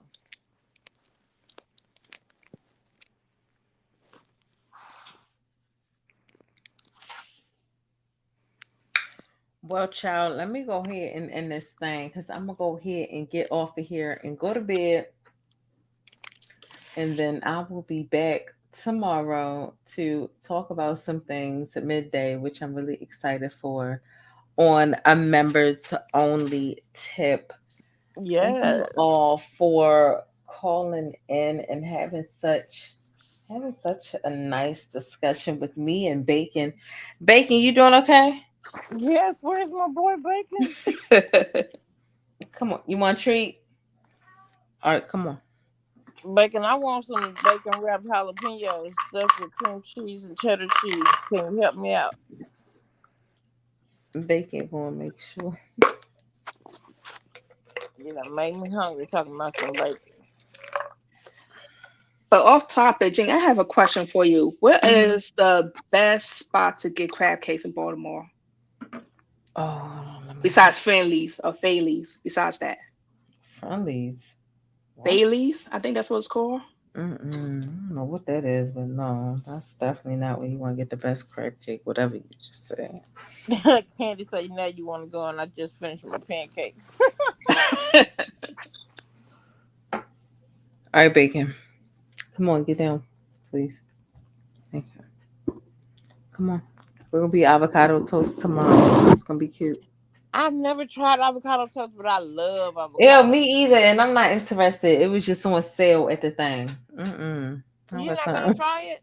No. I'm thinking it's probably going to be good. I bought some Texas toast so I can make some French toast with, but I think I'm going to make me a couple pieces of avocado toast just so I can try it, because, baby, I love me some avocados. And it's good for your hair, skin, nails, and for your body. Honey, I got some old avocados. I got to go do me a hair mask with some amla on my hair, too. Growing my hair out. I'm good on that. Don't nobody got time for no goddamn avocado. Girl. Do you like avocado at all, or you like guacamole? Hell no. What is wrong with you? What the hell? No, absolutely not. What the fuck? I want some damn green ass. That is the bomb avocado. Absolutely not. Man, I'm gonna tell you, I'm gonna go downstairs and I'm gonna cut up some cilantro, some onions, and cut up a lime and put some avocados in there and my tomatoes, and I'm gonna. Y'all them type people that just be trying shit, and y'all crazy. That's guacamole. But I cook and bake a lot. But yes, avocado is the best. Nope. Avocado is the best. That's a hard pass. Absolutely not. And then people pay extra for it. Like, to me, it tastes nasty, and people pay extra for it. So they just, when I see people just, I want avocado on that. Right. Oh, it'd be like $1 extra. Yeah. Like, man, in the restaurants just trying things, and it's so unnecessary. I was just asking my son. I asked my son yesterday that he wanted me to make some guacamole, because I used to buy these bowls of guacamole from this lady at this restaurant, and she shut it down. And the bowls was not. It was not a little container. It was a good sized container, but they were $10 a piece. And when I first started eating them, I would eat it by myself, and my sons were like you. They were like, we don't want to try that. I said, okay, good, more for me. Why did I say that? That made their asses want to try it, and then they was like, "Oh, Mom, we need our own." Well, I was like, "I'll be damned." So I went from spending $10 to $30 on damn guacamole. Yeah, and then that's why I said I'm making myself, honey, at home. Y'all can have that chips and salsa, shrimps and burgers and ketchup. What she said? Jane said, "What is your bunny?" Jane, do you eat yogurt? Girl, no. Like, what the fuck? No. What? Jane, you weird. I make homemade. What the fuck? No, yogurt and what's do you eat granola? What the fuck? No, like, you don't eat granola? make homemade granola. I done made homemade yogurt and everything before. No, I make homemade the yogurt I made in my Instant Pot. It's cheaper to make it in your Instant Pot than to buy it. And also, so wait a minute, John. You don't have a parfait with some strawberries and granola and yogurt? How you make yogurt in an Instant Pot? Strawberries are great. Let's just go ahead and say that. Strawberries are amazing. But you're talking about yogurt and stuff? No. Yogurt, strawberries, and granola, that's a parfait, and that's good. But yeah, when you make the yogurt in the Instant Pot, you have to cook it and get it up to a certain temperature, and then once it gets to a certain temperature, it has to hold at a certain temperature. You get it wherever you want to get it. I don't care where you get it. I ain't going to be eating yes, Jane. When we have our meet and greet, I'm speaking it into existence. You will be eating some I don't eat. I'm going to make you some stuff. Yes. Let me tell you something. I don't eat it. I don't eat that. Well, what do you eat, ma'am? Oatmeal. Okay, that's it. I don't know what else of that you like. What you mean? Okay, you eat shrimp, right? Yeah, but I don't just be like taking shrimp from other people. Like, what? I'm in Baltimore. Like, what are you talking about? Taking shrimp from other people? What you mean? Oh, y'all got some good crab and stuff up there, huh? I need to come up there. Exactly. So, like, that's why I don't know what the hell you got talking about that you got going on. It's real suspect. Do you eat alligator? What? Oh. Like, what's really going on? The fried alligator is delicious. If you go to a restaurant called Razoo's here in the South, I'm telling you, it's gonna be banging. It's a platter. They got a big platter, and it's got fried pickles and shrimp and crawfish, fried crawfish, and the alligator and stuff on it. And it's like, well, it used to be $100. I think they don't went up now. But it's delicious, honey. You gotta get in with the times now. But when you eat the crab, do you eat the sweet potato? I ain't never had no sweet potatoes with my crab. Girl, I'm talking about the inside of the crab. Do you eat the mustard? Oh, I don't know nothing about that part. I know what you're talking about. Ain't that called the dead man? What you talking? No, the dead man is the lungs. Like, you never want to eat that, child. That's just. I ain't eating the alligator like Choice TV. When Choice ate that alligator, I was like, "What the hell, Choice?" But no, I'm talking about the fried alligator. Yes. See, y'all don't even know what I'm talking about. Like, y'all out of line. I'm just asking y'all basic questions about crabs. And y'all don't even know what I'm talking about. Mustard, and what is that? What is that? You open the crab, and when you eating the crab, you open a regular crab, not a snow crab, not a king crab, not even a Dungeness crab, a regular crab. And what's in there? You talking about the guts of it? You open it up, and especially if it's a female, right? But I mean, it depends. It depends. But okay, yeah, there's dead man in there. There's the lung, right? But there's also that's the lungs. You crack it in half, right? And it's sweet potato in there. It's sweet potato in there. There ain't no sweet potato inside no doggone crab. It is. That's what you call it, because that's exactly what it looks like. And if you eat it, that's what it tastes like. Some people do. Some people look. It's mustard in there too. If you ever open a crab, you've literally seen this. If not, then you think I'm making this shit up, but I'm not. Like, you open the crab and it's literally bright orange, and there's also runny yellow. Like, and see, the bright orange stuff, I never ate that. I know what you're talking about, but I never ate it. Is it the guts? Is the intestines? What is it? What is it? So you laughing? No, because people in the chat, it's crazy. No, they in the chat, it's crazy. No, it's yes, Jane, eat your yogurt. No, I don't eat. No, I don't eat yogurt. Yes. But the sweet potato. The sweet potato. I don't eat the sweet potato. I ain't gonna lie. She said it don't taste like no damn sweet potatoes. Oh. I'm not saying it tastes like sweet potato. I'm not saying it be sweet potato, but it's very similar to it though. It's like the same consistency and everything. Like bacon right here to tell you. So I can make sweet potato pies out of it and nobody gonna know the difference. Look, bacon right here. Like, look, I'm telling you, I'm not lying. So I made sweet potato pies out of it. Nobody would ever know there was sweet potatoes. Is that what you're saying? It be that going on, but yeah, that's what be in the crabs though. That's what be in the crabs. What is it technically though? Do tell. Because I don't want to Google it. That's what be in the crabs. That's what be in the crabs. So you don't want to say it.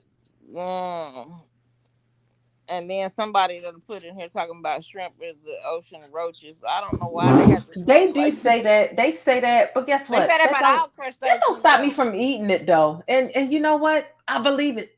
I believe it. But I still eat shrimp. Right. I mean, they say about all crustaceans. I mean, you know, because they say because they're related, because they're exoskeletons is what they say. They say you want to get that part to Leo. And then somebody said they eat frog legs. They don't care for what is that? Yeah, frog legs. My auntie them love them from frog legs, baby. That's what they be saying. I don't care. Oh, and I'm in Texas. I'm in Dallas, Texas, baby. Oh, okay. Child. Yes, but I want me some doggone alligator now. I don't need to go to Razoo's. Child, I can't. Over there, and that it's no humidity over there, and I just can't do it. You said there's no humidity. No, you over in Texas? Humid. Yeah, it's very humid here. No. It's a very humid heat. No. And like y'all probably like what is like y'all's temperature for today? What's y'all's high for today? I don't know. It wasn't about that. It was about when I went over there to Texas. And I remember this. So not like don't even try and play me for real. But y'all right there on the ocean, so y'all may have more humidity than us then. It was dry heat over there, and it was wild. I just couldn't do it. What part of Texas were you in? El Paso. Oh yeah, you was in the desert. Then yeah, you wasn't in. Girl, you was trying to have a heat stroke out there. Oh no, ma'am, it's too hot out there. But like today, our high is 87 here in Texas, in Dallas. But yeah. It was nice today though, surprisingly. Today it was crazy nice outside. It was weird, actually. Yeah. Yeah, fried alligator tastes something like kind of like chicken but better. People crazy. Yeah, have y'all had rabbit before? Ew, no. And squirrel. Like what the hell? When I was a kid, my grandfather had me eating all that stuff on the farm, honey.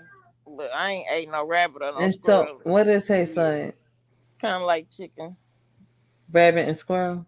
Mm-hmm. That's why when they was saying we had a shortage on chicken and all of a sudden Taco Bell had wings, I'm like, y'all know them ain't really wings, right? That's rabbit. Or squirrel. Think about it. If there is a shortage on chicken, why would a Mexican restaurant all of a sudden have wings? Like, does that sound right? Logically, I mean, it was not in a time when there's an abundance. We already having a shortage. Shoot, Wingstop had to stop it. They said they was gonna become Thigh Stop. They started having thighs, but Taco Bell said they got wings. Come on now, that sounds weird to me. Do do do do do do do.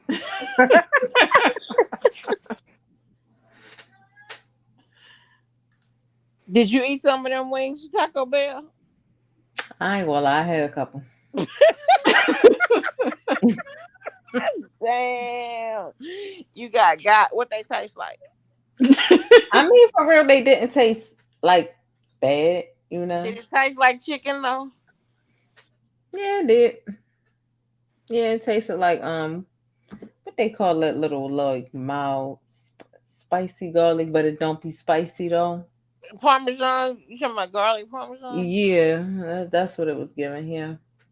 Yeah. See, that wasn't no damn wing, girl. They know that's the little piece of the meat from the rabbit and the squirrel looks similar to a wing. Mm-hmm. I done cut them open before when I was a kid with my grandfather. I was a country girl on the farm, honey. Mm-hmm. So how many times did you go get some? Did it have you hooked on them? Oh no, I only got them once.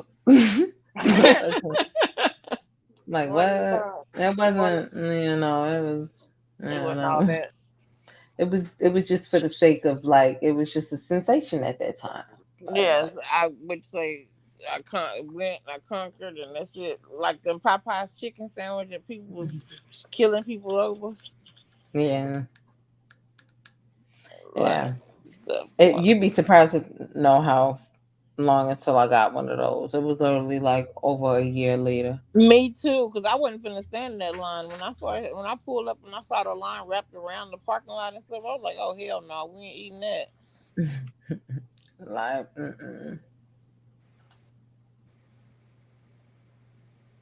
nope. Not at all. When we gonna have a meet and greet, Jane? I don't know. It's too scary out here. Girl, they said the pandemic is over. I ain't scared of that. Oh, you talking about the crazy ass people? Mm-hmm. Oh yeah, I can feel you on that. I have to let you borrow one of my pieces. I ain't. But nonetheless, let me go ahead and get on up off of here. And go ahead to sleep. Y'all have a good day. I will talk to y'all tomorrow or really later today. Because what is it? It's literally 5:00 in the morning right now. It's 3:55. Thanks, Jane, and continue the hard work that you do. I greatly appreciate it. Jane. Thank you. I appreciate it. Yeah, have a good one. Y'all have a good one. Bye. All right. Bye. But that's it. If you want to catch more of my commentary on Black culture or vital and trending information, be sure to subscribe by hitting that little circle in the middle of the screen, or I'll catch you in one of these rectangles to the right in another video. I'll see you there.